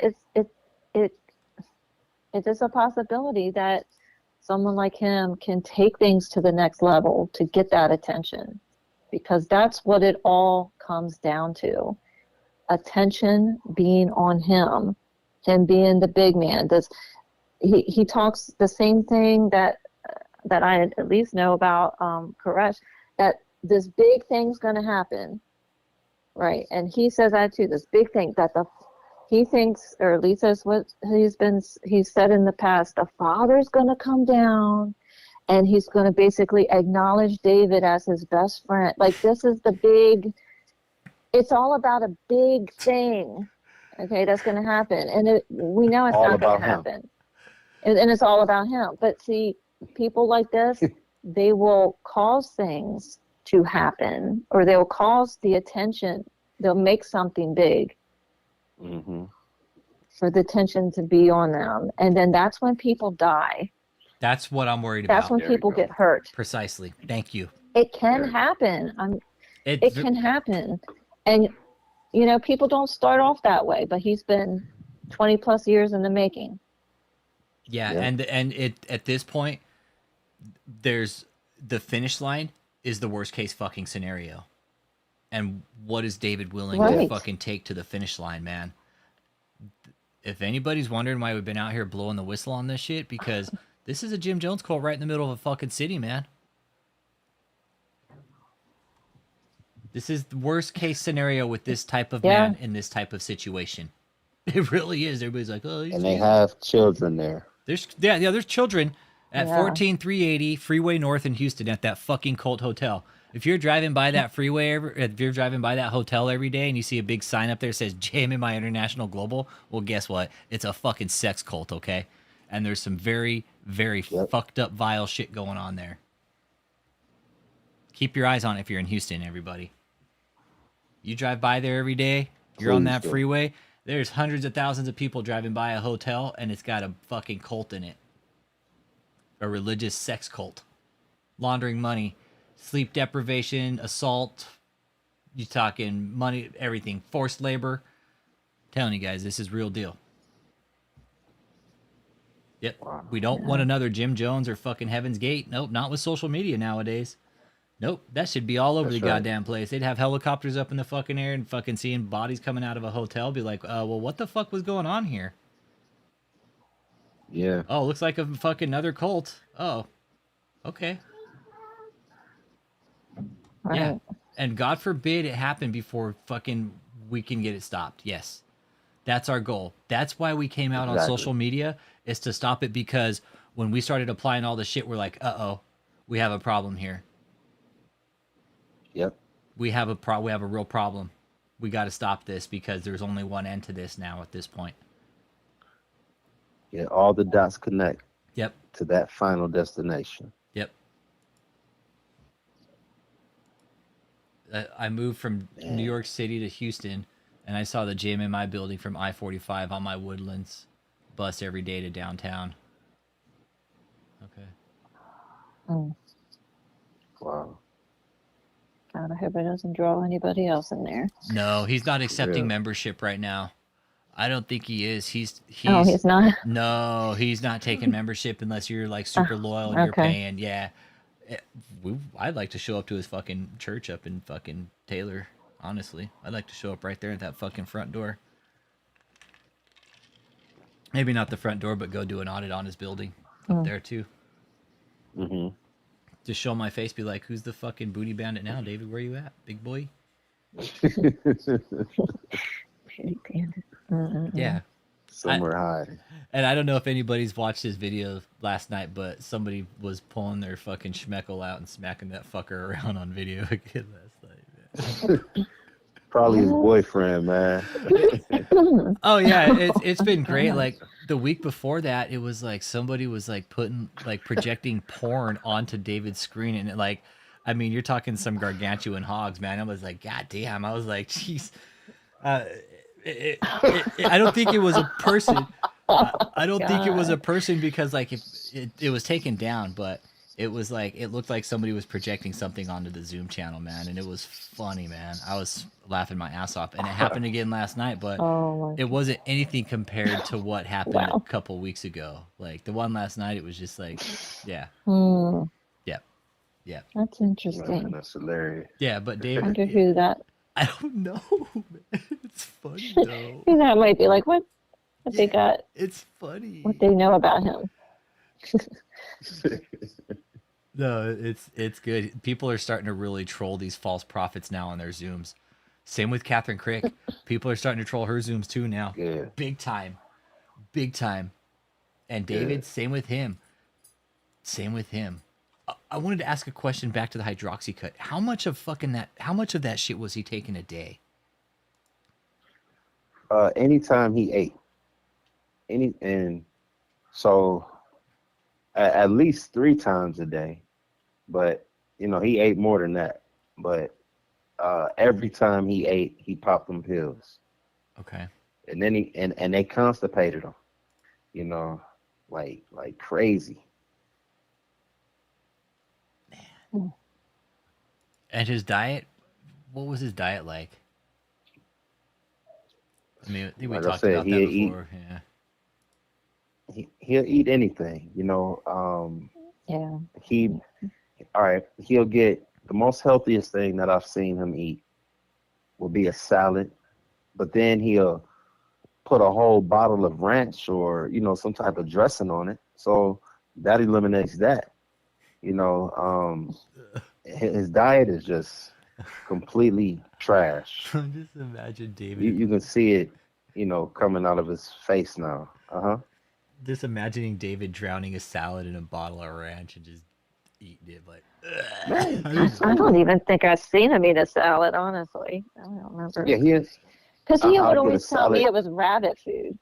That's rabbit food. I ate healthy for years before I Yeah. even met him. That was rabbit food. I've always eaten pretty decently healthy. Yeah, I too. remember he would say that. Rabbit food. Oh man, he's all I like to eat dumpster food. So I like to eat out of the dumpster. But he ate a lot of fast food. He eats a lot of fast food too. And Well, you know what? really anything. I mean anything. In one of the videos out on the internet, there's a video of Michelle calling David, and she's like, "Oh, excuse me, sir. I think I might have. Oh, I'm sorry. I must have just misdialed you." And you can hear him talking about getting the money back, and in the background, you could actually hear David crinkling up a fucking fast food bag.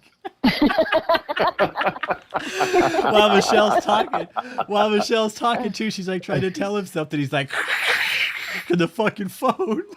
Oh. Oh, that was when somebody made them call each other. Oh, really? Oh man, that is hilarious. Yeah, I think that's what you're talking about. Somebody made them.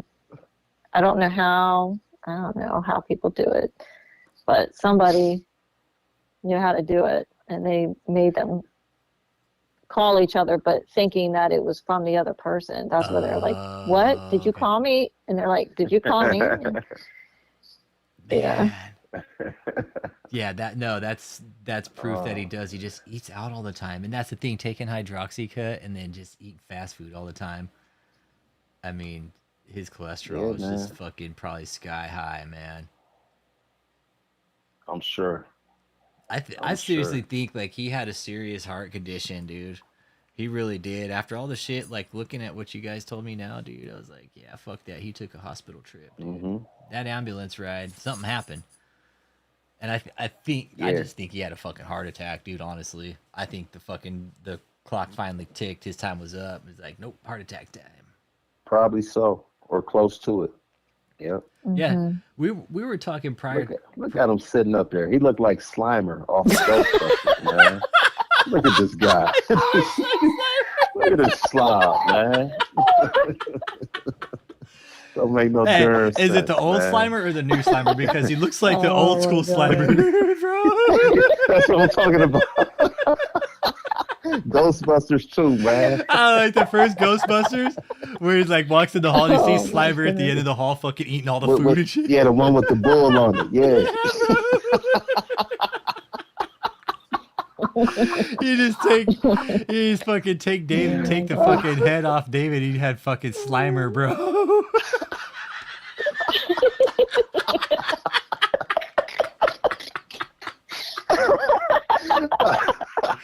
Fucking Cliff, bro. God damn it. Oh, Oh, shit, dude. man. Oh. Dude, he looks like Slimer, bro. Oh my god. Fuck, dude. Oh, shit, Cliff. David's all, no, I don't I'm so fucking... sorry, David. We're laughing at your expense. Yeah, we are. No, I'm not. I'm sorry. Yeah, we are. But he does. He fucking looks like Slimer, though. He does. Like, look at him. Like, when you put him on the screen, look, here's when he came. He's a, oh, hello, everybody. Oh my gosh. This is your friend David E. Taylor from Oh. Shutaway. Look, this is where he looks like Hey, that's still better Look at him. He looks better than some of the faces I've seen. Yeah, look, check this one Him out. trying to be oh god, you just don't even know. Yeah, look at this. Check this one out, Valerie. I don't know if you're watching the screen, but look at this. There's Duckface Davy. Yeah, I can see. I'm not on my deathbed. I'm not on my deathbed. I'm alive. I'm alive. I'm on deathbed and all this crap. Oh no, but he was on motherfucking deathbed. This guy was for sure. Oh yeah. He was So is this the last time he was live? No, the last time he was live was probably he hasn't been my god. I don't know. He honestly Duck lip Davy. about let's see, a month ago, because after Cliff dropped the maxi pad profit shit, like David fucking shut down, man. He didn't put shit up after Cliff dropped the maxi pad prophecy, man. David kind of shut the fuck up. He did his birthday celebration, and right around that time was when Cliff was saying, yeah, we found out about his maxi pad. Oh yeah. Yeah. That's right. Yep. No, The birthday song. everything he's been doing has been reruns up to this point, basically. Or they're actually splicing and dicing all their bullshit. Yeah, so David is for real splicing and dicing all of his fucking videos. Like this video from last night that he did, right? Mm-hmm. The live he did last night, it was all fucking fucking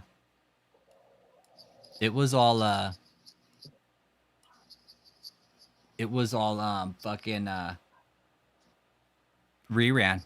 It was all a rerun. Wow. Yep. All this stuff was a rerun. Yep. So he lying to all of his followers still. Comes out in this fucking whack ass fucking, I don't know, King of Hearts fucking hoodie. Says, hey, I'm the apostle. I'm the King of Hearts, okay? Big screen. Like this is where you can really tell that he's really stacked on some weight, man. Right there. You see, it's like as long as everything looks big, and Yeah, exactly. then it's like, oh, he can just look big. Yeah. And known. It's just a big screen. Yeah. That's it. And it looks like all the same people on there. And when he's like, oh yeah, because when it comes down to it, there's 25 to 30 people on that Zoom. It's not hundreds. Yeah. He's got the Colts standing out there all night and stuff, fucking doing bullshit for him, man. Damn, he gained a lot of weight, bro. Yeah, I told you, bro. He looks like Man, a look fucking at his cheeks. He looks like a fucking refrigerator, right? Yeah, he do. Look like that bulldog off of Tom and Jerry, man. Had them big cheeks. That's what he looked like. He does fucking walk around his fucking paws all fucking bow-legged and shit. Like, look at him. He really does. Look at him. He looks bad, dude. He gained a lot of weight, man. He gained. Hearts hoodie. Yeah, look at his King of Hearts hoodie. Look, I told you, for real. For real, look at him. He's on the King of Hearts, everybody. Yeah, if anybody tells you otherwise. Look at that helmet he got up there. I know, dude. It's like it just. Goodness. It looks like he just takes his fucking helmet off and just sticks it on his fucking head, man. He's like, I have a glass head and I just stick it on there, okay? Man. David, you look like trash. I mean that. He didn't look like this when you were there, did he? Nah, he's getting more decrepit by the day, man. Look at this guy. That's how I know something Yeah. took him over for real, man. Yeah. This ain't him. He's This the ain't him. king of heart attacks. I don't want nothing bad to Call happen. this sucker the nutty professor.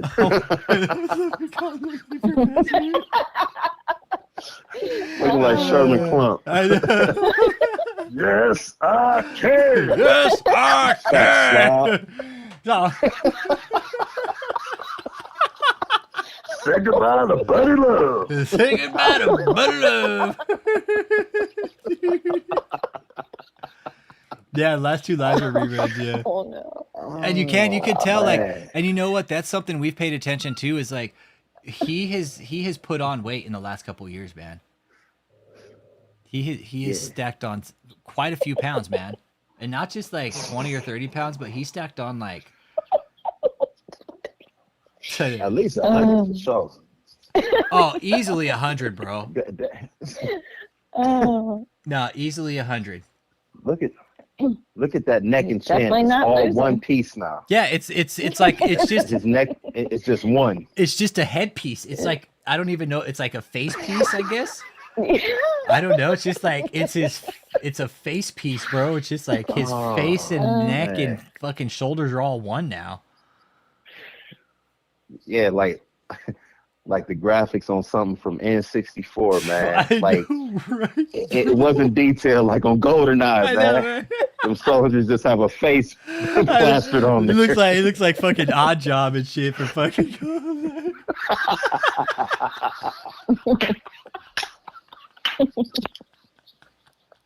That guy looks like fucking Sherman Clump, dude. He does. Look at him. He looks like fucking Sherman Clump, dude. Hercules. Oh. David's a fuck you guys. Oh, Side by man. side at some point. Yeah, David's, he's sorry. David's sitting back. Freak you guys. Looks Okay, like freak you. Sherman Clump. I don't give a freak if I'm fat. We know you God, don't. Look, he. Man. And the thing is the weight Because is. you don't have, Go ahead. I was gonna say he don't have no problem making fun of people, even in public. No. You know. Yeah, exactly. How many times he's like embarrassed his own people that, you know, worship him or that Exactly. he, you know, just embarrass them in public making fun, you know? And then look at him. Come on, it's hard not to Man. say something. I was talking to Matthew Moore about this, and given David and Matthew Moore's a great guy, man. And I always we had great talk about his stamina in bed is probably shit now at what he's looking like now. It would probably be almost impossible for David to even get it up, or I don't know, because of his health, dude. It's so shitty, dude. Because when you're in bad health, it affects your sex drive, man. And David, being the fucker that he is, like, it's got to be shit. It's got to be shit now. And then, I mean, going off the testimonies of the women, it was already like that. So, I mean, it has to be nothing now. Yeah. You know what I'm saying? And going back to his insecurities, that was asked about earlier tonight. There was a gentleman that used to be on the staff, and he had talked to one of the women that David used to sleep with. He was messing with this woman who was married, and her husband was one of David's close guys on that first staff before I got there. And David asked this woman, talking about her husband, is his thing bigger than mine? And she told him, yeah. And she said, and David started mistreating this guy ever since, man. Oh, That's how insecure he is. No way. Yeah, that Yeah. sounds like him. Yeah. Yeah. He act like a king dingaling, but he ain't. He ain't. That's how insecure he is. And as Trip 9 says, any man's sex drive is stronger than David's. Sure it is, man. Well, especially now at the weight he's at now. I mean, it's just like, I don't know who would want to get under the guy, man. Yeah. Nobody. Nobody. No. They not gonna get up. Why? That's why he has to. Just go. Please finish what you were going to say, Valerie. Um, Let's make it a meme. Yeah. What were you going to say, Valerie? Let it out. I completely forget what I was going to say, and besides the joke, wow, I cannot even remember. So he did ask me about my past before, like comparing. I'm like, oh God, and it's like you're not going to win either way, because if you tell the truth, you're in trouble. If you don't tell the truth, then you know, what are you hiding or whatever? Right. You know. Curly Girl says laying under David would be like laying under a steamroller.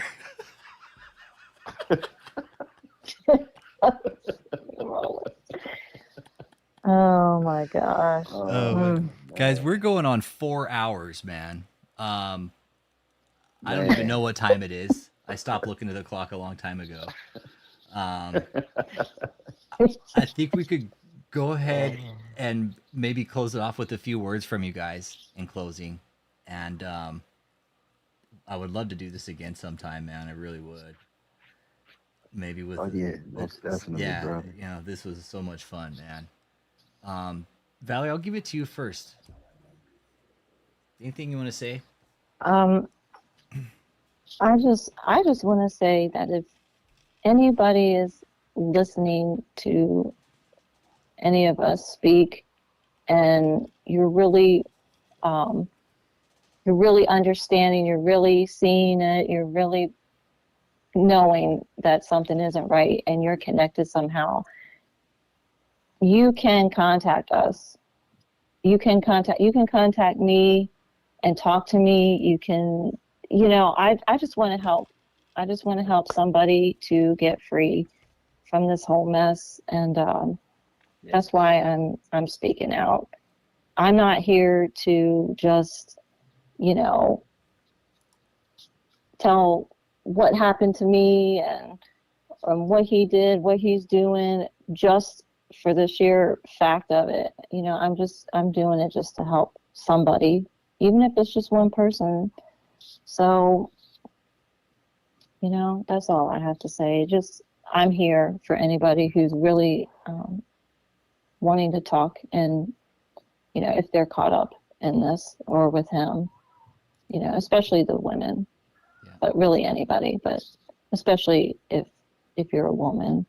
Yeah, because you know what David's capable of. I understand. Yep. Oh yeah, I understand, and I was connected for 4 or 5 years, and that was long enough. That was long enough for you to figure out what he was capable of. Yeah, and I didn't have anybody come and tell me anything. I never had one person inbox me and say, look, I'm with him too, or I know. I never had that once. So, you know, I had to go by everything that I was feeling inwardly, and the little things I would catch with him that he would lie about. And so when finally I started hearing other Tabitha speak, and when Vicky came out, it was done for me. Done deal. It was done. So, yeah. Because then I started knowing the truth, and I'm just telling the truth. I'm just telling the truth. Now you can piece Tabitha and Vicky, and then you can see all the stuff that he was doing. You're like, oh, yeah, it's all true. Oh, yeah. Yeah. I mean, as soon as I heard, because I never blocked people. When he would say block people, I never blocked them. Yeah. I kept those lines open because I was like, who is he to dictate your relationships? I'm not just. Yeah, I'm like, I'm not just gonna block people just because you tell me. What is that? I never did. So Weirdo. Because I didn't, I got to hear things I wouldn't normally have heard, and you know, I just didn't trust him for a long time. So I was just looking for the proof, basically. Yeah. And when I got it, it was just a matter of time. So. Then the proof pretty much revealed itself to you, didn't it, Valerie? Just after Yeah. time. It just took time for Yeah. it to reveal itself. Oh yeah. Well, there was just so many things. There were so many things that were just I knew. I just knew they were true. Yeah. It just had to take somebody coming in public and speaking for it to just break. Yeah. So that's why I'm Yeah. speaking publicly, because trust me, it was hard for me to tell my whole story a couple weeks ago Yeah. and just put it all out there. I'm just not doing it for myself because I don't have to. But if it could help somebody like it helped me, it's all worth it, because these are people's lives. Yeah. These are people's lives, and Somebody's then kids. the families that they have, yeah, the families that they have are affected, and That's right. you know, way worse situations than I was in. So, Cliff, that's what what I about have you, to brother? Yeah. just real short. Going back to a talking point that Valerie brought up a little bit ago, as far as, concerning the staff, look at David's fruit. Look at his character. Look at what he's doing and see if it lines up. And I'm not even talking about the Most High. I'm not talking about, as who y'all call Jesus. I ain't talking about them. See if it lines up with the men in Scripture. Yeah, David had some issues with sex, but David repented. Not David Taylor, but the real King David in the Scriptures. Moses had his issues, but Moses repented. All the men had some issues, but they repented. This guy ain't repented in over 30 years for the same exact thing. And so when it comes to like I'm not against the whole shutaway thing. I'm against David lying about it. If you want to know about a real shutaway, a real man of Yah that really shut away for years and didn't come back out until he had a message. And once he spoke that message to the people, guess what? He went right back and he ain't begged for no money one time. Read about Enoch. Enoch, David always talks about Moses and all this stuff. Moses, was exceptional, obviously. The Enoch blows Moses off the water. Read about who David claimed to be. And then you line his life up with what you read. And then you make that decision for yourself. Is David who he say he is? Yes or no? And so that's all I really got to say about it. And once again, I love y'all staff. And I'm praying for y'all. And I'm believing y'all for y'all's deliverance. I believe that you're going to be set free. But you have to want it more than David wants to keep you there. I'll say that again. You got to want your deliverance more than David wants to keep you there in that place.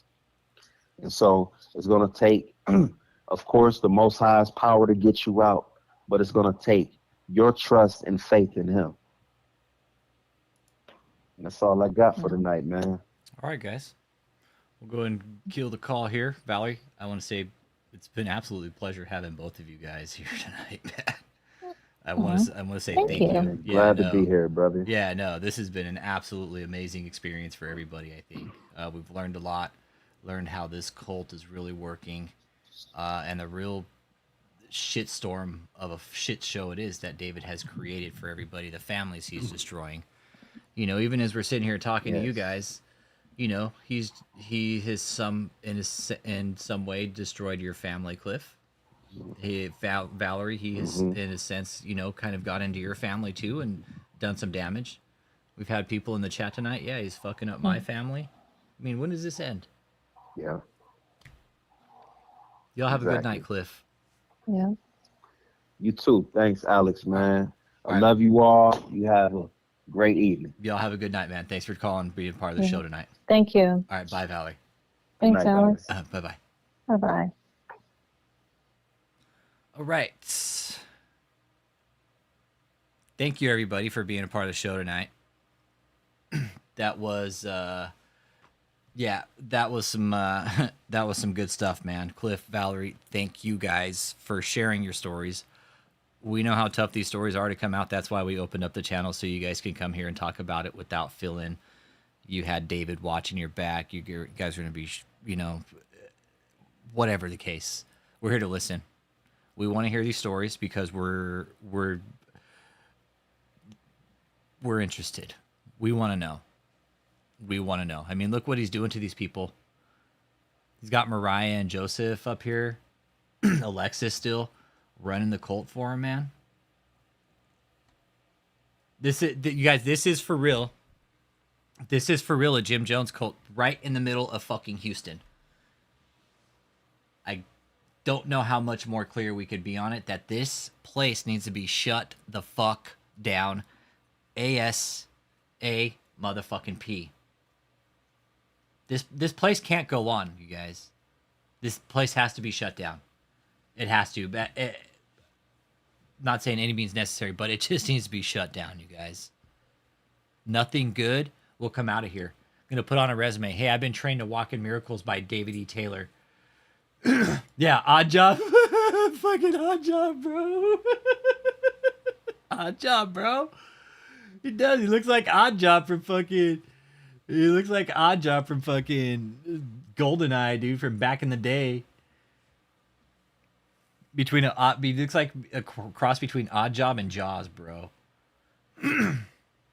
But yeah, with that being said, man, it's been an absolute wonderful evening with you guys this Friday. And with that being said, man, I'm gonna go and sign off for the night, you guys. Thank you guys for being active. Thank you for the questions, Valerie, Cliff. Thank you guys again for being here and sharing and correlating your stories and corroborating what you guys witnessed inside this cult with David. I hope we can hear more from you guys again. Any of the other cult members, if you guys need help getting out, we are here. Let us know. We will help you get the fuck out, okay?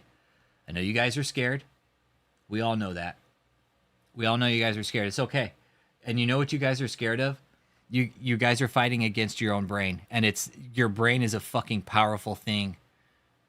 You got to fight you got to fight this up here, you guys, okay? You're not fighting David. You're not fighting David. You're fighting your brain.